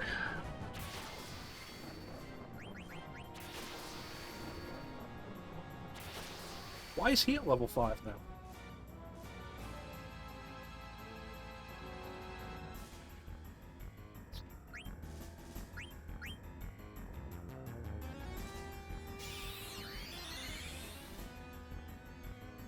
He was not at level 5 last time.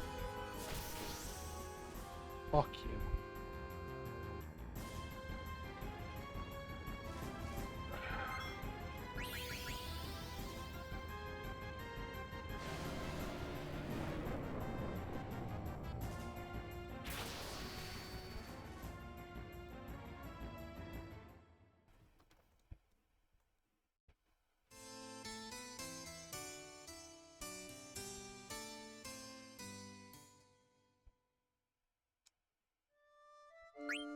Nonsense.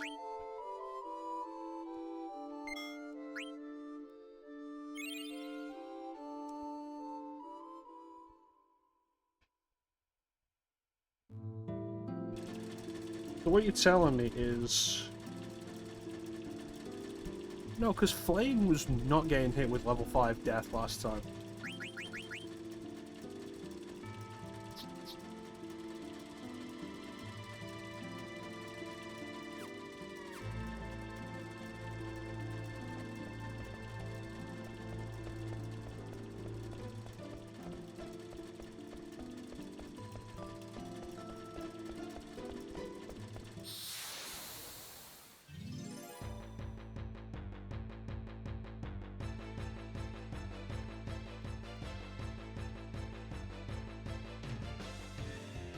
Oh.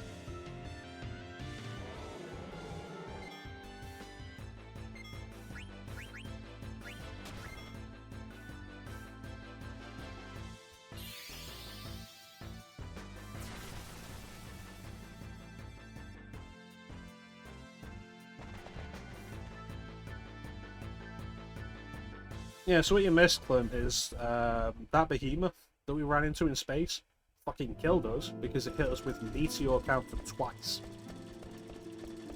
Spent the whole battle trying to run away, didn't work. Nope. So now we have to fight Lich again.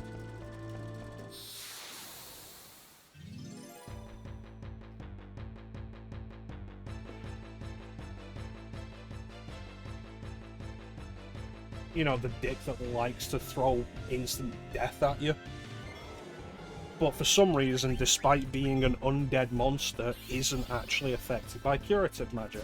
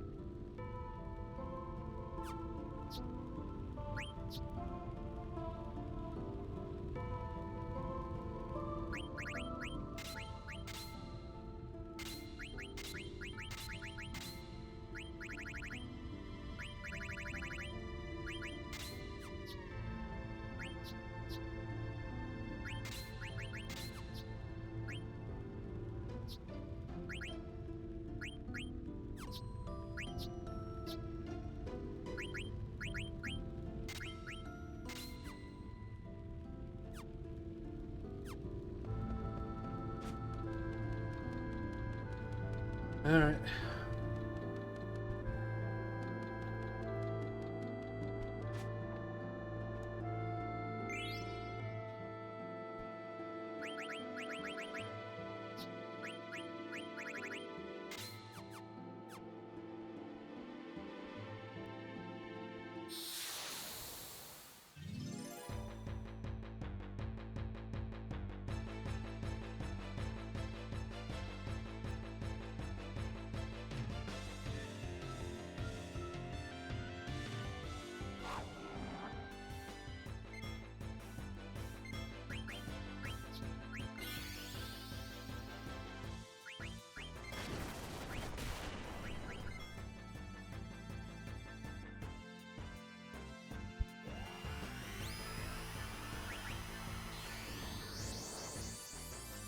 It's this week too.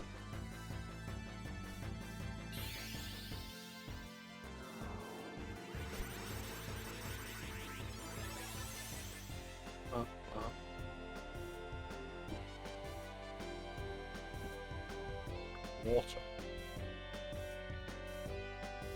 Excellent. The worst element.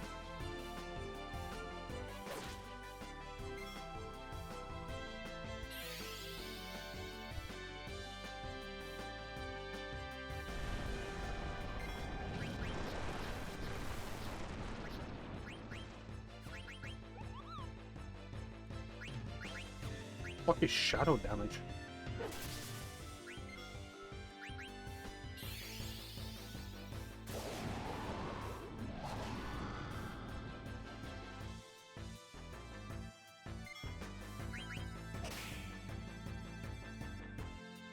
Critical hit.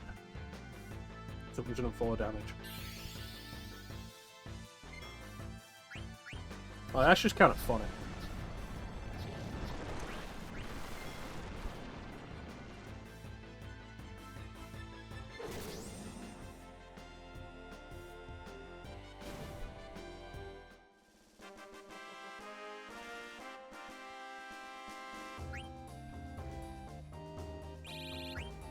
Alright, so that's Flame leveled up to 51, so level 5 Death isn't going to affect him.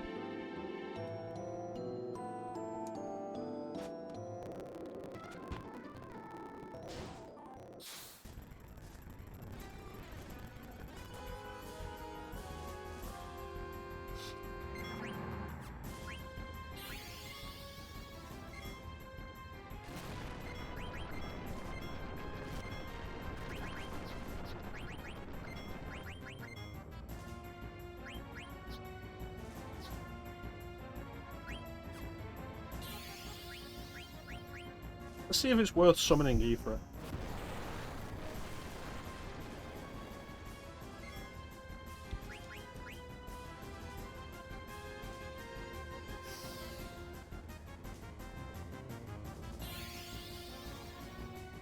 And while everybody's here, show everybody the worst Aethra design in the series.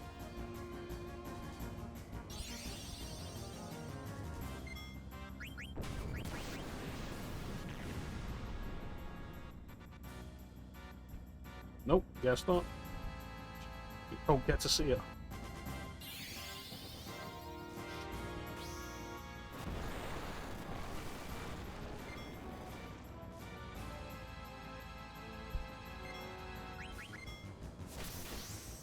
It might be because we already did it previously.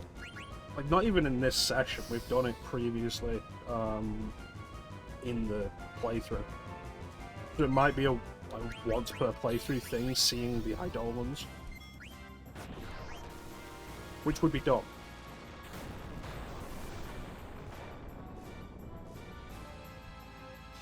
Or maybe it can only be done when Mira's in trance. Which, if that is the case, she's about to go into trance.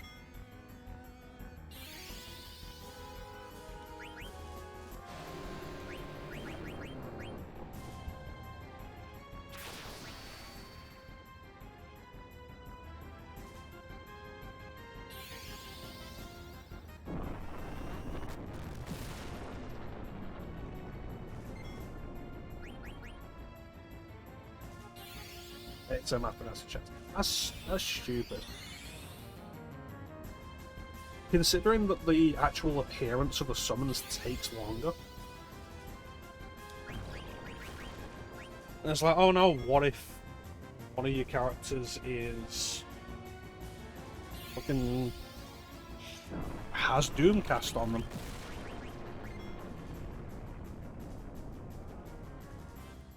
Some of the shows only do damage, more normal damage.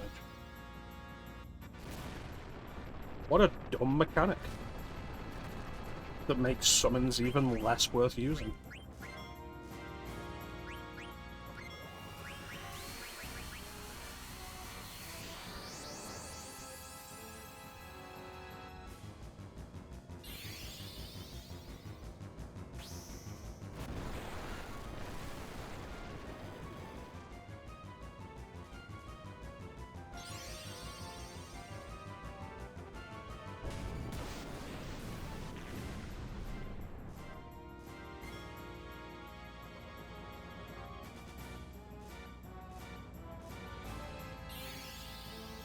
the summon keeps coming back.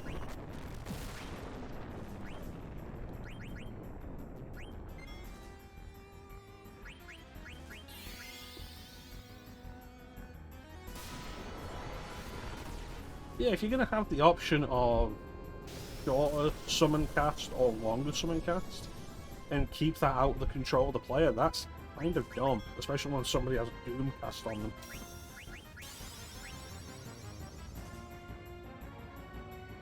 It'll recast itself without having to.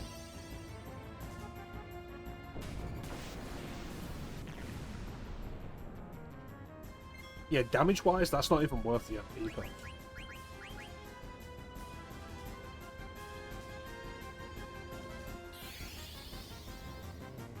You know, as is always the case with the summons.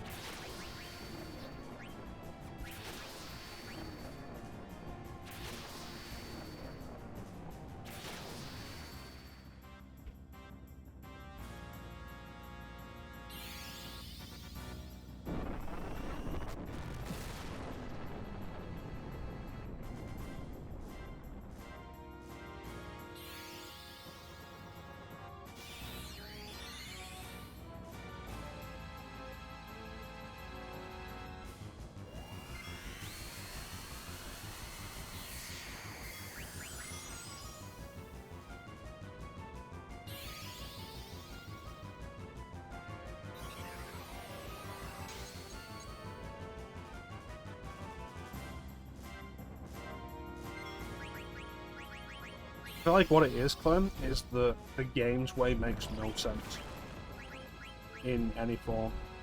It's a stupid mechanic, and I feel like it just ends up discouraging you from using summons even more than normal. Because ultimately, like, the big problem with summons in every Final Fantasy game is that they cost a lot of MP and don't do enough damage to be worth that cost.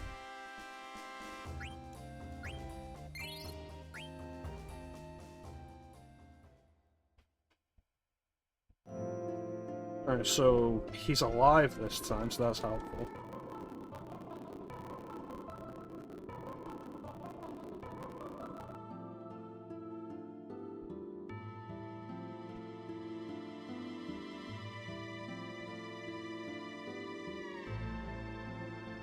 No more world, no more space.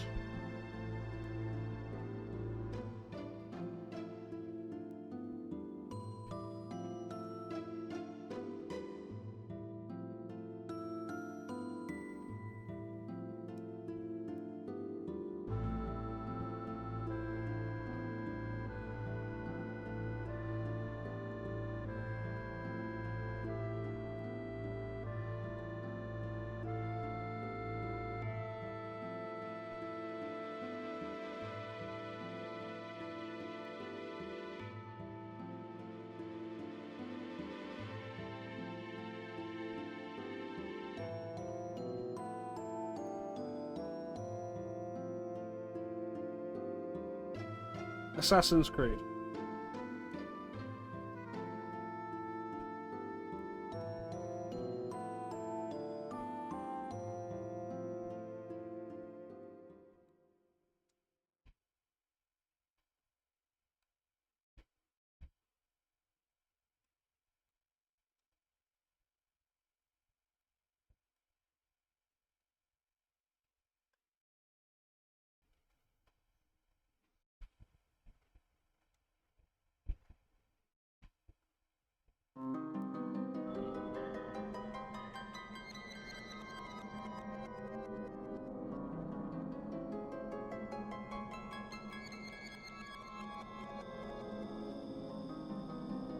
You know what this is? This is tradition.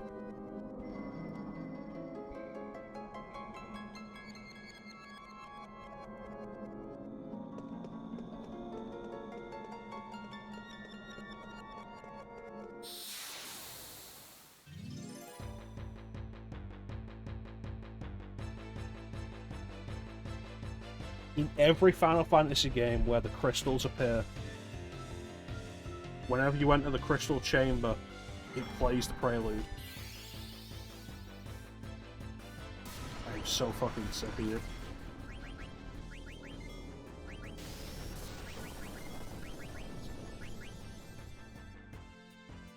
But because this crystal is being corrupted by Kuja,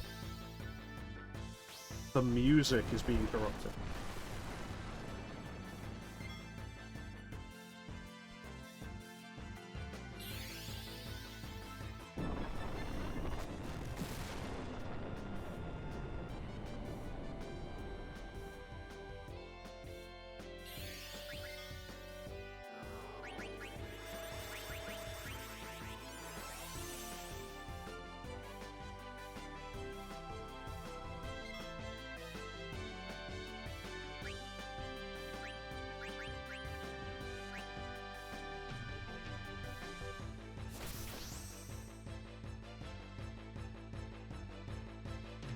So it's a neat idea that I don't think the series had ever done previously. Where, like, the prelude would be corrupted, in any sense. Or would have, like, a different tone to it. It could have made sense in maybe Final Fantasy IV, where you had the crystals and then the dark crystals. I mean, you had that in 3 as well, but...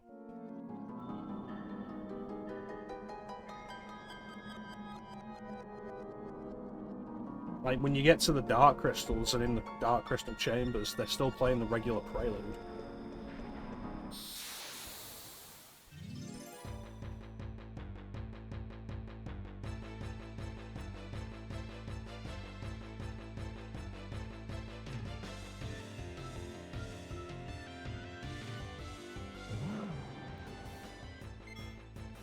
Is it actually even worth fighting these guys? This is an idea I'm not actually fond of. So, oh, you just killed the 4 fiends, now fight copies of them as random battles in the very next area.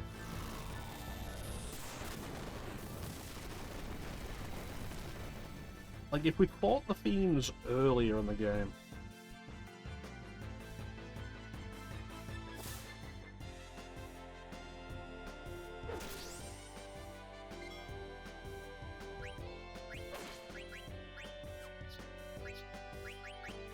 like, that could make it a little more of a neat thing.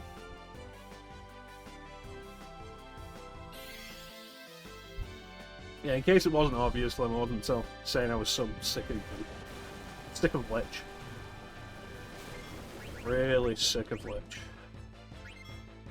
And we kill Lich, and what's the next battle we come across? Lich.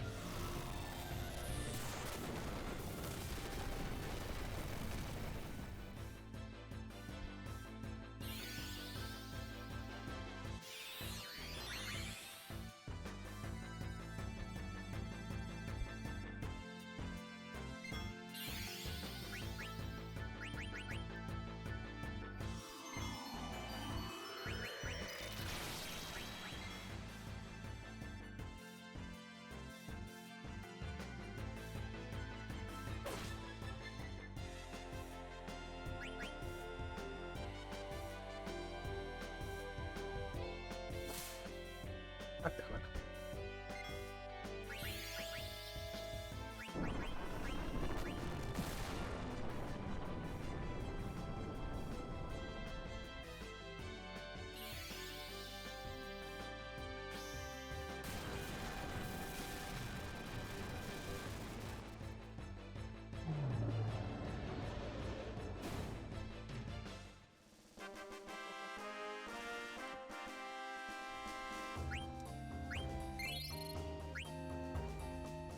No, if we're not even getting experience from those fights, then they're definitely not worth it.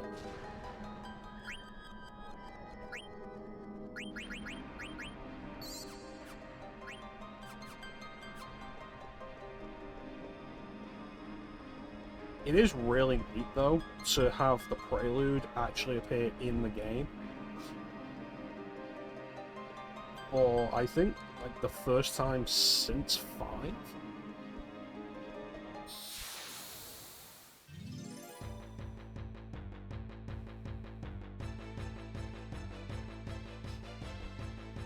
like 6 and 7 had the prelude.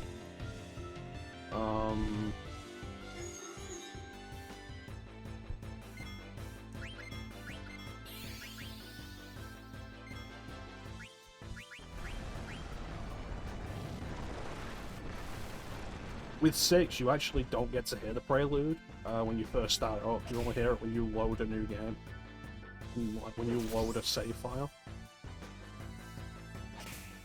And with 7, it plays when you start the game up. So, well, I don't think it's in 8 like that.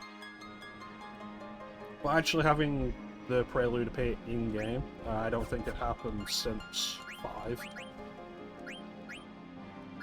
Because it appears in the crystal chambers, and 6, 7, and 8 did not have crystal chambers.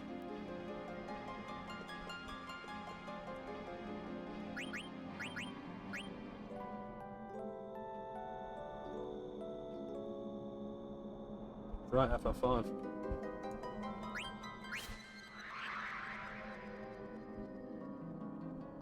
You might be disappointed every time I start a new Final Fantasy and it's not Final Fantasy V.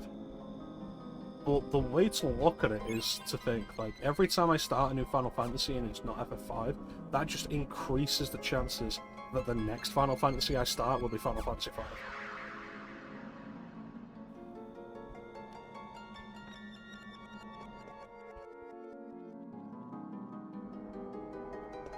Yeah.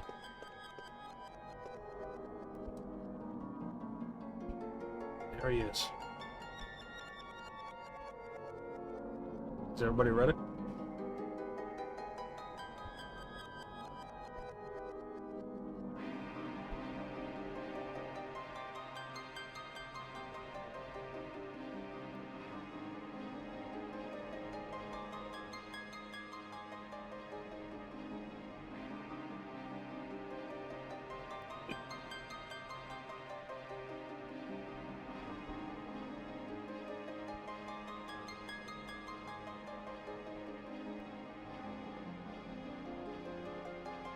Best way to be a ninja. Be ready for everything.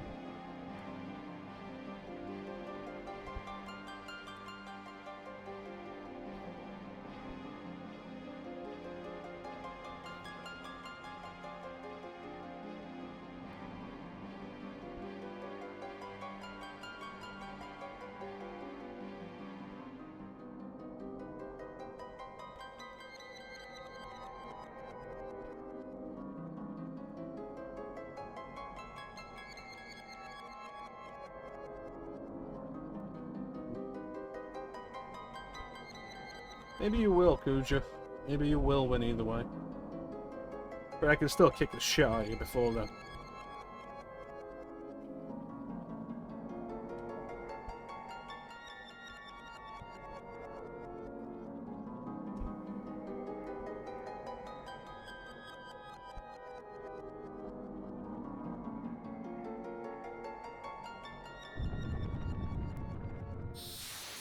Narcissistic bitch.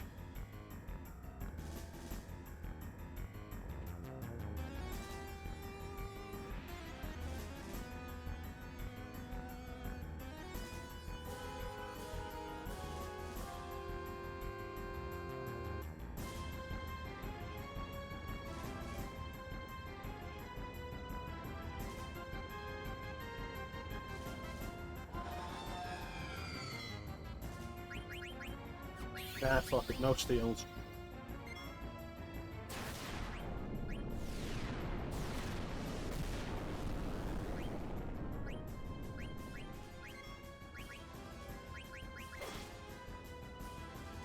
Woohoo!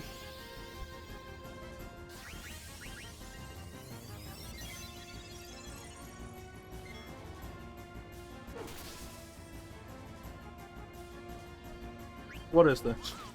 Death guys. It's another Final Fantasy. It's another classic Final Fantasy reference, referred to as Doom Gaze in the original Western release.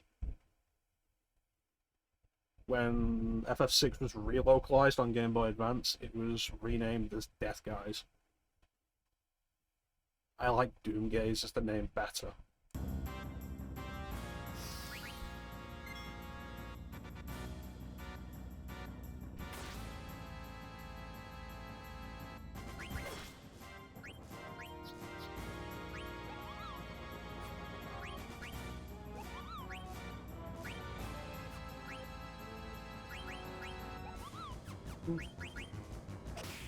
Yeah, I've always preferred Doomgaze as a name better than Death Guys.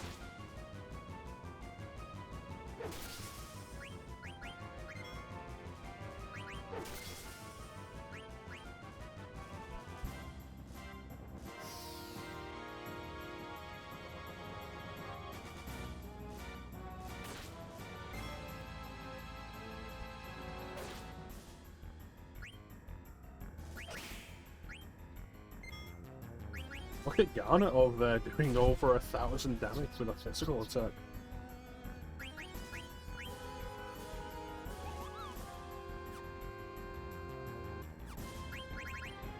Isn't that? Doom the Spell and Doom Train. Doom Train came after Doomgaze. And you could always argue as well, there's already the Death Spell.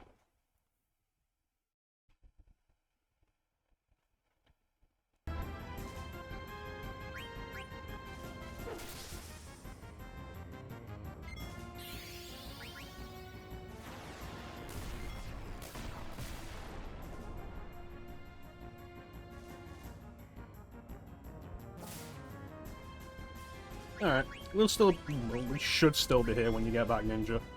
This ain't gonna go quickly.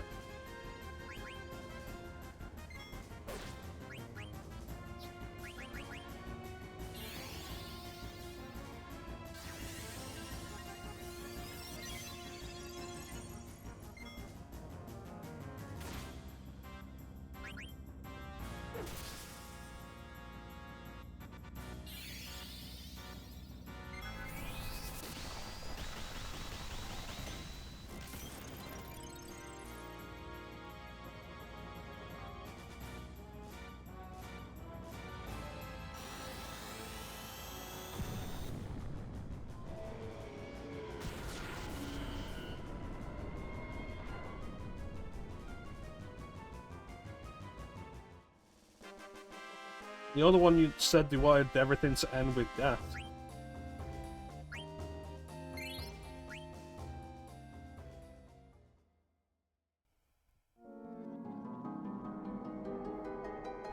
Well, see you.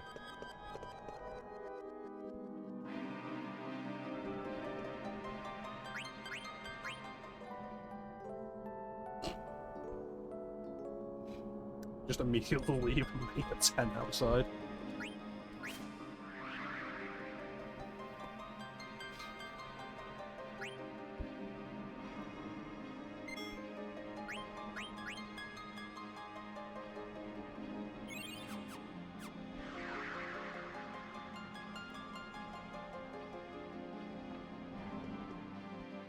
That motherfucker just walked out on me.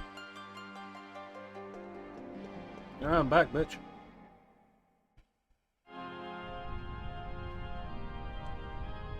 Yeah, it wasn't even that hard. Like, Lich was tougher than that guy.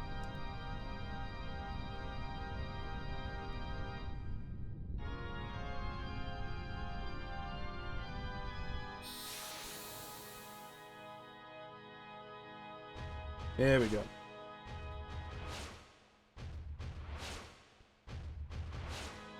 Buddy, you're a boy, make a big noise playing in the street. Gonna be a big man someday. You got on your face, you big disgrace. Kicking your can all over the place. Singing, we will rock you.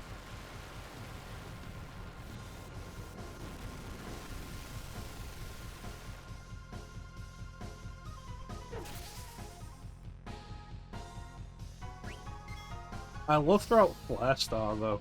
It's like, oh no, there's big dangerous attack. What's happening? We're just regenerating.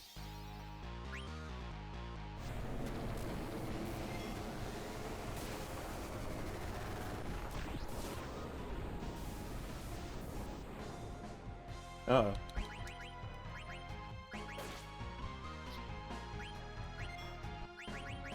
Well, there's no better time to use elixirs.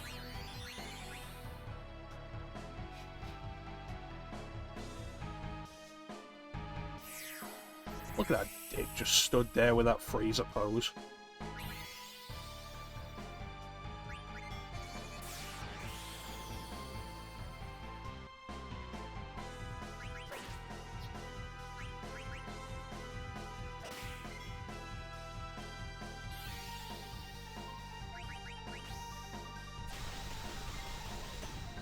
Like, look at him. He's got, like, with the puffy sleeves and like the puffy pants and everything. In that exact position, he kind of looks like Freezer in his full power form, ready to fight.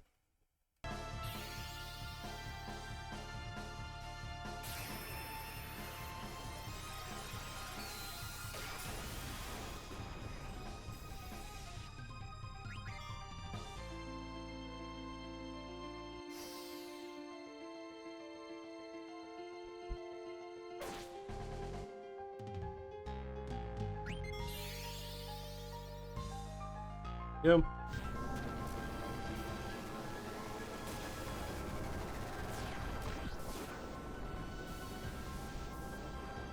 Yes, BB.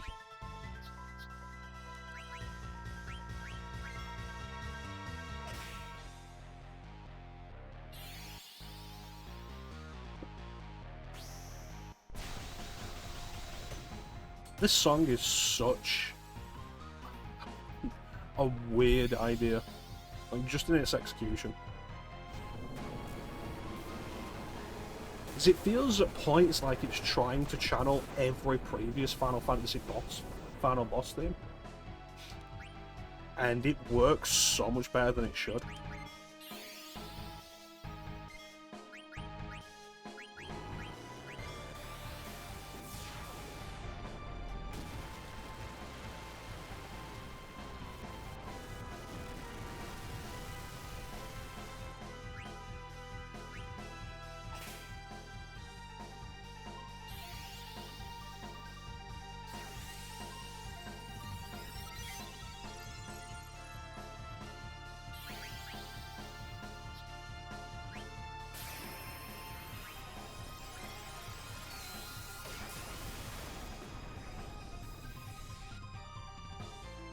Thanks.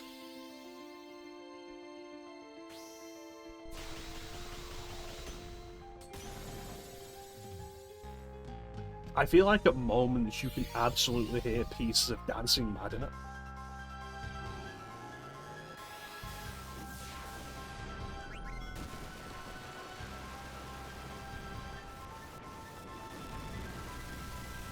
Maybe pieces of One Winged Angel.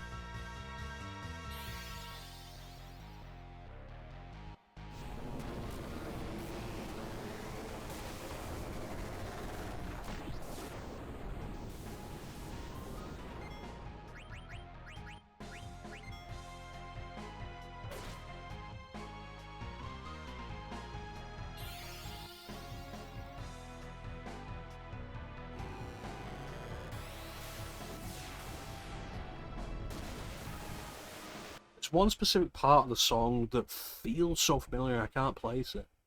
It's the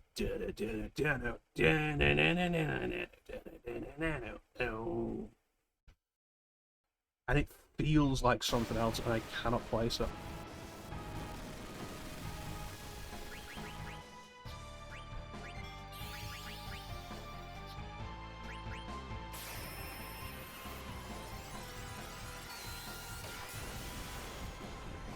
That bit, this bit here, feels very, feels like a piece of One Winged Angel.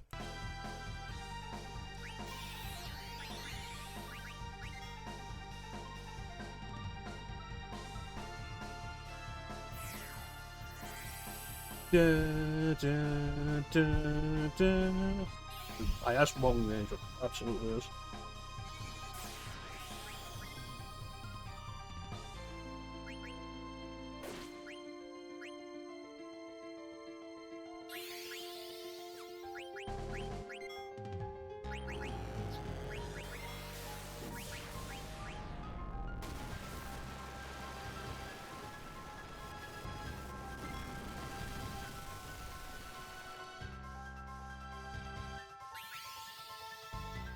You're a bitch.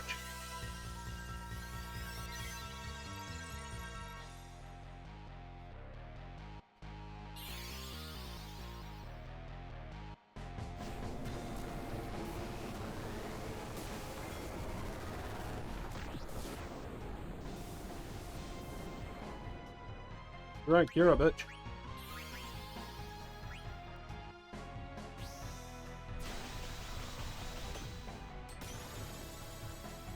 Yeah, kick your ass, you Super Saiyan 4 looking motherfucker.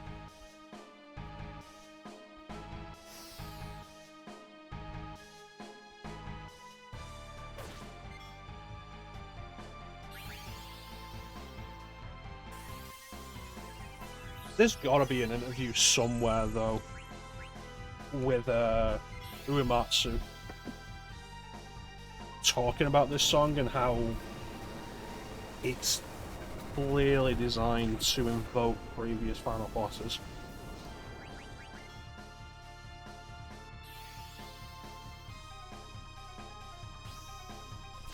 Which, like, you know, goddamn good on Uematsu for doing that and making it work as well as this.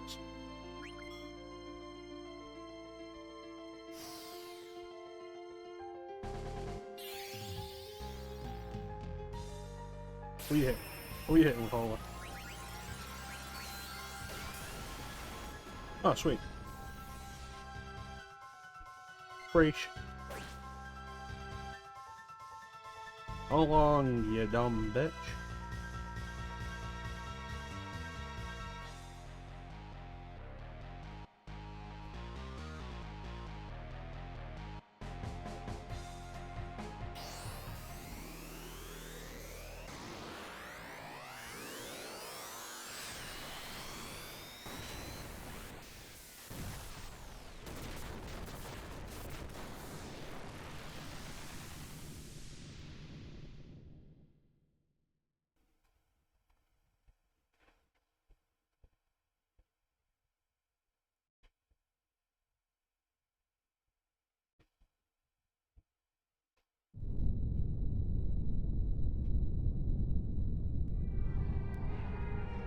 Like, did he forget he hit us with Ultimate before and it didn't kill us?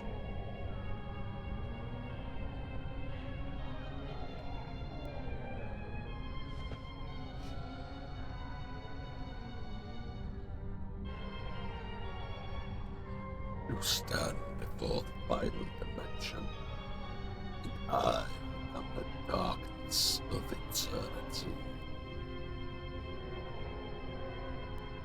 What? All life bears death from birth. Life fears death, but only to die. It starts with anxiety. Anxiety becomes fear.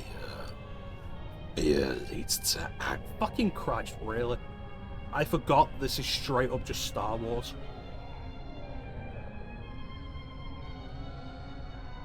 Yeah, let's quote Yoda. The only cure is fear. Total destruction. Koji was a victim of his own fear. To only save himself by destroying the origin of all things. The crystal. What? Now the theory is undeniable. Koji's action proves it. All things live to perish. At last, life has uncovered this truth. Now it is time to end this world. What? I exist for one purpose.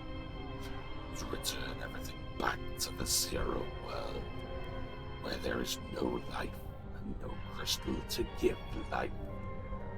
A world of nothing. Fear does not exist. This is the world that all life desires. And in the background, you can see Tartarus from Persona 3, and the ending of Persona 3, which is also this.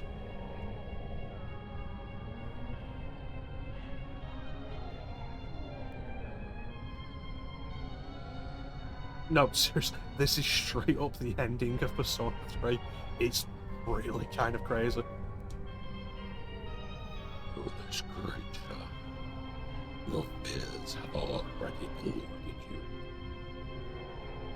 One day you will choose destruction over existence, as Koja did when he sought to destroy the crystal, the purpose of life. And now come into the zero world, desire.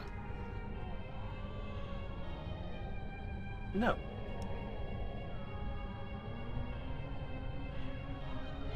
Bitch.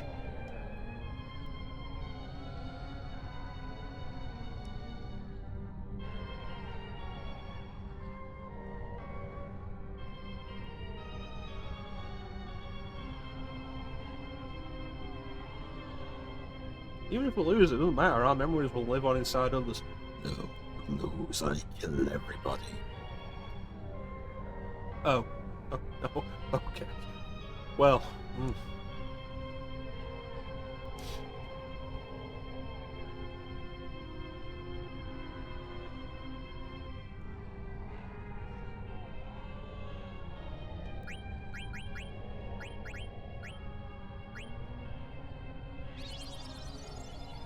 I fell over.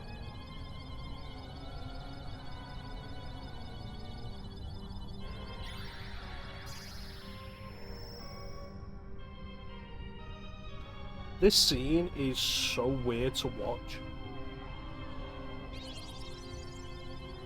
For one reason. And it's that the camera's moving.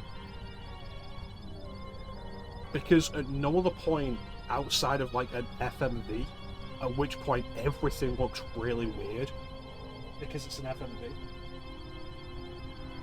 At no point in the PS1 Final Fantasy games does the camera move like this. So seeing it move and these characters being like this and not overlaid on top of a blurry FMV is really weird. Like, look at the camera movement there.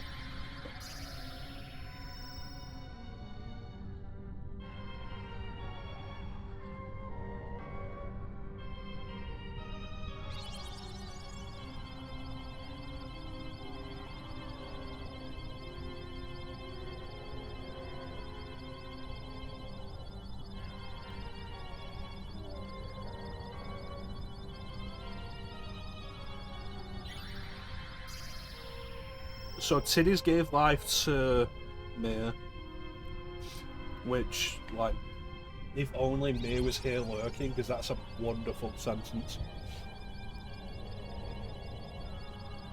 Kulim gave life to Chance.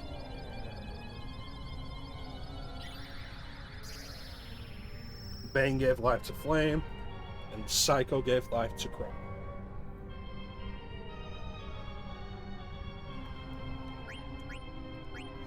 Well, I think we can safely take off level up.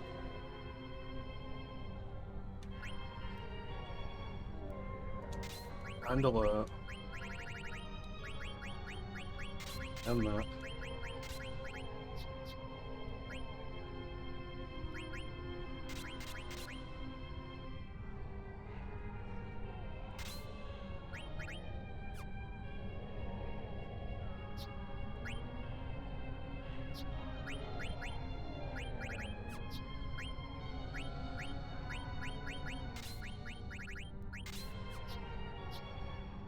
Don't have enough points for it.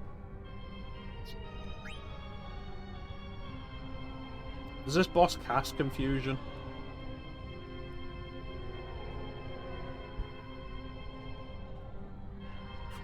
Is that something I need to be concerned about? I do not know.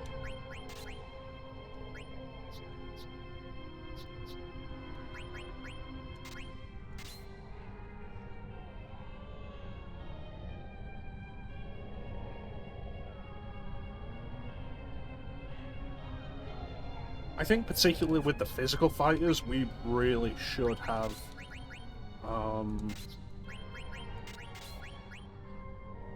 bright eyes on. Burning like fire.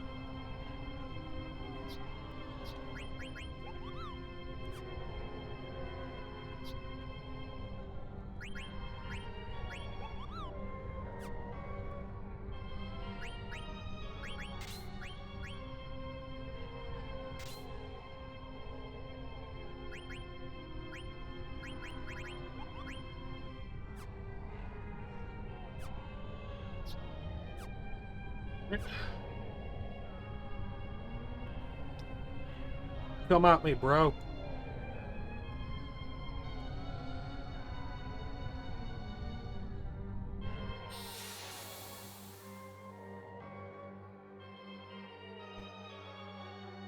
And the final boss of Final Fantasy IX, which is not Kuja, and unlike other Final Fantasies, isn't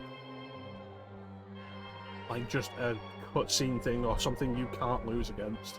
The final boss of Final Fantasy IX, infamously, Necron.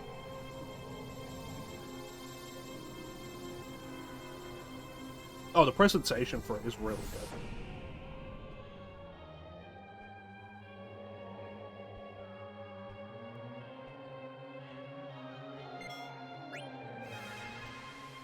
Fucking Necron.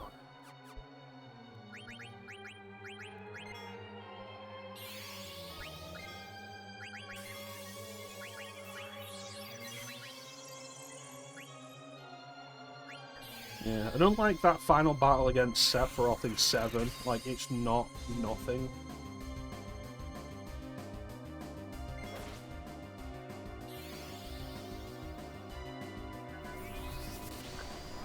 Unlike the final fight against Sin's true form, which we're going to refer to as Sin's true form, for spoiler reasons.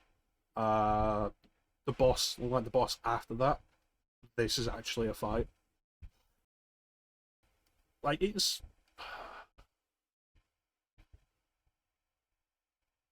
surprising in hindsight, I think.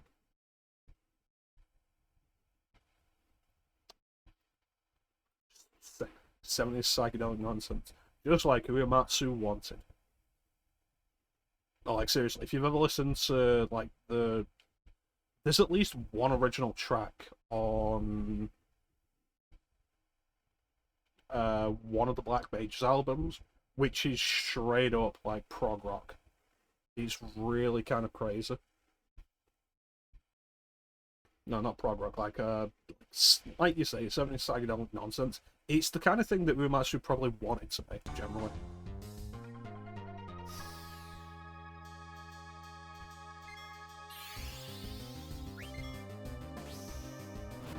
So let's do this.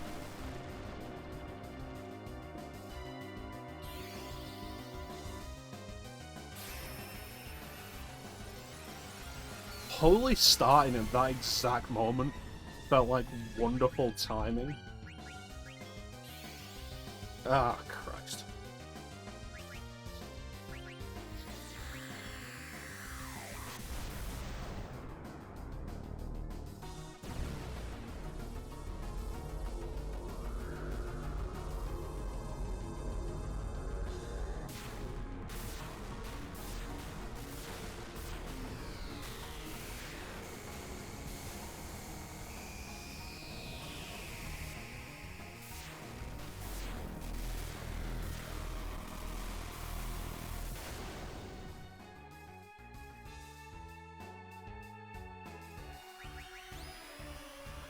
It's so much, though.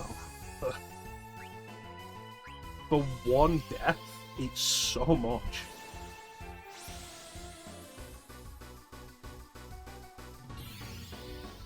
It's like how Supernova will never kill you because it's a percentage-based attack, but it's so much.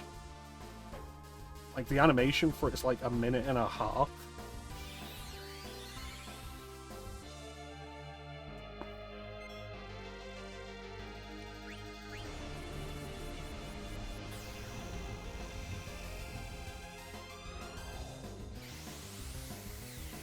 I hate Grand Cross whenever it turns up, though.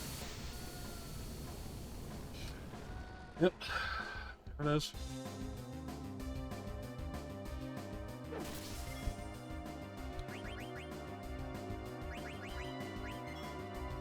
Don't take no fucking chances with that. What, we're saving the elixirs for the boss fight after this boss fight? No.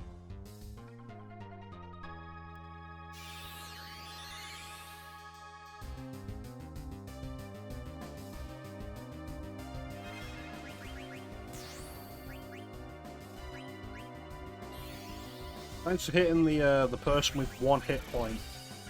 No, thanks for hitting the person with 8 hit points with the attack that will knock her down to 1 hit point. Appreciate that.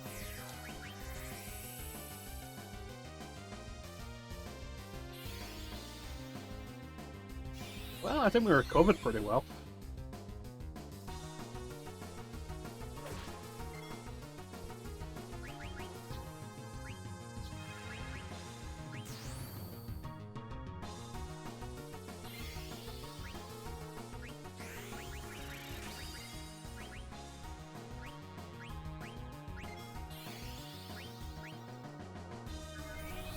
Oh god, it's hitting everybody. God damn it.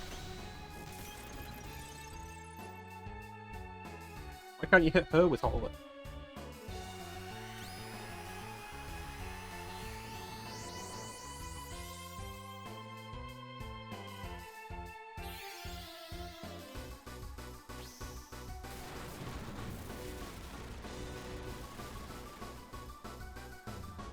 That's not bad damage. But yeah, in appearance, background, a bunch of the attacks this guy has, you know what it really is the reminder of?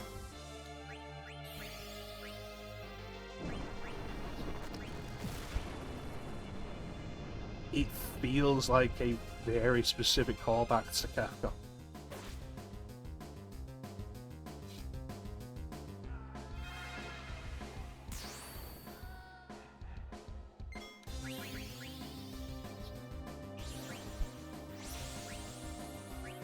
Feels like, what did Kafka have?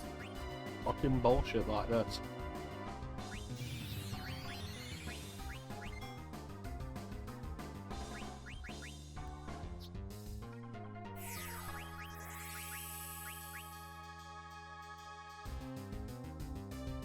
No, let's be fair, like, Kafka's final form was actually cool and threatening. Like, let's take your Final Fantasy VI hate aside. Kafka's final form was actually cool and threatening.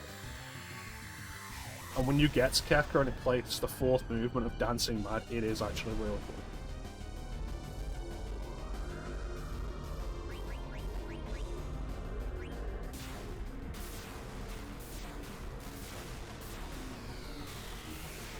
The fight itself is just fucking irritating though.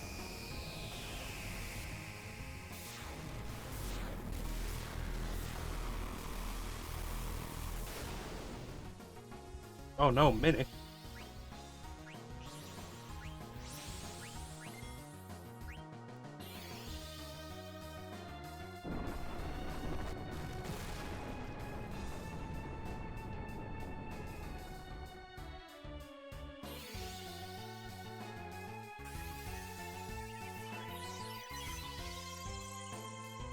Casting cure spells on dead characters, you know, that's a throwback to original Final Fantasy.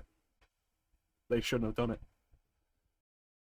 You never care for the design. I like the design of it, but like you're probably ruined on Sephiroth, say for Sephiroth sharing a similar design.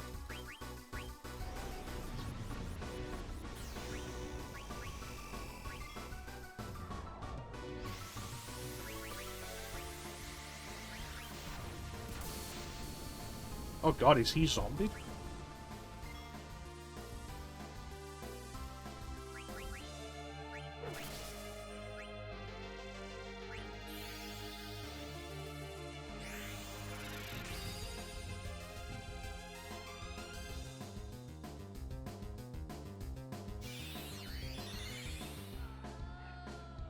Yep.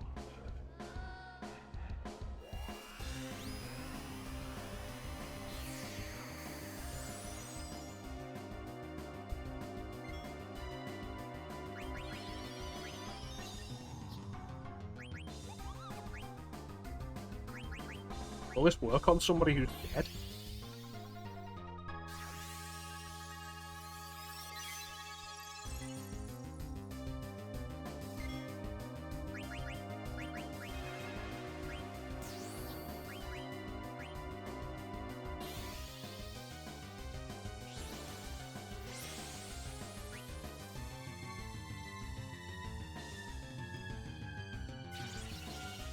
Yes. Awesome.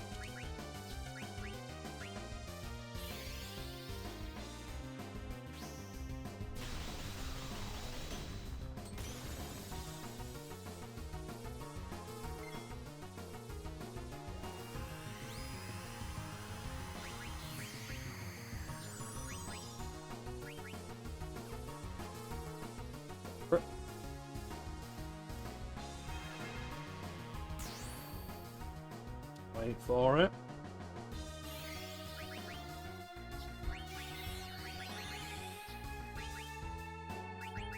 Remedy.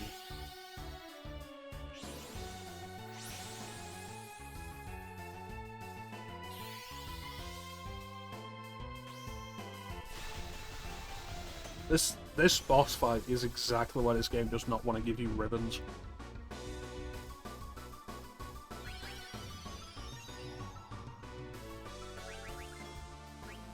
What's that? Negating 90% of the bullshit? Can't have that.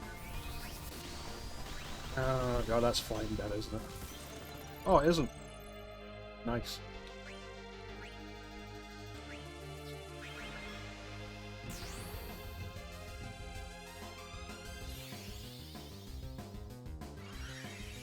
You fucking prick.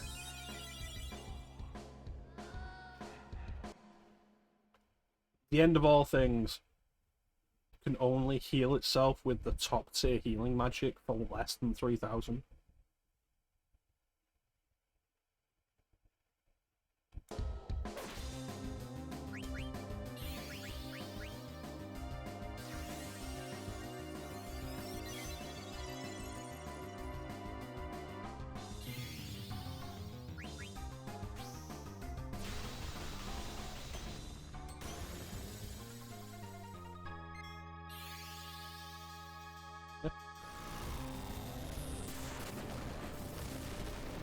He cast Kiraga, and Kiraga did like 3,000 odd heal. Was it 2 or 3,000? It was not much.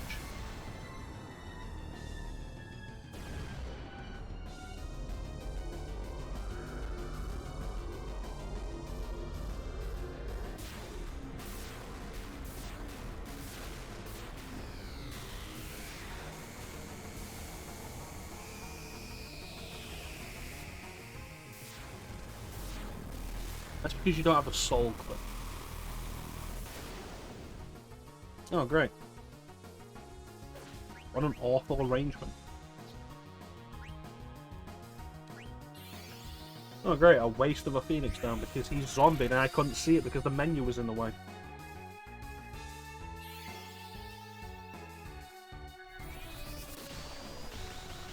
You didn't like Neo X there?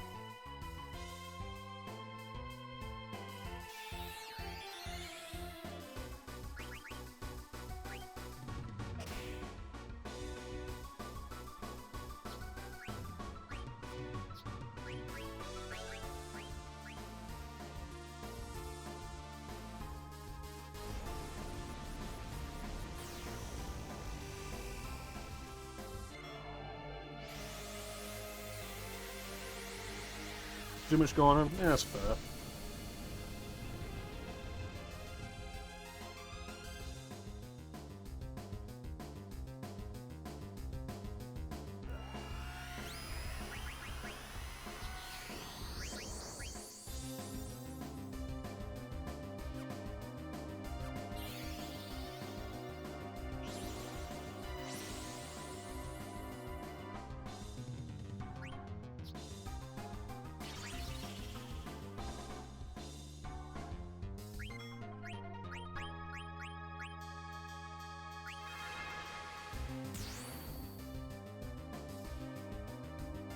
You're just thinking about tree death.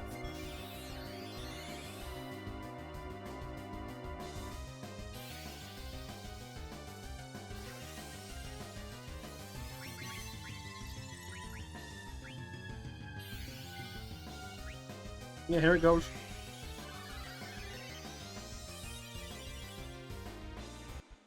I can take double that in a single attack. That's kind of crazy.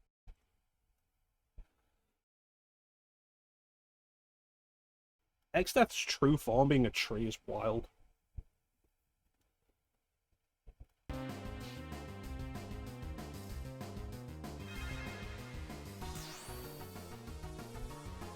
You missed. You're trying to cling on to life. Cool. Die.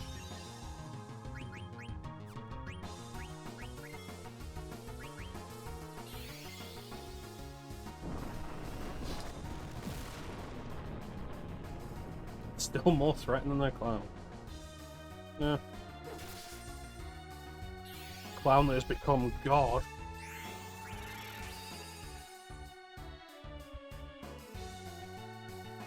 It's probably the rings that scare you.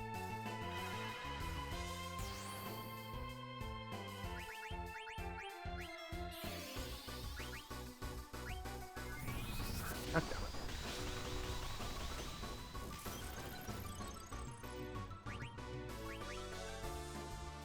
It's a wasted cure.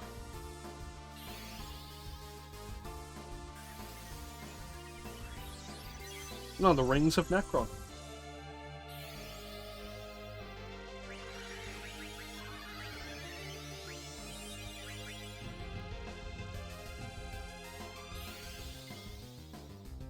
God damn it.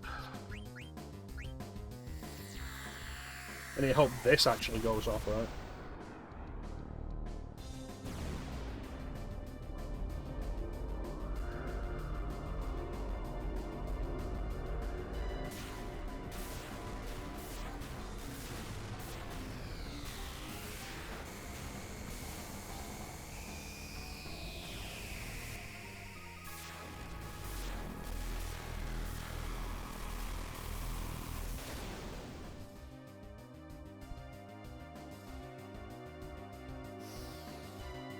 Actually, mildly surprised. It looks like the only thing that did is cast Death on Chrono. Which is, you know, kind of a blessing, honestly. Double check. Yeah, that was it.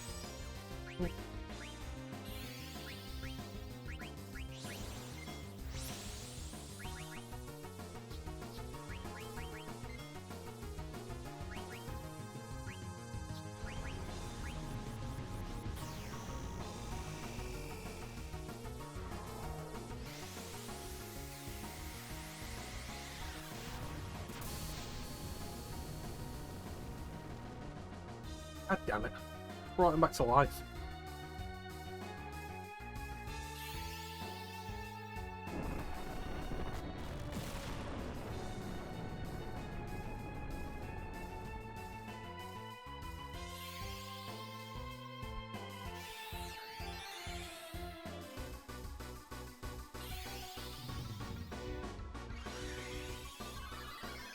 I hate being on the back foot as often as this.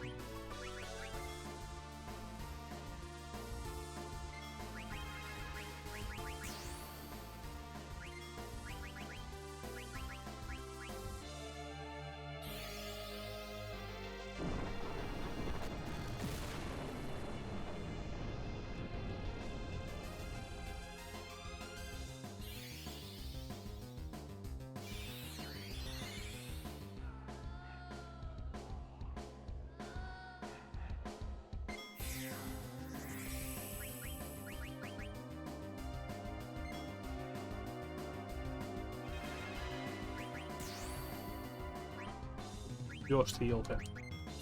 Come on, dude.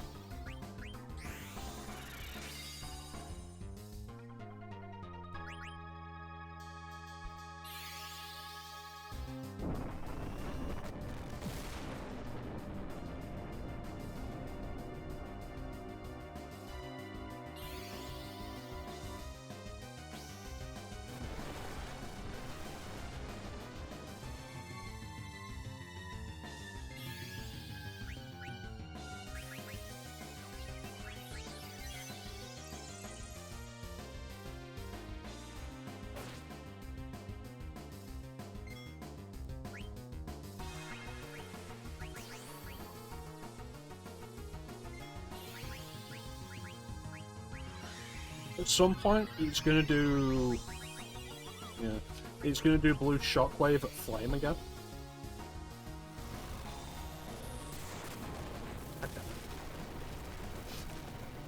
At some point, it's gonna do blue shockwave at flame again. And when it does, it'll be the perfect opportunity to just throw an elixir on him and fully restore his MP as well.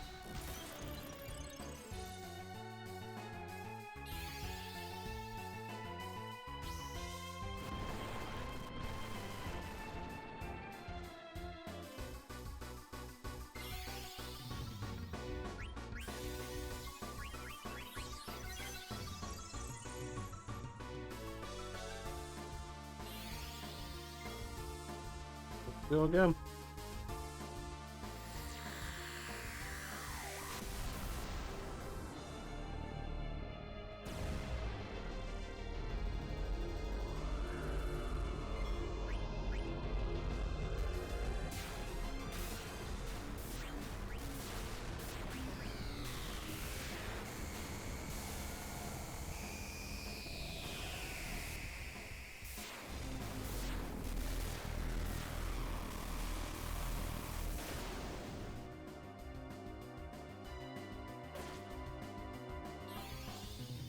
Okay, so that's Trouble on Chance and Chrono, Freeze on Flame, and Berserk on Mir.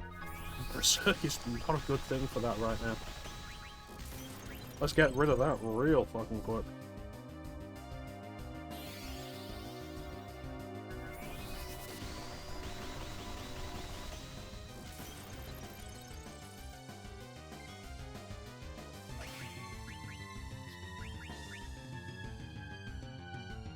Oh. Come on, Flame, survive this. Perfect time for an elixir. Are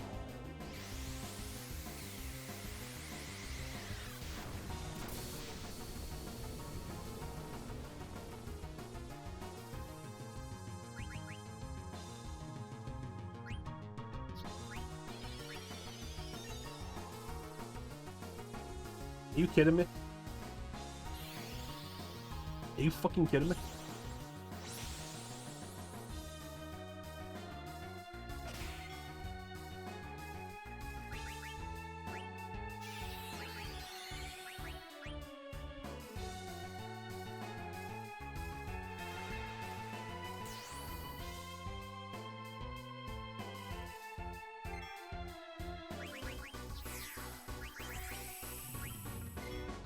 Just not the right person.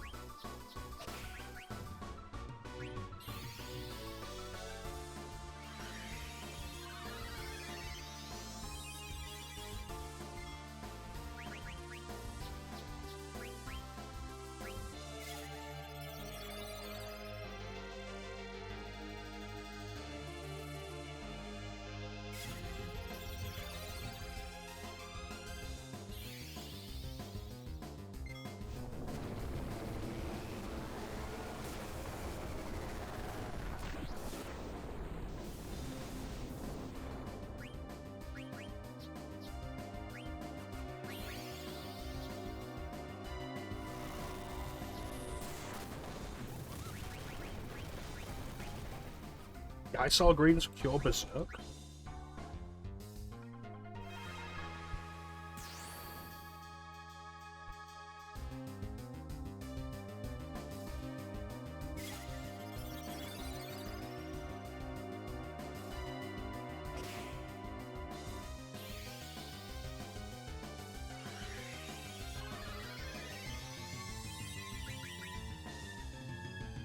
As is tradition.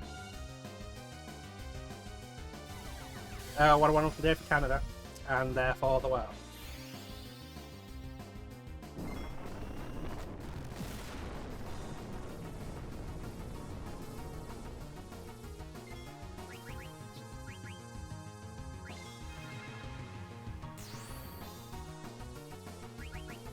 Cool, guess what I got? Elixir.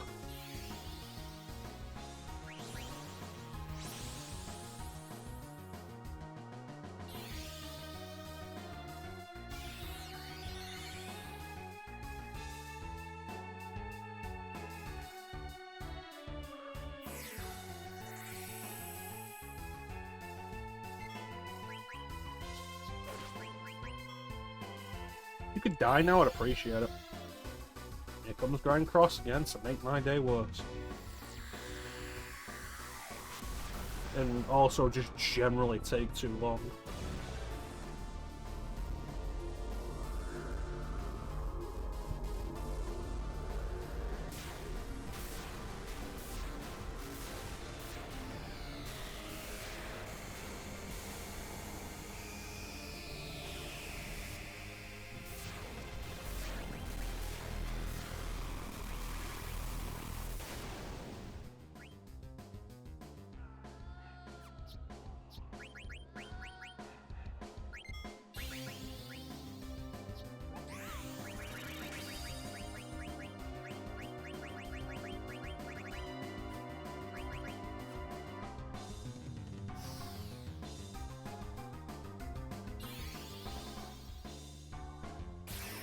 Oh, he's gonna cast Holy on chance, isn't he? Yep.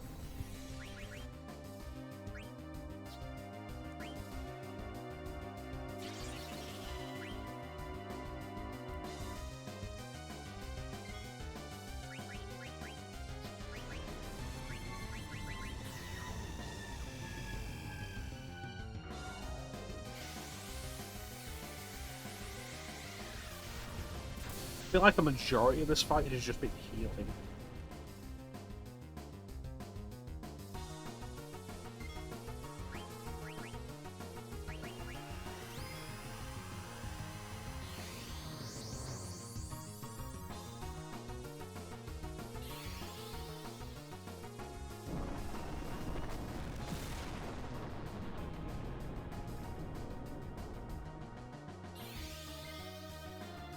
How many turns is this motherfucker gonna get?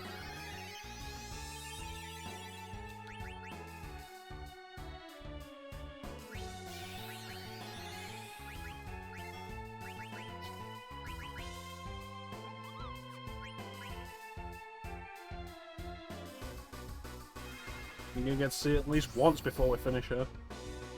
Grand lethal.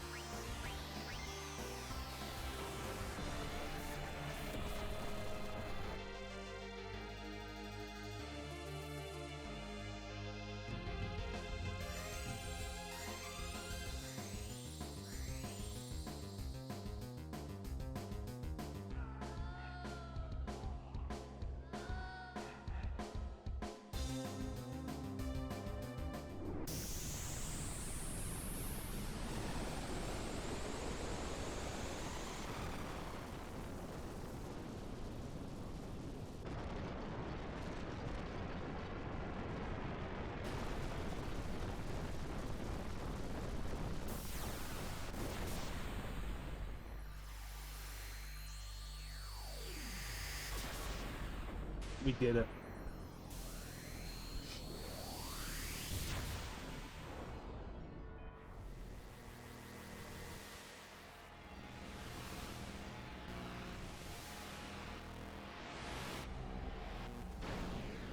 You can eternally suck my dick.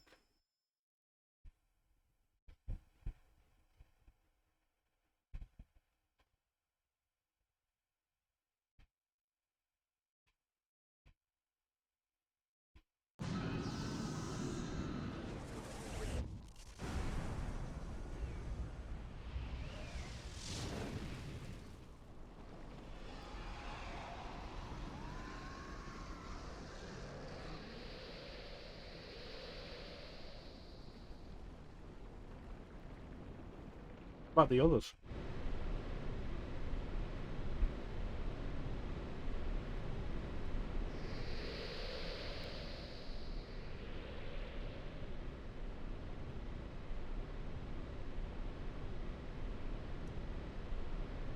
I don't know, but I hope Holy comes out to save us.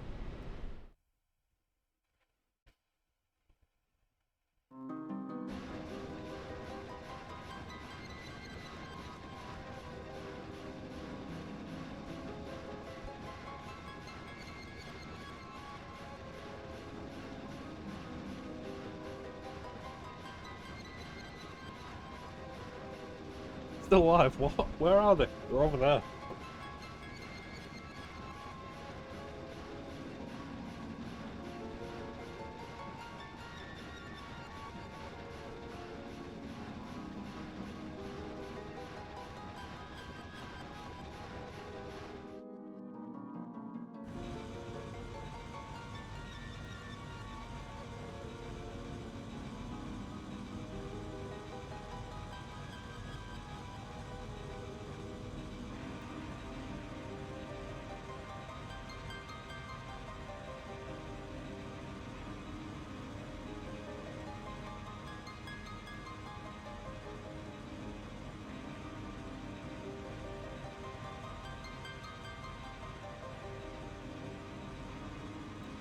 Prepare to land immediately. No, don't land there. You'll land on top of them.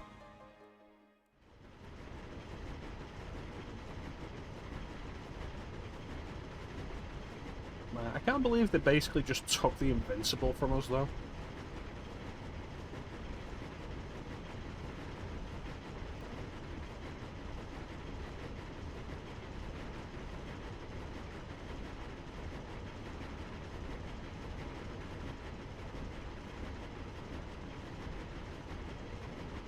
They have to land on grass anyway.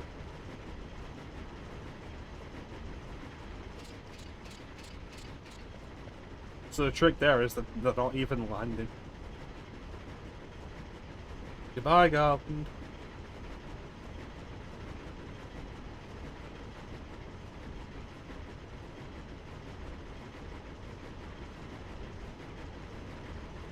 I can hear him laughing.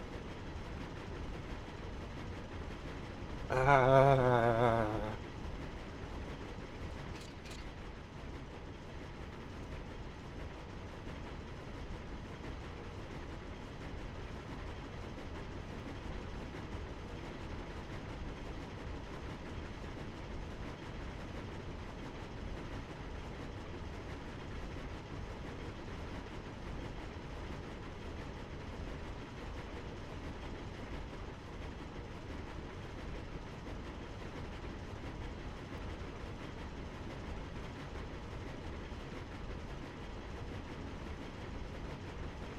That bitch owes me $5.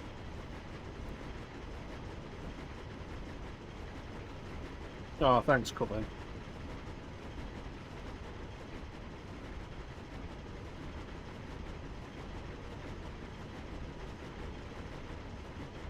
It's my mistake to make.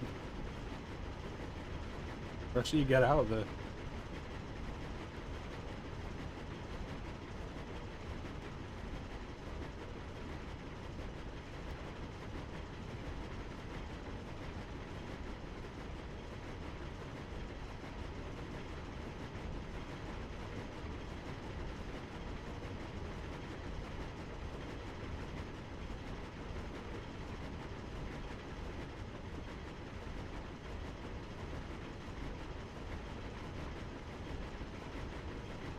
Don't try and steal my limelight, people.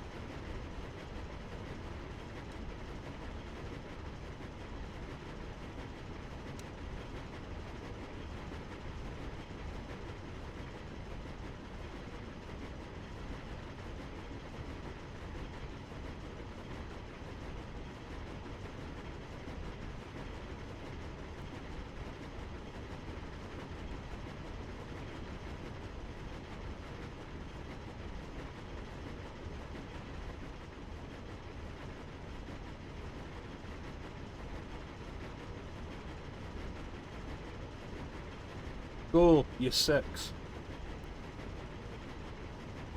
It's fine, food exists without me.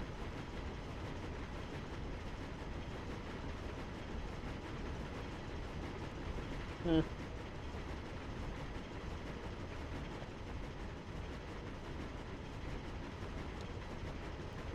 What I do?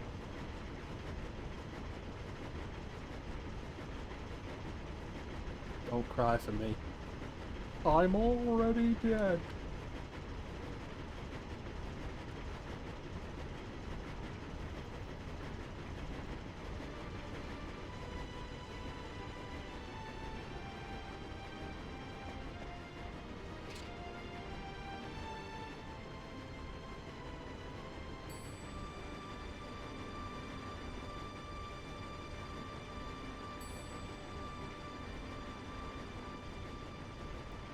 No, let's be fair, without me, you'd be dead.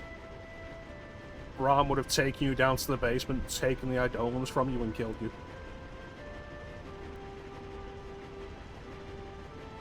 Like, you act as though that wasn't going to happen if you stayed in the castle.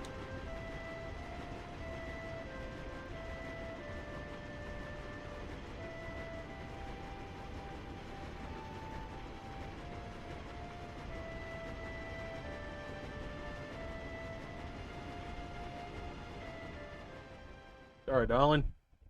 I don't make promises I can't keep.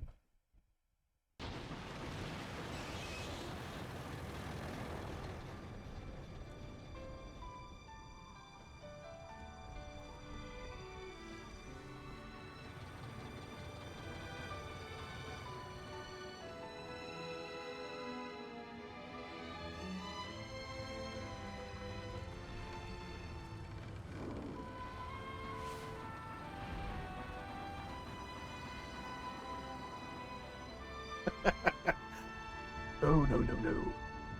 If you were dead, if this were reversed, you'd be dead. Oh, that's Goja, can you hear me?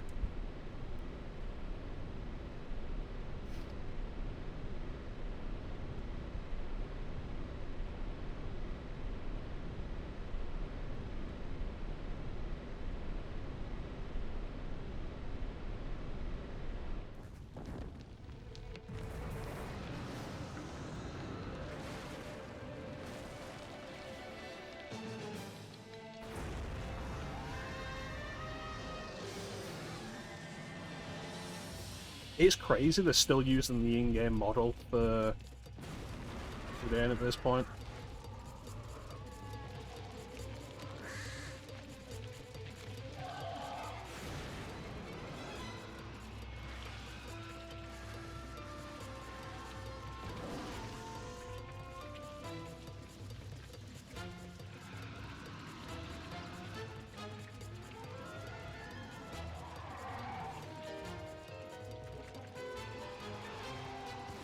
And it's at this point you realise that the facial models have actual animations on the textures.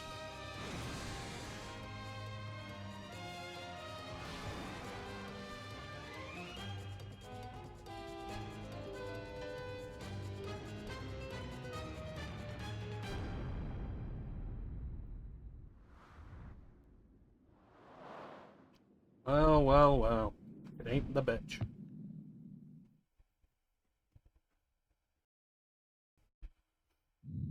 And then I died.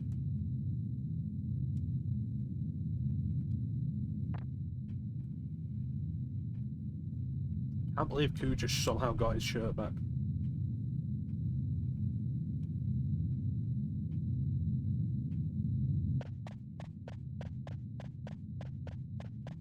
Just gonna walk up a vertical surface, don't worry about it.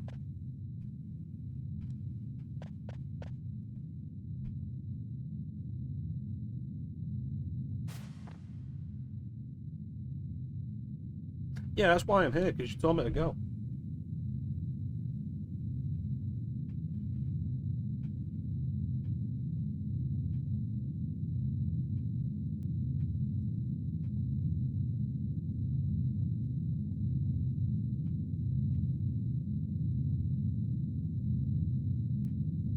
Cool. You do not get a redemption arc here.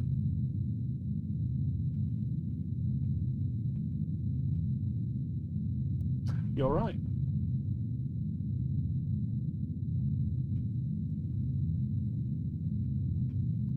Yeah, I mean, even with everything wrong with you, it's not like you're not actually useless.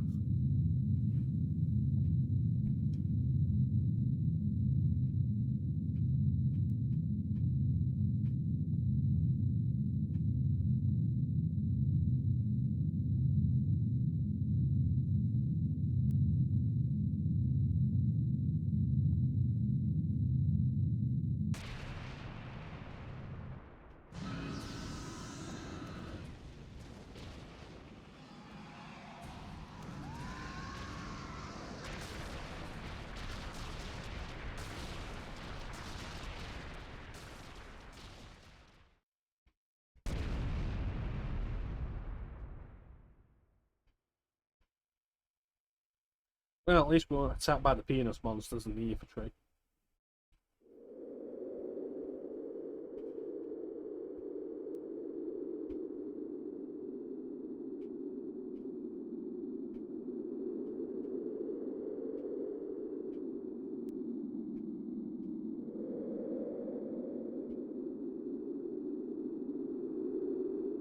Ramanosuke, no one knows what happened to him until the sequel.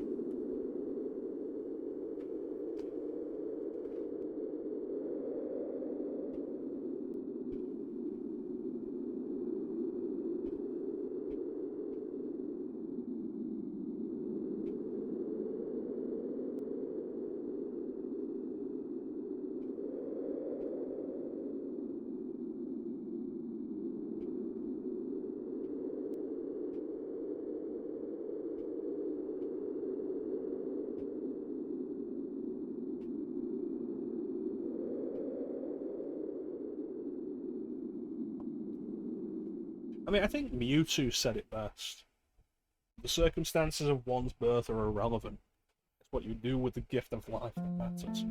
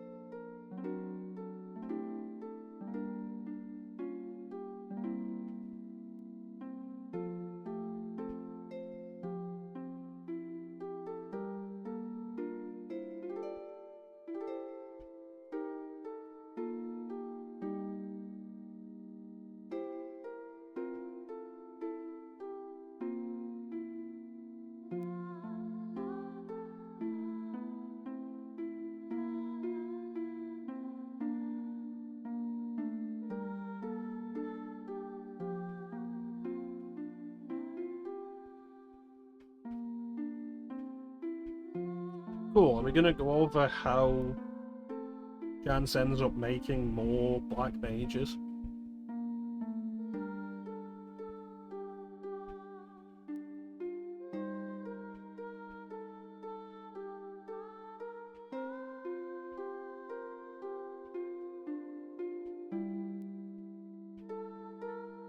Yes, it did.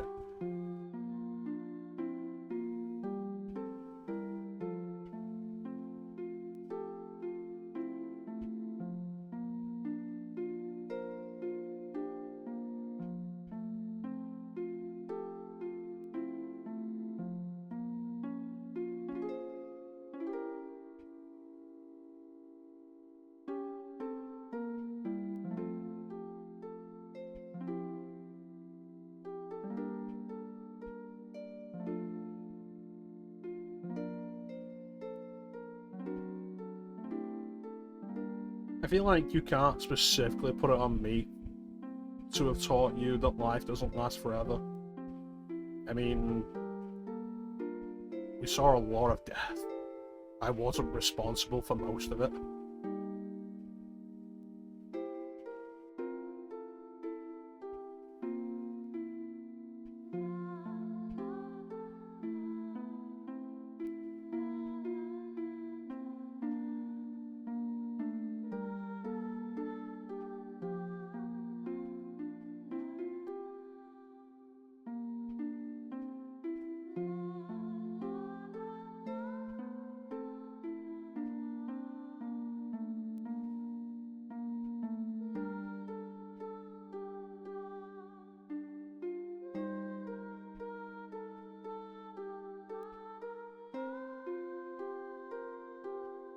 He's quite one.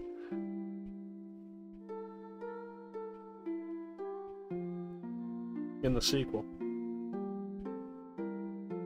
It's straight up weird that Lani just disappears from the plot. Like, 2 encounters, swears revenge, never reappears.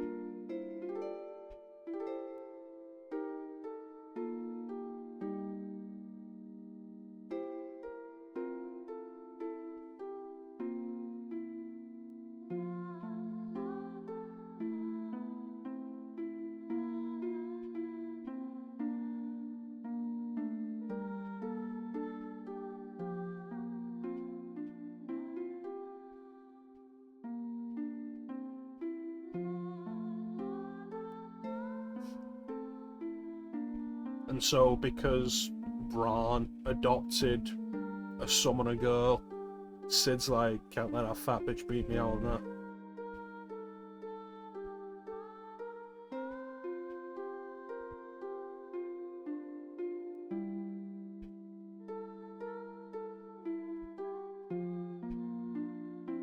Corn's home removal surgery is scheduled for next week.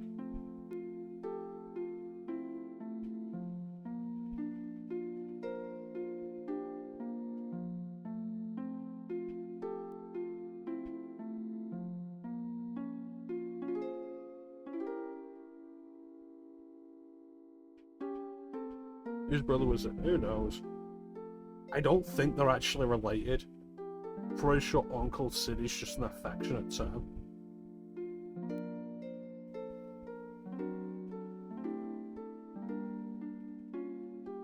They really should just take that painting down.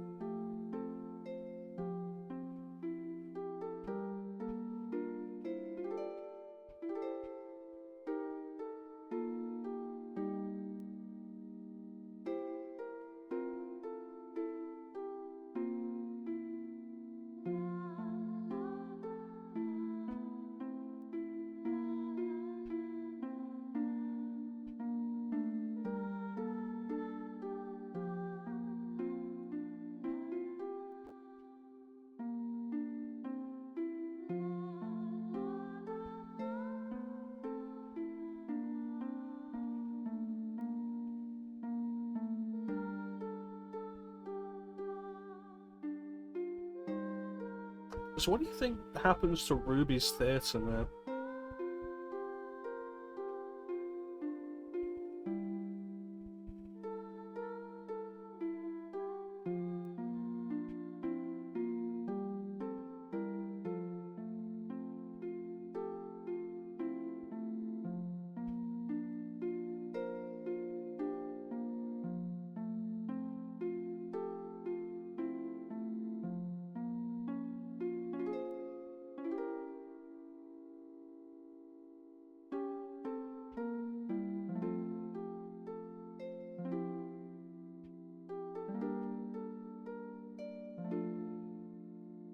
He does not look happy.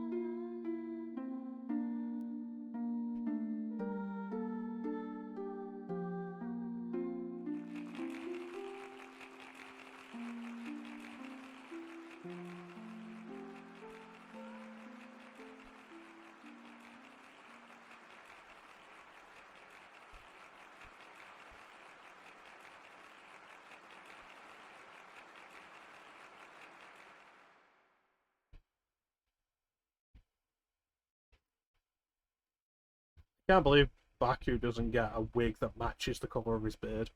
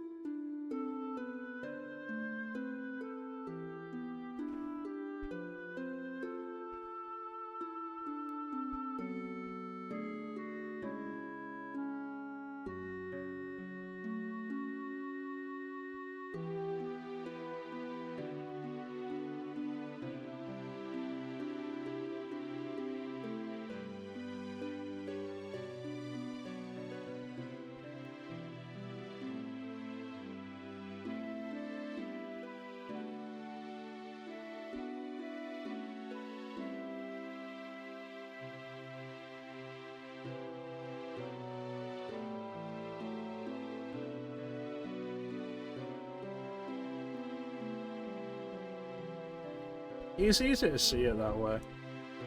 I think it doesn't help you don't see her up close a lot.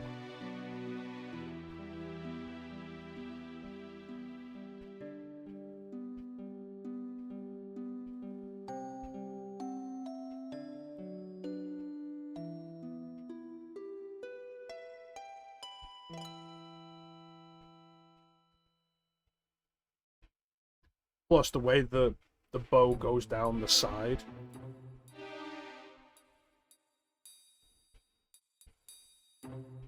Like, it really looks more like hair than a bow.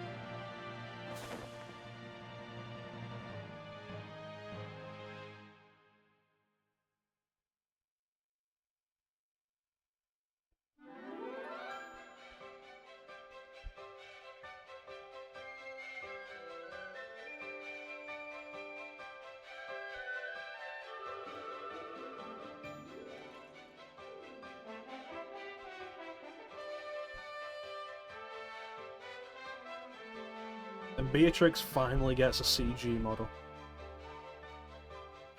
What a happy ending.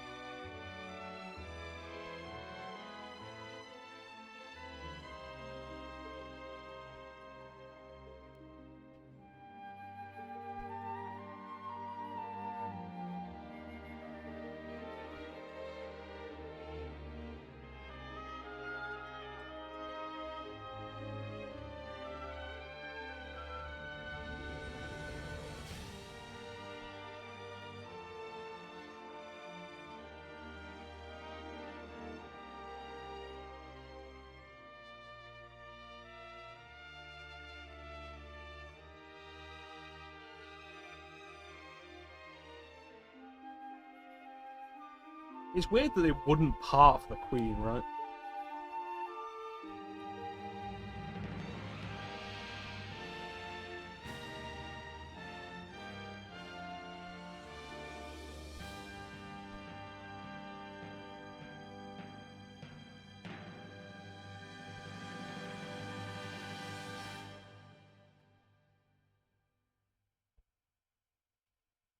Straight up the best ending of the PS1 Final Fantasy trilogy.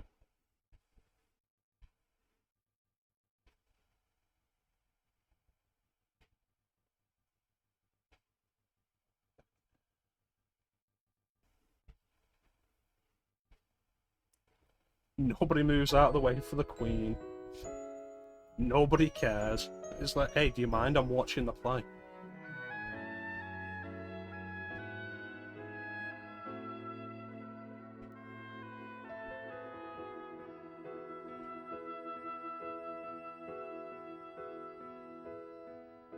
Alone for a while, I've been searching through the dark for traces of the love you left inside my lonely heart.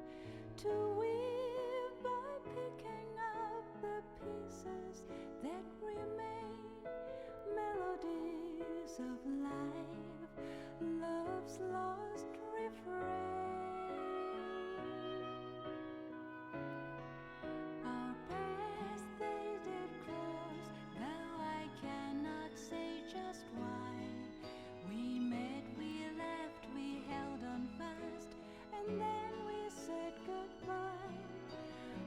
Final Fantasy 9. Hear the echoes of stories never told. Let them ring out loud till they unfold. In my dearest memory, Deliberate throwback to classic Final Fantasy. And I think probably the only time it was ever really done right. Certainly the nostalgic throwback with the fewest shortcuts.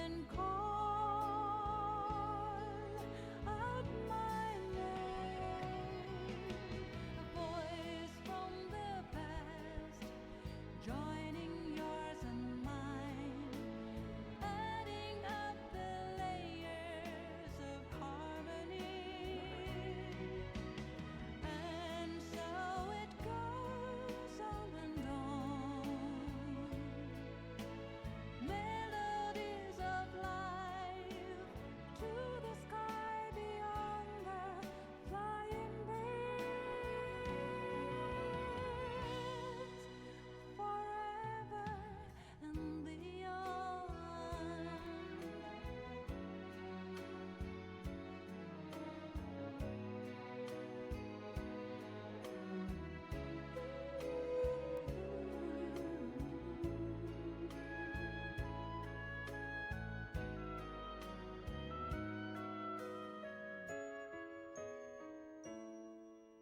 Some people argue this is the best of the PS1 Final Fantasy trilogy. And there is reason for it. I think it does have its own downfalls. But it is certainly better overall than 8. So far and away, see the bird as it flies by, gliding through the shadows of the clouds up in the sky. I've laid my memories and dreams upon those wings. Live them now and see what tomorrow brings. In your dearest memories, do you remember loving me? Was it fate that brought us close and now leaves? I think it is probably what holds it up above other Final Fantasy nostalgia callbacks. Because it is its own thing. Adding up the layers of harmony. And so Like, it's its own thing first and foremost. melodies of life to the sky beyond the flying. It's pretty coherent, but it's also less complicated than 7, I think, is a big part of it. It doesn't help that 7 doesn't explain quite a bit. Your voice will still remember our melody. Now I know we'll carry on. Melodies of life come soak around and grow deep in our hearts. As long as we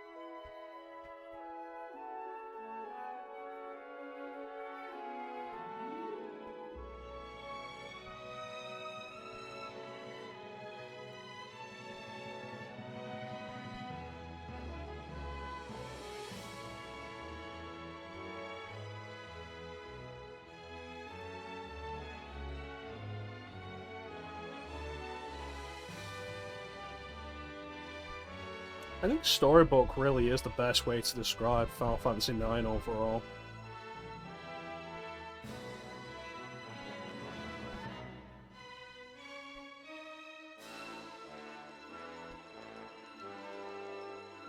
I always love it in every one of the credits themes when the main Final Fantasy theme comes through.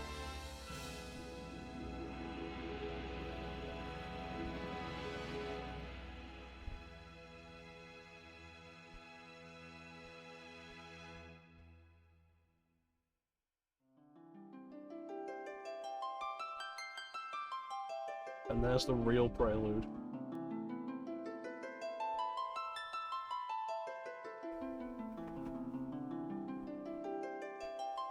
Final Fantasy IX. It is a good game.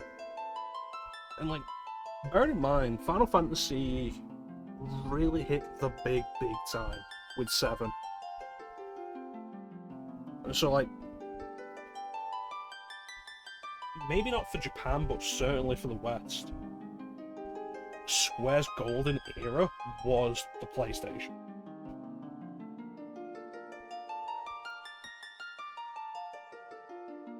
And so we come to 2000, time the PlayStation's end and the PS2's on the horizon. And this is a damn good way to say goodbye to that golden age.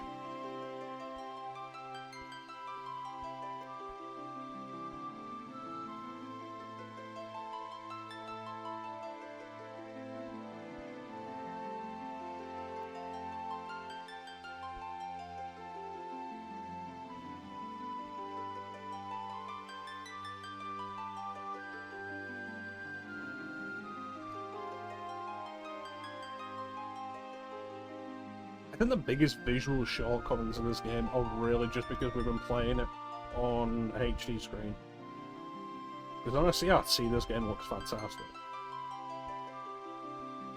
I don't think it looks quite as good as 8, but I think 8's visual design just works a little better.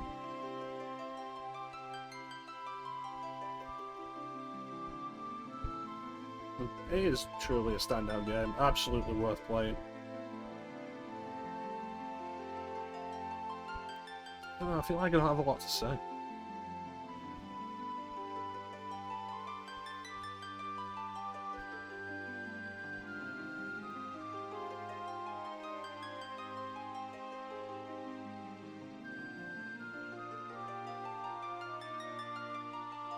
It's good.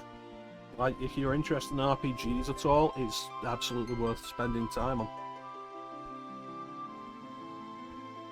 I probably wouldn't recommend this first in the series. I think the dedication and adherence to the classic Final Fantasy job role archetypes hurts the game in some ways occasionally. But as really more than anything, it's Disc 2 when they leave you for so long without a healer. Aside from that, a lot of it flows really well.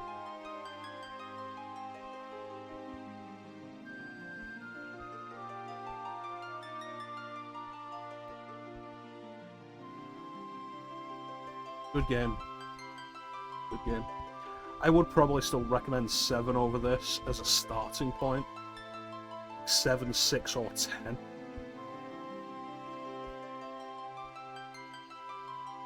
But I suppose the big benefit nowadays is they're finally all available on modern systems.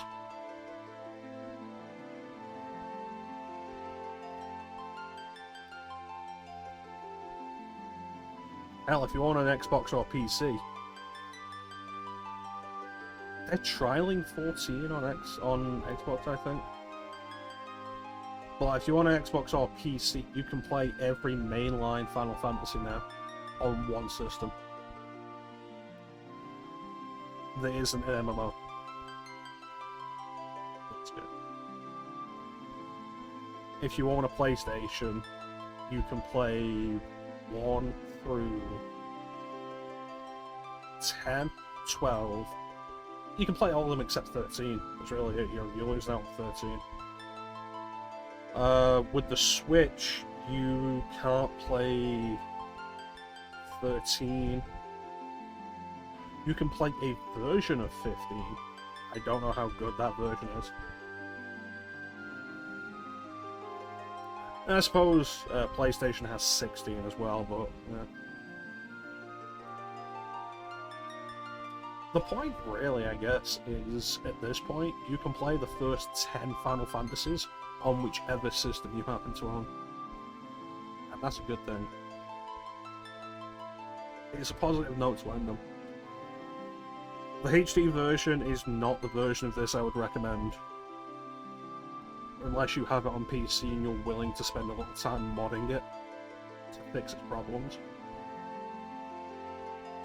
But ultimately, there's not a particularly bad way to play Final Fantasy IX.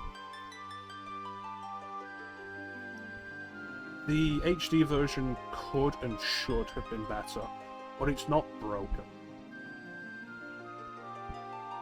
And if you're after experiencing Final Fantasy IX, there isn't a specifically bad version of FF9. It gets a recommendation. Strong music, strong story. The battle system's quite engaging. I still don't like trance as a mechanic. But it's more because it feels wasted than it just being a bad mechanic that gets in the way of anything. It's cool to see a return to the classic character archetypes of like Knight, White Mage, Black Mage, Thief, Summoner.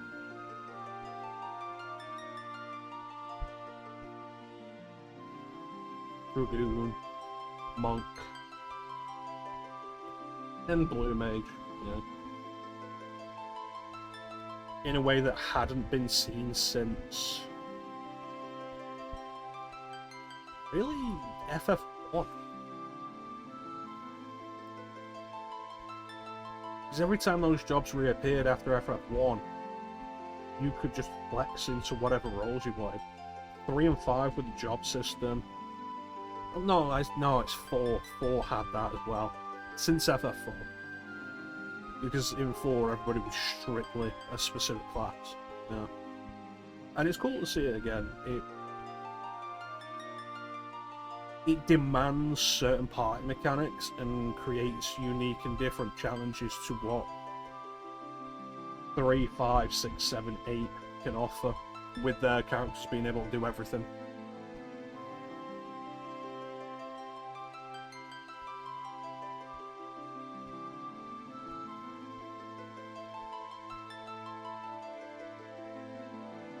Good game. Recommend it.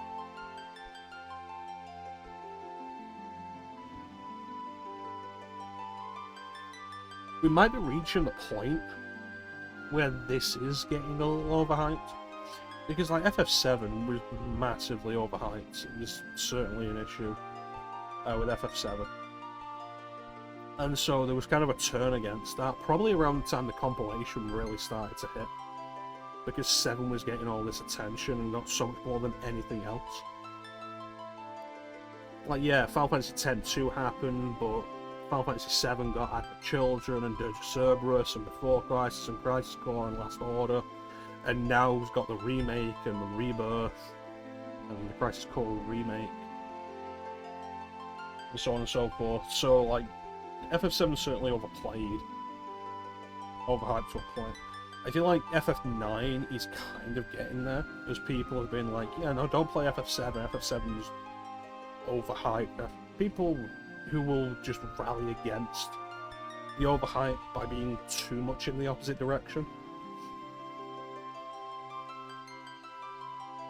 And saying like, go with FF9 instead, FF9's so much better. And it's like, they both have their strengths. Is one better than the other? It's hard to say. They both really work. 8 is certainly the weakest of the PS1 trilogy. But 8 has its own strengths.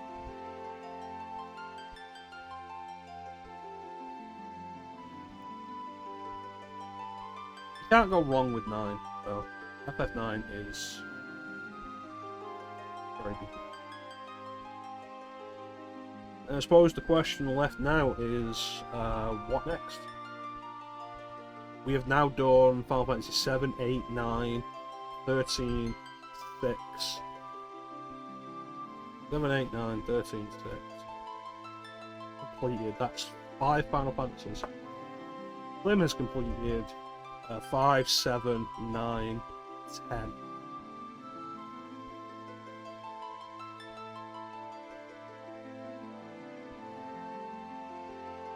So Klim is behind.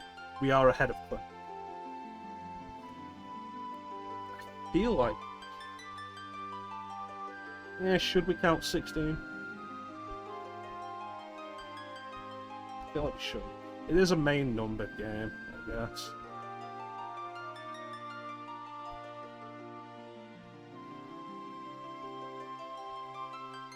I don't know, when I think of these things, I tend to think of ones that were there when as we grew up. And like, as we grew up, 13's kind of a cut-off of that. But really what we should be counting is like main series numbered games, and you are right, yeah. 16. So Klim and I ain't even.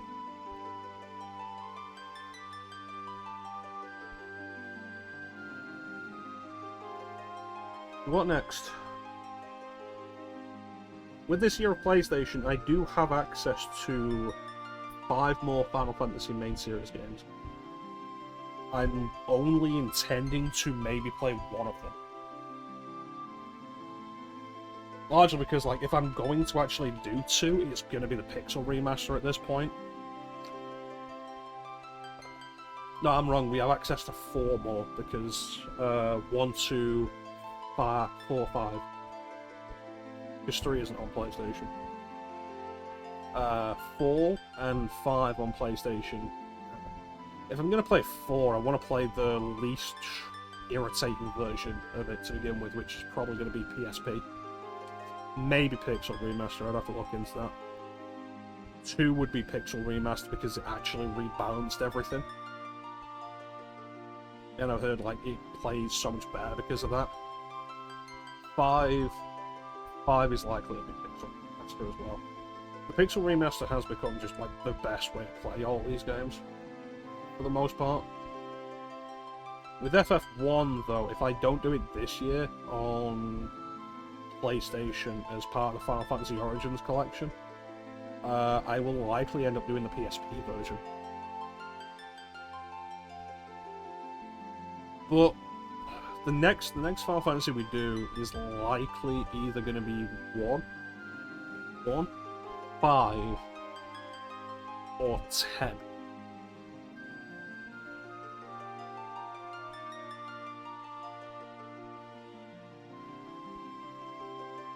Unless at some point I get like just a weird craving to do 15. There is the possibility of 12, but because I haven't finished 12 before, I am kind of thinking, because of how tactical that game can be, it might be worth doing first off stream, but we'll see. It's entirely likely that I will end up doing 12 for the first time all the way through on stream.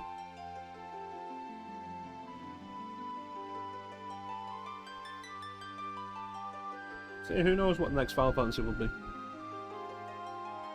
But I'm looking forward to it, and I hope you are too. As Klim and I continue our race to have completing more main series Final Fantasy games on stream. And we're going to restrict it to main series, because if we push out further, then I think we are still even, but I can very easily take the lead, because I have access to more. Like, Klim can't do the PSP stuff, Klim can't really do the DS stuff as well. So, main series is probably the best way to keep it, and then whatever spin-offs or whatever. Who knows, if we're really lucky, maybe we'll see Final Fantasy Tactics this year. But that is very unlikely. Still kind of holding out hope that Square will turn around and announce Final Fantasy Tactics Remaster, like Tactics Ogre Reborn. and then I'll buy that and never play it. Well, I digress. I've got a few ideas of what to do next for the year of PlayStation. There's a bunch of stuff we could jump into, stuff that's been requested, stuff people are interested in.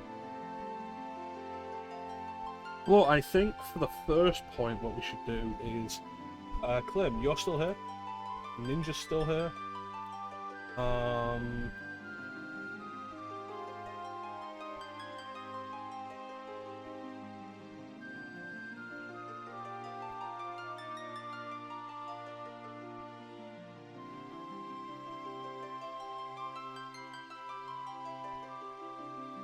What I'm going to say is the first one of you to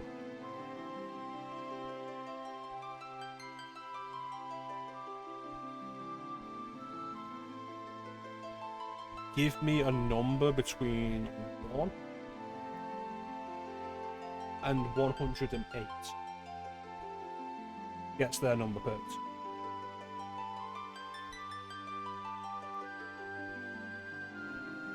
Actually, no. I did finish some of these games.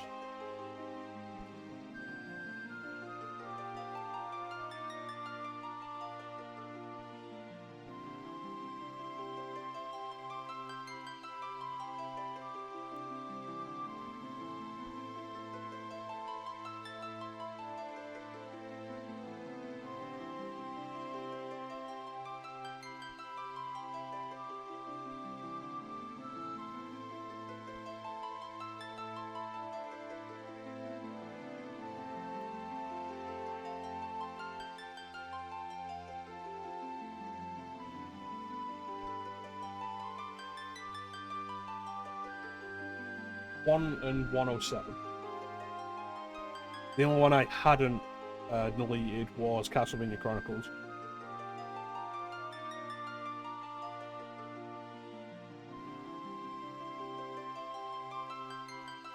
Do I shuffle these again?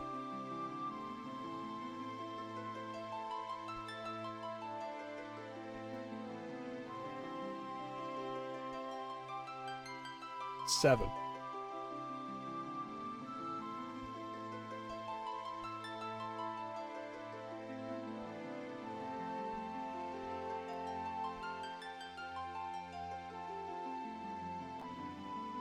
So once we shuffle this,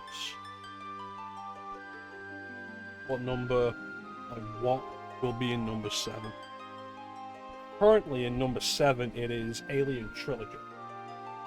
But we are shuffling before we actually take that number.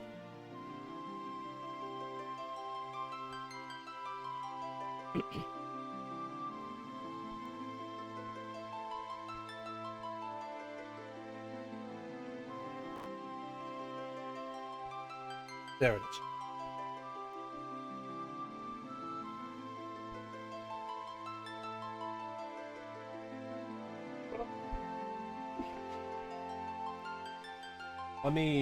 Can I show this with you guys? Do I have the window capture set up for it?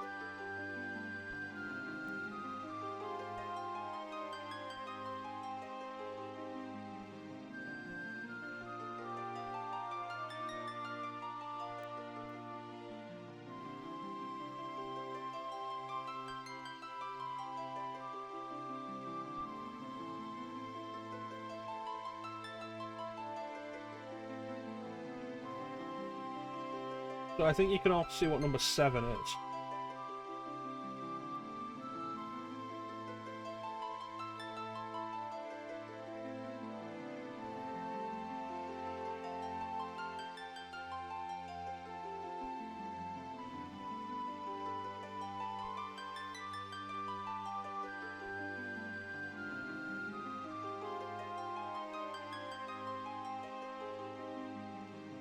You all see that?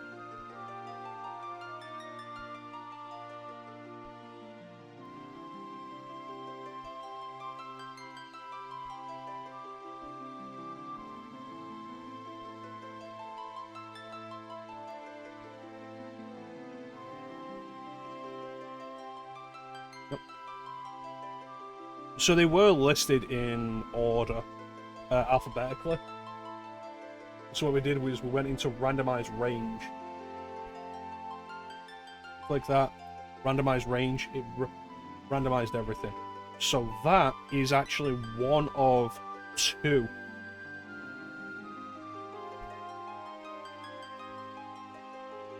One of two chronos.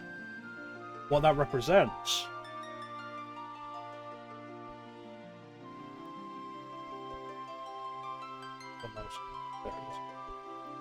what that represents is the Chrono series. So Ninja has just ended up with Chrono Trigger.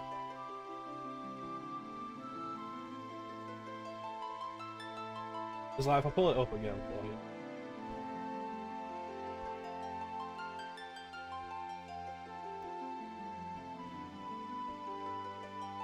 Like you can see some of these entries. It's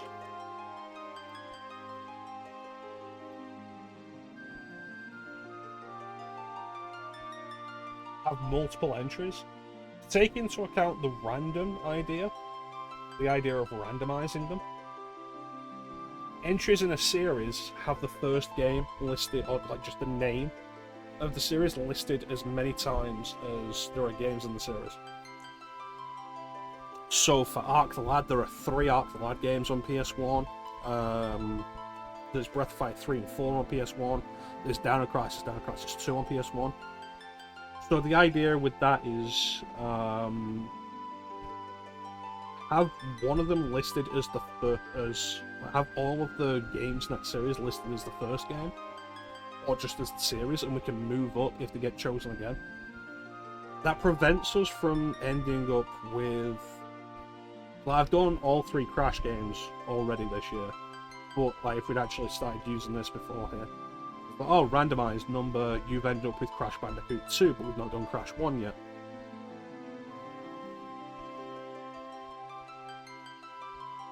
We didn't do Crash 1 this year, did we? No, we did that last year after Broken Sword.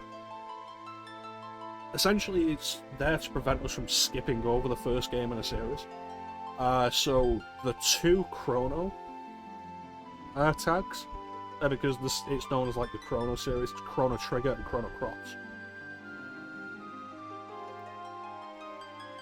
So, what you've ended up picking, Ninja, is Chrono Trigger, the PS1 version, which nobody has been wanting me to play, and honestly, kind of funny.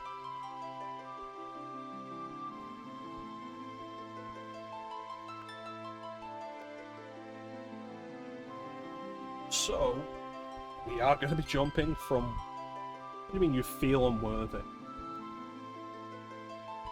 It's in the list because I'm willing to play it.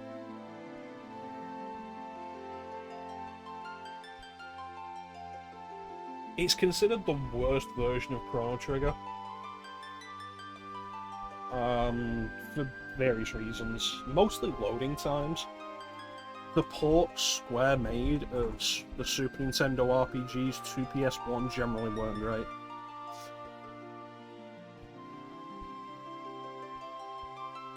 But it's there for the reason of like, maybe we'll do Chrono Trigger finally this year.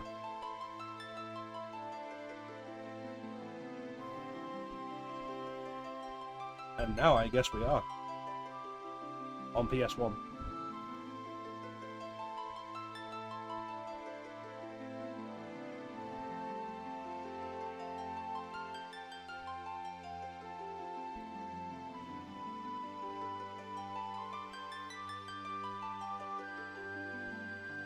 Honestly, I want the version I do to be the PC version because I've modded it to be like really nice, like look really nice and everything.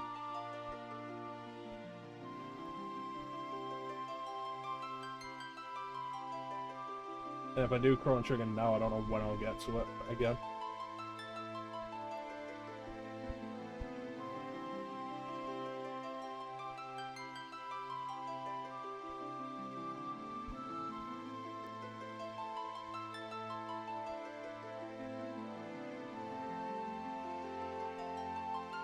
You know what?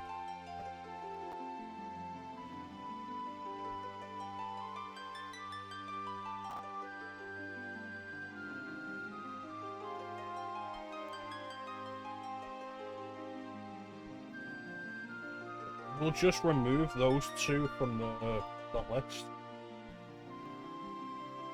Because I don't want to do Chrono Cross without having replayed Chrono Trigger anyway. So what we'll do is we'll shuffle it again. This will be the one time. The one time. We'll do Chrono Trigger next year on PC. And then, like, if I go back to Chrono Trigger after that, we can do the New Game Plus save off that. Maybe. But this will be the one time that we...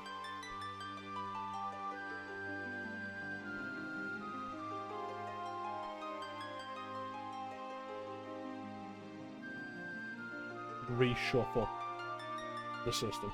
The only time. Because part of my hesitation in doing it was like, we do it once, we'll keep doing it. We'll make this the only time we do it. Let's reshuffle it and see what comes up in number 7.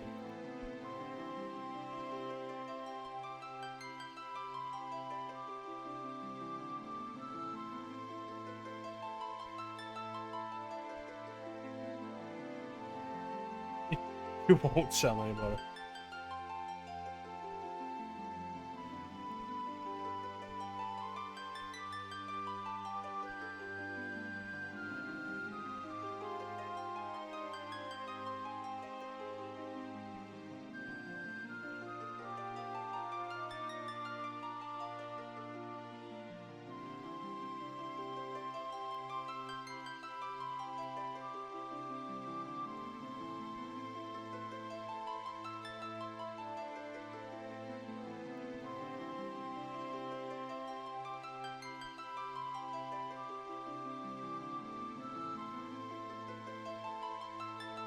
Can you imagine Persona?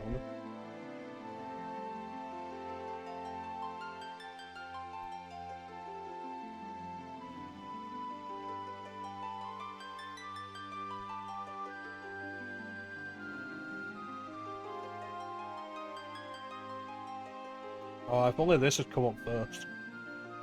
PlayStation Doom.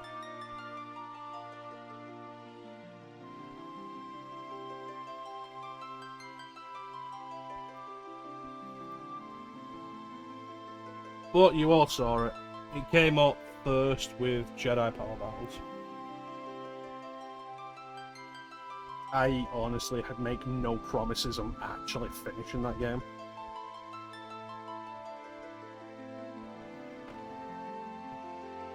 But what we will do real quick, if RetroArch doesn't crash.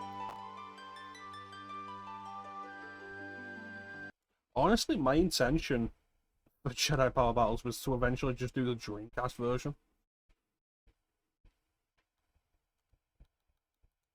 Because the Dreamcast version is kind of crazy. It feels like the finished product of an unfinished PS1 version.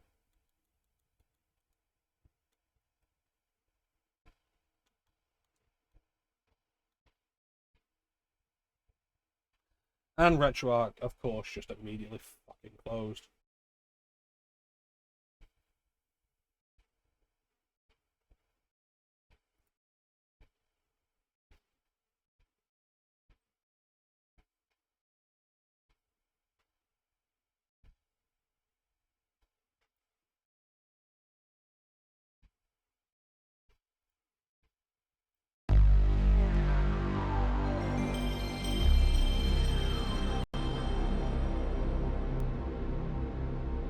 So as we say goodbye, I'll leave you with this.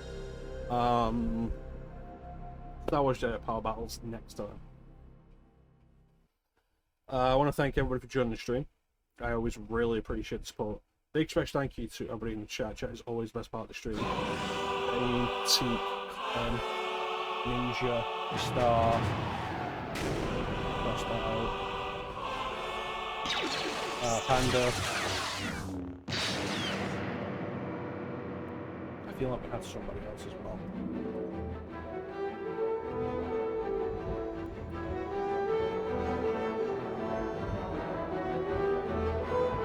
Yeah, pretty much it.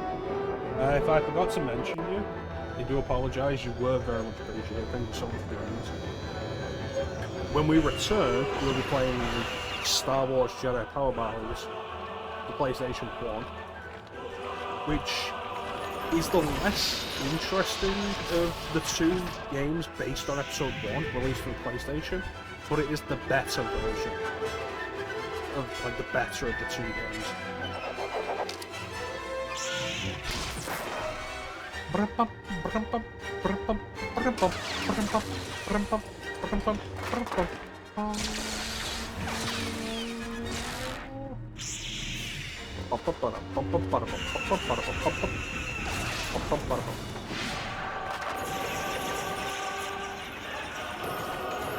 I don't remember those droids ever appearing in the movie. I remember them being hits in the game. This was a cool ending for this though.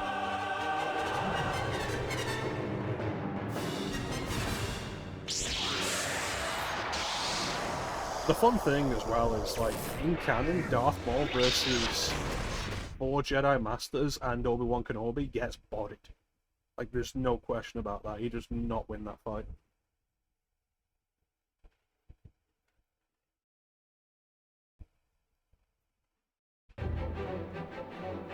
But that's going to do it for us for today. Once again, I want to thank everyone for joining the stream. I always really appreciate the support. Big special thank you to everybody in the chat. Chat's always the best part of the stream. I do apologise once again if I forgot you were in the chat, but you were very much appreciated.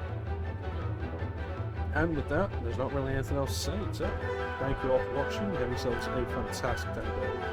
And take care. Catch you next time, guys. Bye.